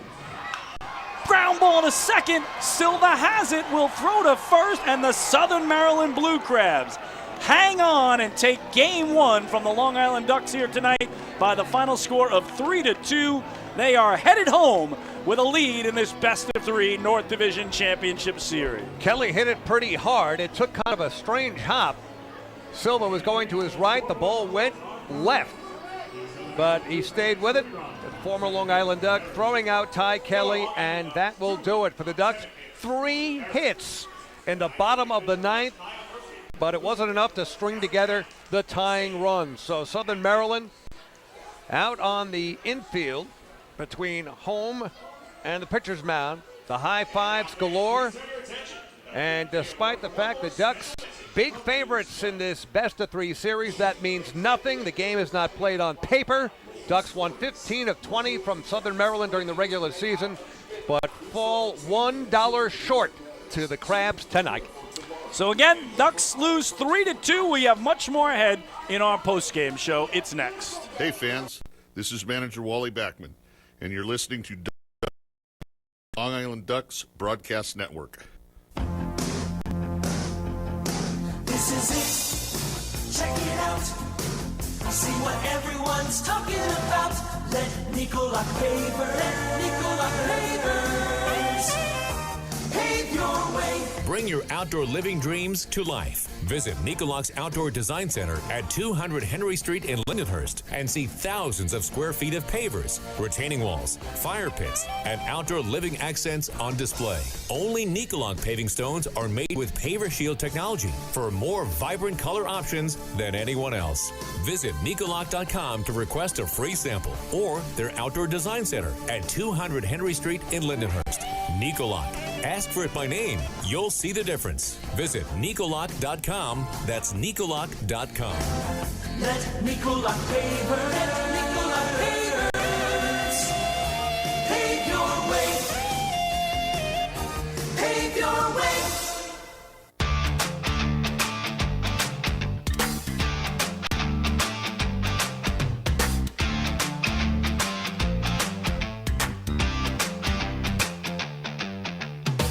Chris King and David Weiss back here to the Duck Pond, where tonight in Game 1 of this best-of-3 Liberty Division Championship Series, the Southern Maryland Blue Crabs come to Long Island, and they take it by the final score of 3-2. Quick recap of tonight's game. The Southern Maryland Blue Crabs and Ducks were scoreless into the third. Crabs got 2 runs in the top of the third on an RBI single by Michael Baca and an RBI bunt single by Ruby Silva that brought home Josh McAdams and Michael Baca respectively, and they had a 2-0 lead. Ducks cut the lead of the third, solo homer by Chris Shaw to right, his first of the playoffs, and it was a 2-1 contest. Crabs made it 3-1 in their half of the fifth on an RBI single by Matt Hibbert that plated Josh McAdams. Ducks got it right back in the bottom of the frame as an RBI single from Vladdy Frias brought home Chris Shaw, and it was 3-2 in favor of Southern Maryland. It would stay that way as the bullpens dominated the rest of the way, all the way to the bottom of the ninth, when the Ducks would get second and third, 2 out for Ty Kelly, but Matt Latos induced a ground ball to second. Ruby Silva, who was very active there tonight, threw him out, and Southern Maryland hang on for the 1-run victory. Final numbers for the Blue Crabs: 3 runs, 7 hits, no errors. They leave 6. For the Ducks, 2 runs, 7 hits, 1 error. They strand 7. The winner is Murphy. He's 1-0 in the postseason. The loser, Downs. He's 0-1, and Matt Latos picks up his first save of the playoffs. The game played in 3 hours and 13 minutes before a crowd of 4,342. Your Long Island Duck players of the game tonight, 2 of them. Chris Shaw, who went 2 for 4, double homer, scored twice, and drove in 1. And what an effort out of the bullpen by Anderson De Leon. Pitches the final 4 innings of the game, gives up no runs and just 1 hit, an infield single, and struck out 6. So those are our Duck players of the game. We'll take one more break, and when we come back, running through the out-of-town scoreboard, preview tomorrow night's Game 2 matchup, and we'll wrap this one up. Hey fans, this is pitcher Darren Downs, and you're listening to Ducks Baseball on the Long Island Ducks Broadcast Network. When we see Long Island, we see you. Because at Catholic Health, we know that it's your remarkable lives that breathe life into our island. So at every Catholic Health hospital, practice, and care facility, we're able to provide the highest quality, most innovative care for your body, because our culture cherishes your humanity.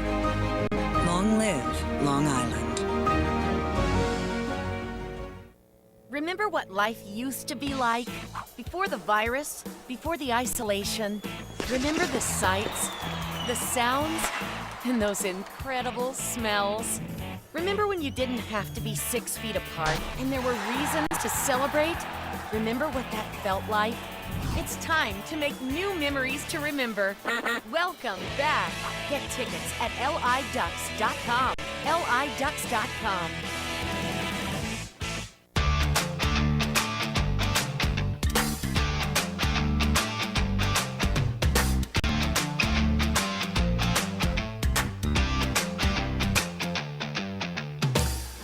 King and David Weiss back one final time to the Duck Pond, where the Blue Crabs have taken Game 1 here tonight, 3-2. Elsewhere in the South Division Championship Series, pair clubs going to the Atlantic League playoffs for the first time. The Lexington Legends are in Charleston, West Virginia, to take on the Dirty Birds, and that's a real good one, too. Right now, a 1-1 game as the Dirty Birds bat in the bottom of the 7th inning. As far as Major League playoffs are concerned, earlier today, the Atlanta Braves at home, a 3-0 win over the Milwaukee Brewers in the NLDS in Game 3. They take a 2-game. Chicago postponed in the Windy City. That was Game 4 with the Astros trying to wrap it up, leading it 2-1. They'll play that tomorrow at 2 o'clock. In progress at Fenway now 5-0. The Red Sox lead the Rays in the top of the 4th. Boston trying to wrap it up in Game 4. They lead that series 2-1 and just about underway tonight. Couple of minutes away from that one going in Los Angeles. The Dodgers hosting the Giants. Game 3 of the NLDS tied at 1. So, David, for the Long Island Ducks, they got to put it behind them. Again, their only previous win in a best-of-3 series was 2004 against the Nashua Pride when they lost Game 1 and won Game 2 and won Game 3. They'll have to do the same tomorrow night in Maryland. Righty Scott Harkin goes for Long Island. He has not lost a game all year. 5-0 with a 3.42 ERA. The guy countering for the Blue Crabs, Colton Mahoney, 8-7 with a 7.05 ERA, but against the Ducks, 1-3 with an ERA over 11 runs per game. So they will hope the offense comes to life tomorrow night. If they force a Game 3 on Wednesday night, they're waiting on Joe Iorio, 13-2 on the year with a 4.65 ERA. No starter announced for Southern Maryland for a potential Game 3. So, David, we have you and I have been in this awkward situation before. We sit in this booth not knowing if everyone that was here tonight, over 4,300, ourselves, everyone that's enjoyed an incredible season, is going to be back here or not on Friday night, because if the Ducks don't win tomorrow and don't win Wednesday, they will have played their final home game of 2021 here. If they do win, they'll be back here Friday and Saturday for the opening 2 games of the best-of-5 championship series. Exactly. The Ducks have never done it easily. No. They have a flair for the dramatic. They come from behind as well as any team ever in the history of the Atlantic League, and they'll have to do it again, facing elimination at least once and possibly twice over the next couple of nights, and then they would open the championship series here. But Skipper Wally Backman, with all the experience he has at the Major League level and being such a successful manager at every level, and that includes managing the Ducks to a championship 1 season ago, 2 years ago, he's going to have them in the right frame of mind. Yep. Being on the road has never been a problem for the Long Island Ducks. They finished with the most wins in the Atlantic League this season, and they did for a reason. And they could very easily explode against Southern Maryland in terms of their offense. They got a very well-pitched game tonight from Darren Downs and Anderson De Leon, especially out of the bullpen. So it is extremely doable. Will they do it? That remains to be seen. But the faithful flock has a lot of faith in what the Ducks can do even on the road. Well, David, this is it for me tonight, my swan song, because the New York Islanders are opening the season with a 13-game road trip. So I am on the road for the next 5 weeks. A couple breaks coming home in between, but this is going to do it for me. An incredible Ducks season of baseball. So glad to have it back after we all missed it so much last summer. So great to be with you in the booth as many times as we were. And I hope more than anything else that Friday night I'm sitting down in Sunrise, Florida, tuning into you doing Game 1 of the championship series here for the Ducks against the winner of that Lexington-Charleston series. Well, that's what we hope as well, and we're certainly hoping that you ride the New York Islanders to their 5th Stanley Cup. The drive for 5, a little delayed, 1983, we understand. It's been a little while, but on paper, and with Barry Trotz saying this team has got everything it needs to accomplish our goals, got a funny feeling this is the time for the Ducks, for the Islanders to do it. How about we make this deal? I work with the Islanders, we get the 5th Stanley Cup. You work with the Ducks, you get the 5th Atlantic League Championship, all right? A drive for 5 on both ends. There we go. That sounds great. But obviously I'm working with the best, whether it be baseball, hockey, no matter what the sport. The Kinger is the best. It is my honor to be David, alongside. You know how much I enjoy being in the booth with you. There's no place I'd rather be. We had the best seat in the house tonight for a terrific ball game. It came down to the last batter, right? The tying runs at 3rd, the winning runs at 2nd. They didn't get it tonight, but again, with the Ducks stacking up, Scott Harkin undefeated on the year, Joe Iorio 13-game winner potentially in the next 2 games. They have a huge matchup in the pitching department, and as you said, being on the road has never, been a problem for Wally Backman and the boys. I fully expect them to be back here on Friday. UBS Arena opens, and I go to a couple of games. I will pop in and say hi. Please do. To you, because you know that's on its way. So have a great season. My best to the entire family. It was a pleasure. Same to you, David. I'll listen to you Friday night. You'll be back here. I'll be in Sunrise, Florida. Take it away. Good night, Gracie. That's it. Once again, the final score from the Fairfield Properties Ballpark here in CI. The Southern Maryland Blue Crabs 3, the Long Island Ducks 2. The Crabs lead the best-of-5 North Division Championship Series. Best-of-3, 1 game to none. Inviting you to join us for our next Ducks broadcast tomorrow night when the Ducks visit the Crabs for Game 2 of this North Division Championship Series, otherwise known as the NDCS. Pre-game show is 6:20. First pitch scheduled tomorrow night for 6:35 right here on the Long Island Ducks Broadcast Network, liducks.com, youtube.com/ducksbaseball, and Facebook Live. For Chris, it is now time to win a Stanley Cup King.